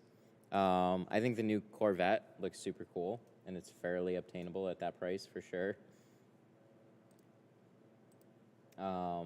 I'm not as much of a car guy though. I can appreciate good cars, but there's always like, I'd want to buy something and then be able to practically use it too, and there's not a lot of cars that fit both of those. So far we know your dream seats. Those seats were good. I think those were the coolest seats that were still probably comfy. Like, I don't know. I mean, I respect a lot of high-end cars like Ferraris, Lambos, and all them. They look super cool. I'm not super interested in owning one. I don't know.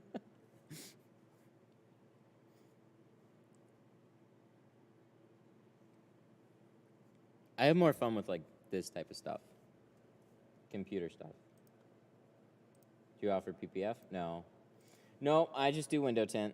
I'm boring. I specialize in doing the best job on a window tint. That's what I do. There's lots of other things that I could do. It all takes away from tinting.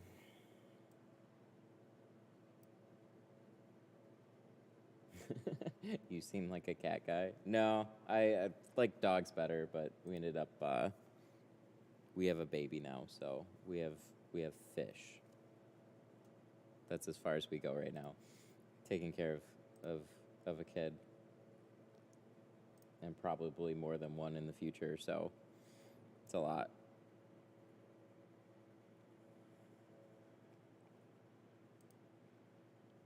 Mine was a Corvette until I started tinting the back glass. I really like what they did with the new, was it C8 or is it C9? I think it's C8.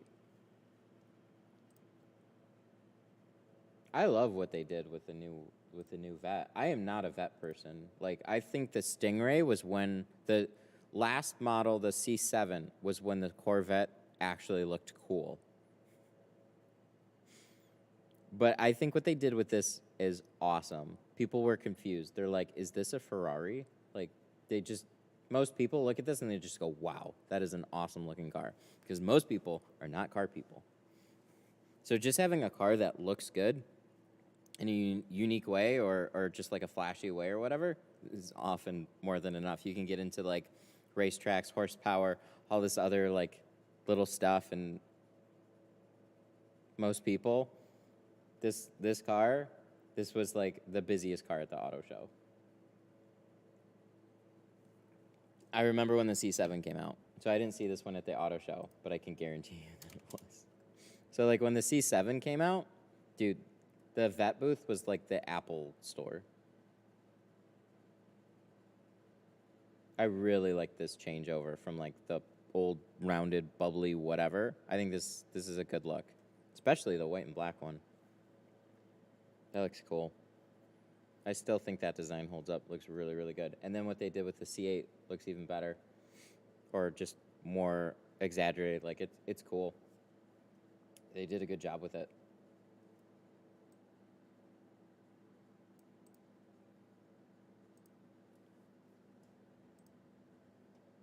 I swear they gave those away in cereal boxes or ever. They were everywhere. Yeah, because they're actually affordable. That's what you see.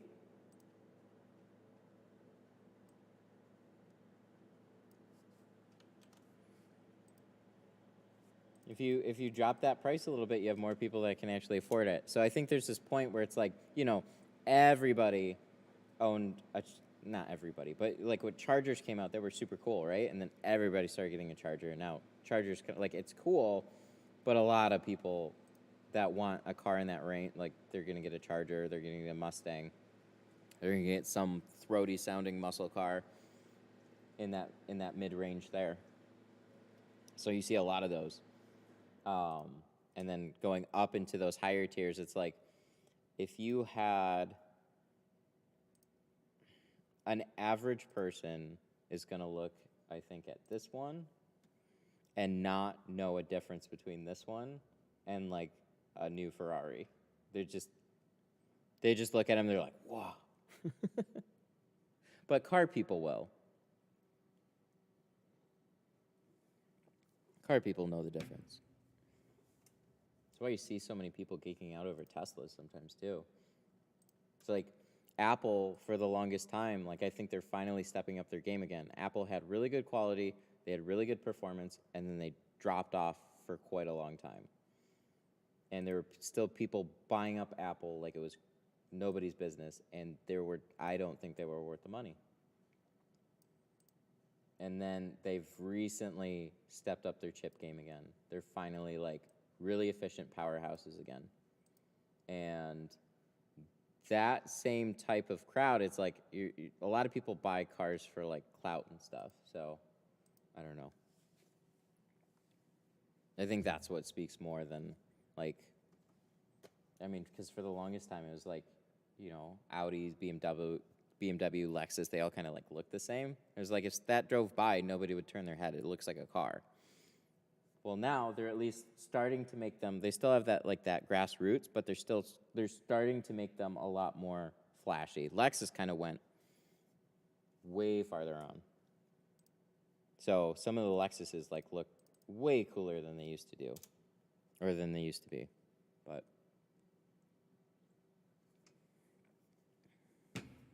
But every time I sit in a Mini, though, I don't know what it is about Mini. Minis have character. I really want one day, and it's not super practical because they're little. White. I want to do this.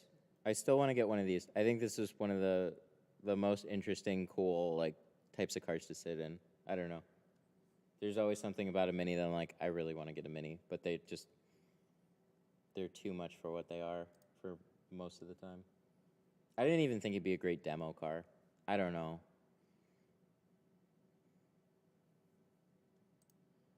But anyways, that's on.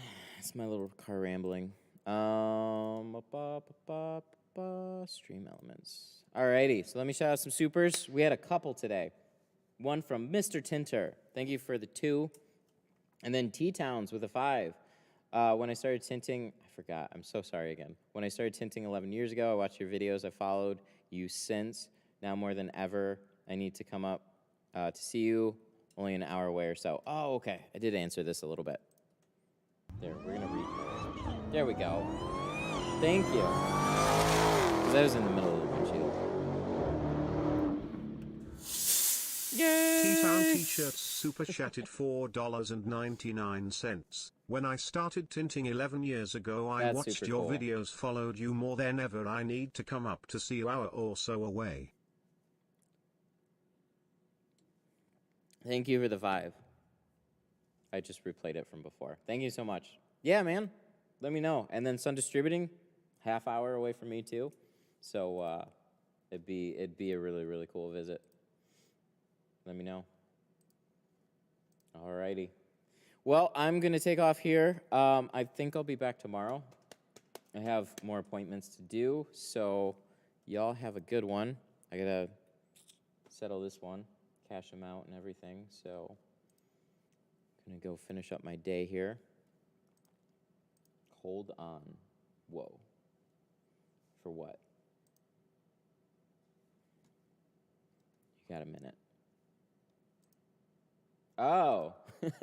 Okay. I can wait.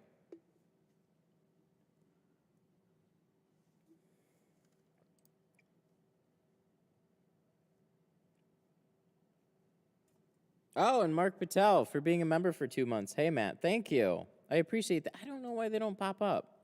Let me figure out what's going on with that. because those things should pop up too. Really, really appreciate that. Maybe it's just not set up.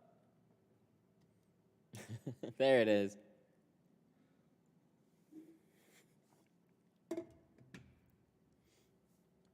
Where's the alert? Hey, don't sweat it, man.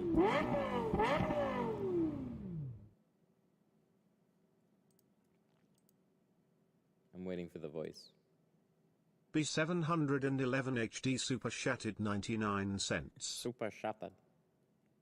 B7 111 HD. Thank you so much for the $1. I really appreciate it. Hey, man, don't sweat it. Don't ever feel like you have to donate. I do this because I like to do it. I have other stuff in the background that helps support this too. So the best way to always support this is super chats are great.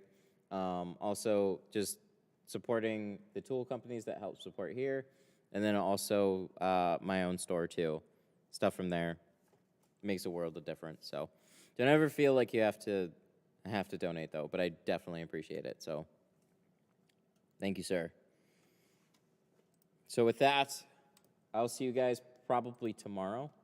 I have to, now that I've got more regular appointments, I have to figure out my own schedule. So I'm just kind of like, I got a car, I'll stream. So probably see you tomorrow. Just noticed your haircut. I did. Thank you. I think it was last week. All right, I gotta go. Bye.